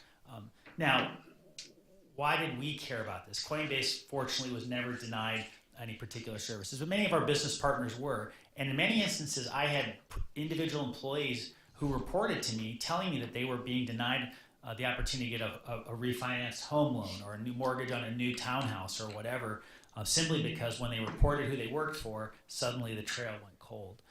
I ultimately authorized the company to file suit against the FDIC to get under FOIA to get access to the documents that would prove this, and it was no small challenge. Any of you who've done any FOIA litigation know that is not something that is a one and done exercise. It is iterative, over and over again you go. But eventually we got documents out which proved that without any legislative authority and after denying that this exercise had taken place, in fact, pause letters were issued, and without any legislative authority, legal American businesses were denied banking services simply because they were engaged in a business that was out of favor with the administration's priorities. Now, you may love crypto, you may hate crypto, you may think something in between, but as people who are responsible for interpreting and applying the law to businesses and industries of all types, as I suspect many of us in this room are, it should give you great pause to learn that your government, my government, our government, was in certain instances exerting pressure outside of normal channels and without a specific authorization from Congress to deny those banking services simply because the industry that those businesses were engaged in were not a priority. That, if it could happen to crypto today, it could happen to anyone tomorrow. And that's why, Andrea, we felt it was so important, even though it was not directly implicating our business, that we shine as bright a light as we could on the practice. And that's what took me to Congress to testify on the subject. That's what led to, I think, a firm commitment from the new head of the FDIC, as well as other banking regulators, to get to the bottom of this. And we're seeing real progress in just the last several months. So we're in a good place now? We're in a better place now. Yes, we're in a better place. In a better place. All right. We'll shift away from banking. Let's see. I did want to turn back to investment contract analysis. Actual securities, okay. Yeah, back to securities. Just a minute. I kind of share what my perspective is. I mean, if you've gone to this conference for years, and I know a lot of you have, our enforcement briefings every year, the worst of the worst cases, the criminal cases, the Ponzi schemes, the pyramid scheme cases, are cases we bring in reliance on investment contract analysis, every one of those cases. And if it gets tinkered with and messed up, we can't not only bring, the crypto fraud cases and provide recovery in those cases, we may be shut down and just traditional finance, traditional scams in the Ponzi scheme front. So we're going to guard that jealously. We're going to fight like hell to avoid that from happening. But within, it's not clear to me, what is happening with the federal legislation. I think there's conflicting language there. So So where does Coinbase stand on investment contract analysis? Should this be dealt with in the market structure bill? Does the SEC really need to redefine the investment contract test after Congress has laid down the law on what is and is not a security in the digital asset marketplace? Well, I think that regardless of what I would characterize, using a technical term, the shenanigans of the previous regime and bending and twisting the Howey test in order to sweep in many transactions which plainly were not securities transactions, it's important to recognize, for all the reasons you suggest, that Howey is settled law, and it is settled law that has largely served the public interest. So I stand separate and apart from some in our industry and many others who want to just throw out Howey entirely and start over. First of all, I think it would take an act of Congress to do that, and I don't see. Well, as a matter of fact. That's right. But you don't see. I don't think you see anything in either the Clarity Act or the RFIA or any serious proposals regarding either to eliminate investment contracts from the jurisdiction of the federal securities regulators, or to somehow legislatively rewrite the standards as applied to all forms of investments, as opposed to those that are specifically digital assets. So that's point number one. My other point on this is that I do think that it is important, particularly when we pass legislation, to understand that individuals, companies, and yes, regulators, we need clarity, hence the name of the act, as to what it is we're dealing with, so that we aren't relying upon enforcement actions and lawsuits and courts in order to protect this market or these markets. And so I think that it would be a mistake to think that somehow any of us are well served by distortions and abuses of these four factors under Howey in order to address one problem without acknowledging it creates all sorts of other problems that are only going to grow bigger with time. So that's a long way of saying that I think Howey continues to be good law. I think it largely serves a strong purpose outside of crypto. And I think that the legislation will address some of the messy details inside of crypto that have, I think, put Howey at greater risk than it should have been. I hope Congress kind of stays out of the investment contract interpretation business. I mean, if they want to have the SEC do some rulemaking where the subject matter expertise exists, I'd feel more comfortable with that. When I see mandates, it is a little concerning to me, but we shall see what happens with that. Section 105 definitely seeks to tinker with and mandate that the SEC view certain things in Howey differently, which, again, if it interferes with our ability to shut down criminals in the state of Ohio, we definitely would take issue with that. So we only have a few minutes left. I'm sure there are some questions here, but I'll give you one more. Sure. So, Paul, what are, looking ahead, what are your or Coinbase's priorities looking ahead? Are there anything, certain things that absolutely must happen in your mind before the end of the Trump administration, or any other thoughts you want to share before we take some questions? Well, shocker. I think we need to pass the RFIA and get it signed ASAP. That would be one. I would say that there are a couple of other priorities at the federal level that I think are important in order for us to finish the job. One is we've got to get crypto tax policy right. I think the broader public has yet to appreciate how complicated and messy the tax issues as applied to digital assets currently are and will remain unless we address some of this through legislation. I would also suggest that the Bank Secrecy Act has led to many forms of distortion and even abuse that could and should be corrected through further legislation, at least as applied to crypto. So I would hold out hope that we would turn to that as soon as we get past market structure. And then at the state level, if I could just put a plug in for good state legislation, I've been very encouraged that a number of states have adopted amendments to their unclaimed property laws that have recognized that crypto and digital assets should be treated no better or no worse than any other forms of unclaimed property, and in particular should not be liquidated at the point of seizure by the state in a way that denies account holders or property owners of the value of that appreciation once they make their claim. So we're seeing good progress there, and we want to see that continue. All that I have for you. I will cut into a little of my closing time to make sure that the audience here has some time for questions. Does anyone have any questions for Paul?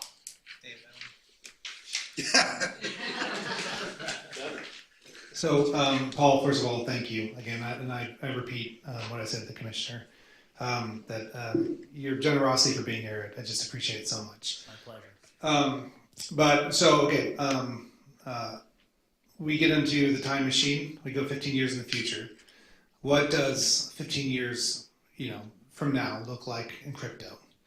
And also, now that we're in the future, you look back. What does 2025 mean? Is it a bump in the road? Is it a landmark year? How would you look at it? Well, it's hard to predict 15 months out in crypto, let alone 15 years. What I would hope, though, if I look into that crystal ball for a moment, is that frankly, we no longer have conferences on crypto like this one. That it will have become so boring and uninteresting. And You don't want to come back. I want to come back. I never say no to you. You know that. But the fact is, I do think the real objective here. This is not just about cool stuff or doing something different. We want to make lives better, and we want to improve our system. And so my hope, John, is that we get to a point in 15 years where the financial system relies upon open networks and permissionless networks in ways that are uninteresting and settled. So that would be my real hope. As for what we will think about 2025, because I am optimistic that we're going to see market structure legislation pass, if not by the end of this year, early in 26, I think we're going to look at 25 and 26 in the way that securities lawyers and law students look at 33 and 34. They're going to be hollowed years, hollowed numbers in the canon if we do this right. And that's what has me most excited and optimistic about that work. Very well be true if it's worked out right, which means no tinkering with investment contract analysis, limited Disney-style preemption. Other people have questions for Paul? Yes. What about crypto in 401k? Does that bring up opportunities, concerns, new sets of regulations? That's a very good question. So for those listening, the question was, what about crypto and 401ks? Look, I do think that it can make good sense for people to have some portion of their retirement portfolio in crypto. I don't give investment advice, but again, I do think that, again, it's important to proceed cautiously and thoughtfully in that regard. All the more reason for us to get the legal questions around digital asset status resolved first before I think we see that open up in any major way. And it's why we have licensed professionals called investment advisors and broker dealers who are really good people to talk to before you start playing with your 401k and your retirement securities, right? We do have licensed professionals who can help you figure that out and help you make informed, safe decisions. Other questions for Paul? Mark.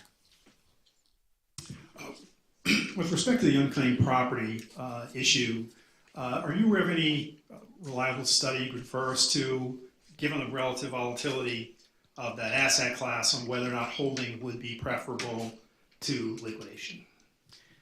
I don't know the study specifically, so unfortunately I can't provide that. What I can say is that as legislation has been proposed and adopted in a number of states, the focus has been to treat this asset class no differently and no worse than any other subject to the unclaimed property laws. And in some cases, in many cases, the volatility of other assets which are subject to those laws is also substantial.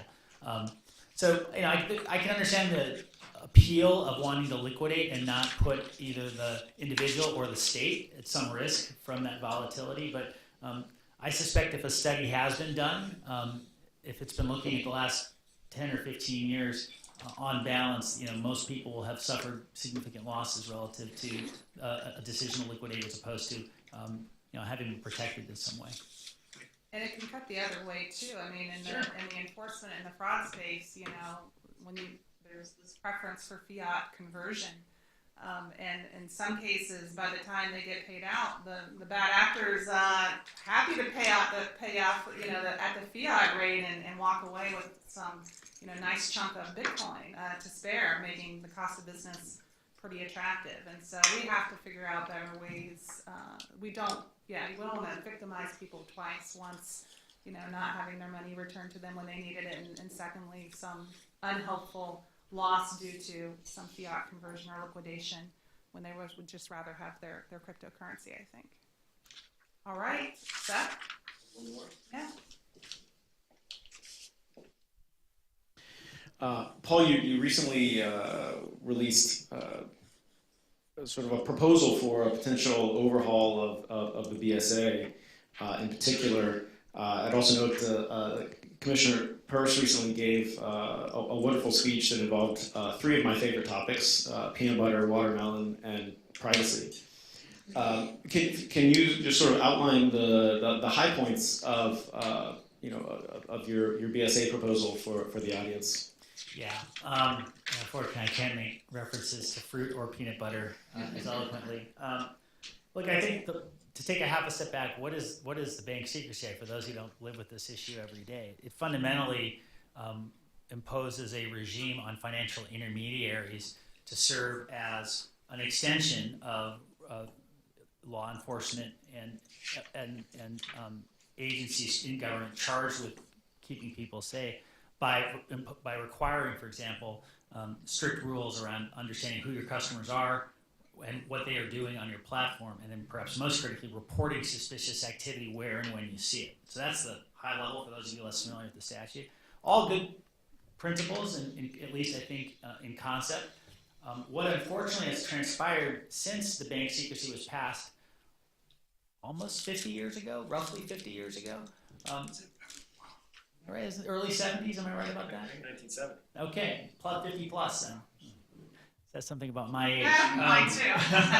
But unfortunately what's happened, given the explosion in data and explosion of online activity and the explosion of reliance upon third-party intermediaries, we now have a dragnet of surveillance that I think would give most Americans at least pause, if not make them blush outright, if they really understood how much of their information was subject to this oversight, surveillance, and in many cases, production to the government.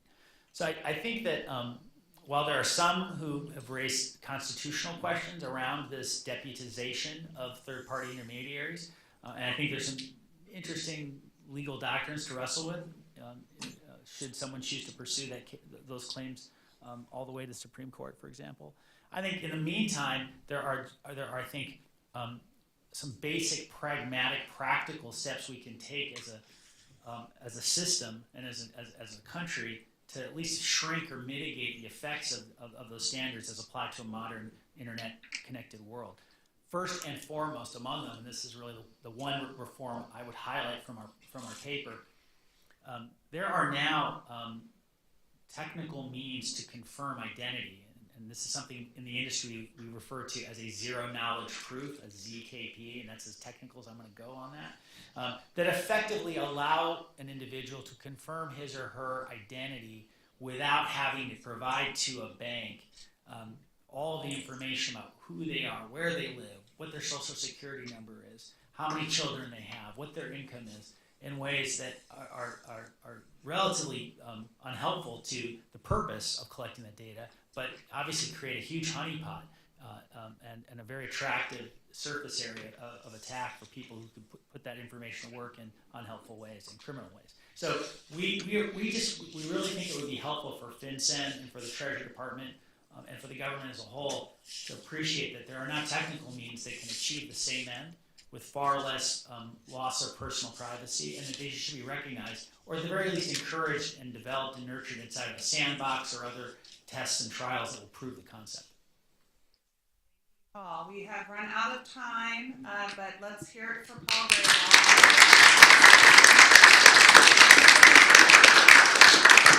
Some final housekeeping here. First, I'd like to recognize all of our excellent speakers today. Our co-sponsor and host, Case Western Reserve School of Law, and my team, who, again, I know that goes by quickly, but there is so much work. We start literally the week, a couple weeks after this, we start prepping for the next week. So I want to start with David Beamel. I don't know where, oh, there he is.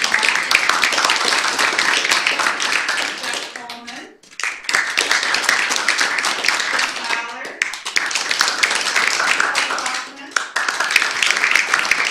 Because we couldn't do this without their support. So thank you to everyone on my team. And then outside, you met Ray Glenn and Jen Coit. Thank them as well for helping with registration. So my last little bits are, please remember to fill out the survey that you will receive next week, especially if you're wanting continuing education credit. You'll need to fill out that form. You can ignore the form that you received earlier. And we'll make sure we're the ones that will submit your hours to the Supreme Court or your other credentialing organization. So with that, I think we can close out today. Thank you all for joining us in Cleveland. Hope to see you again next year. Thank you.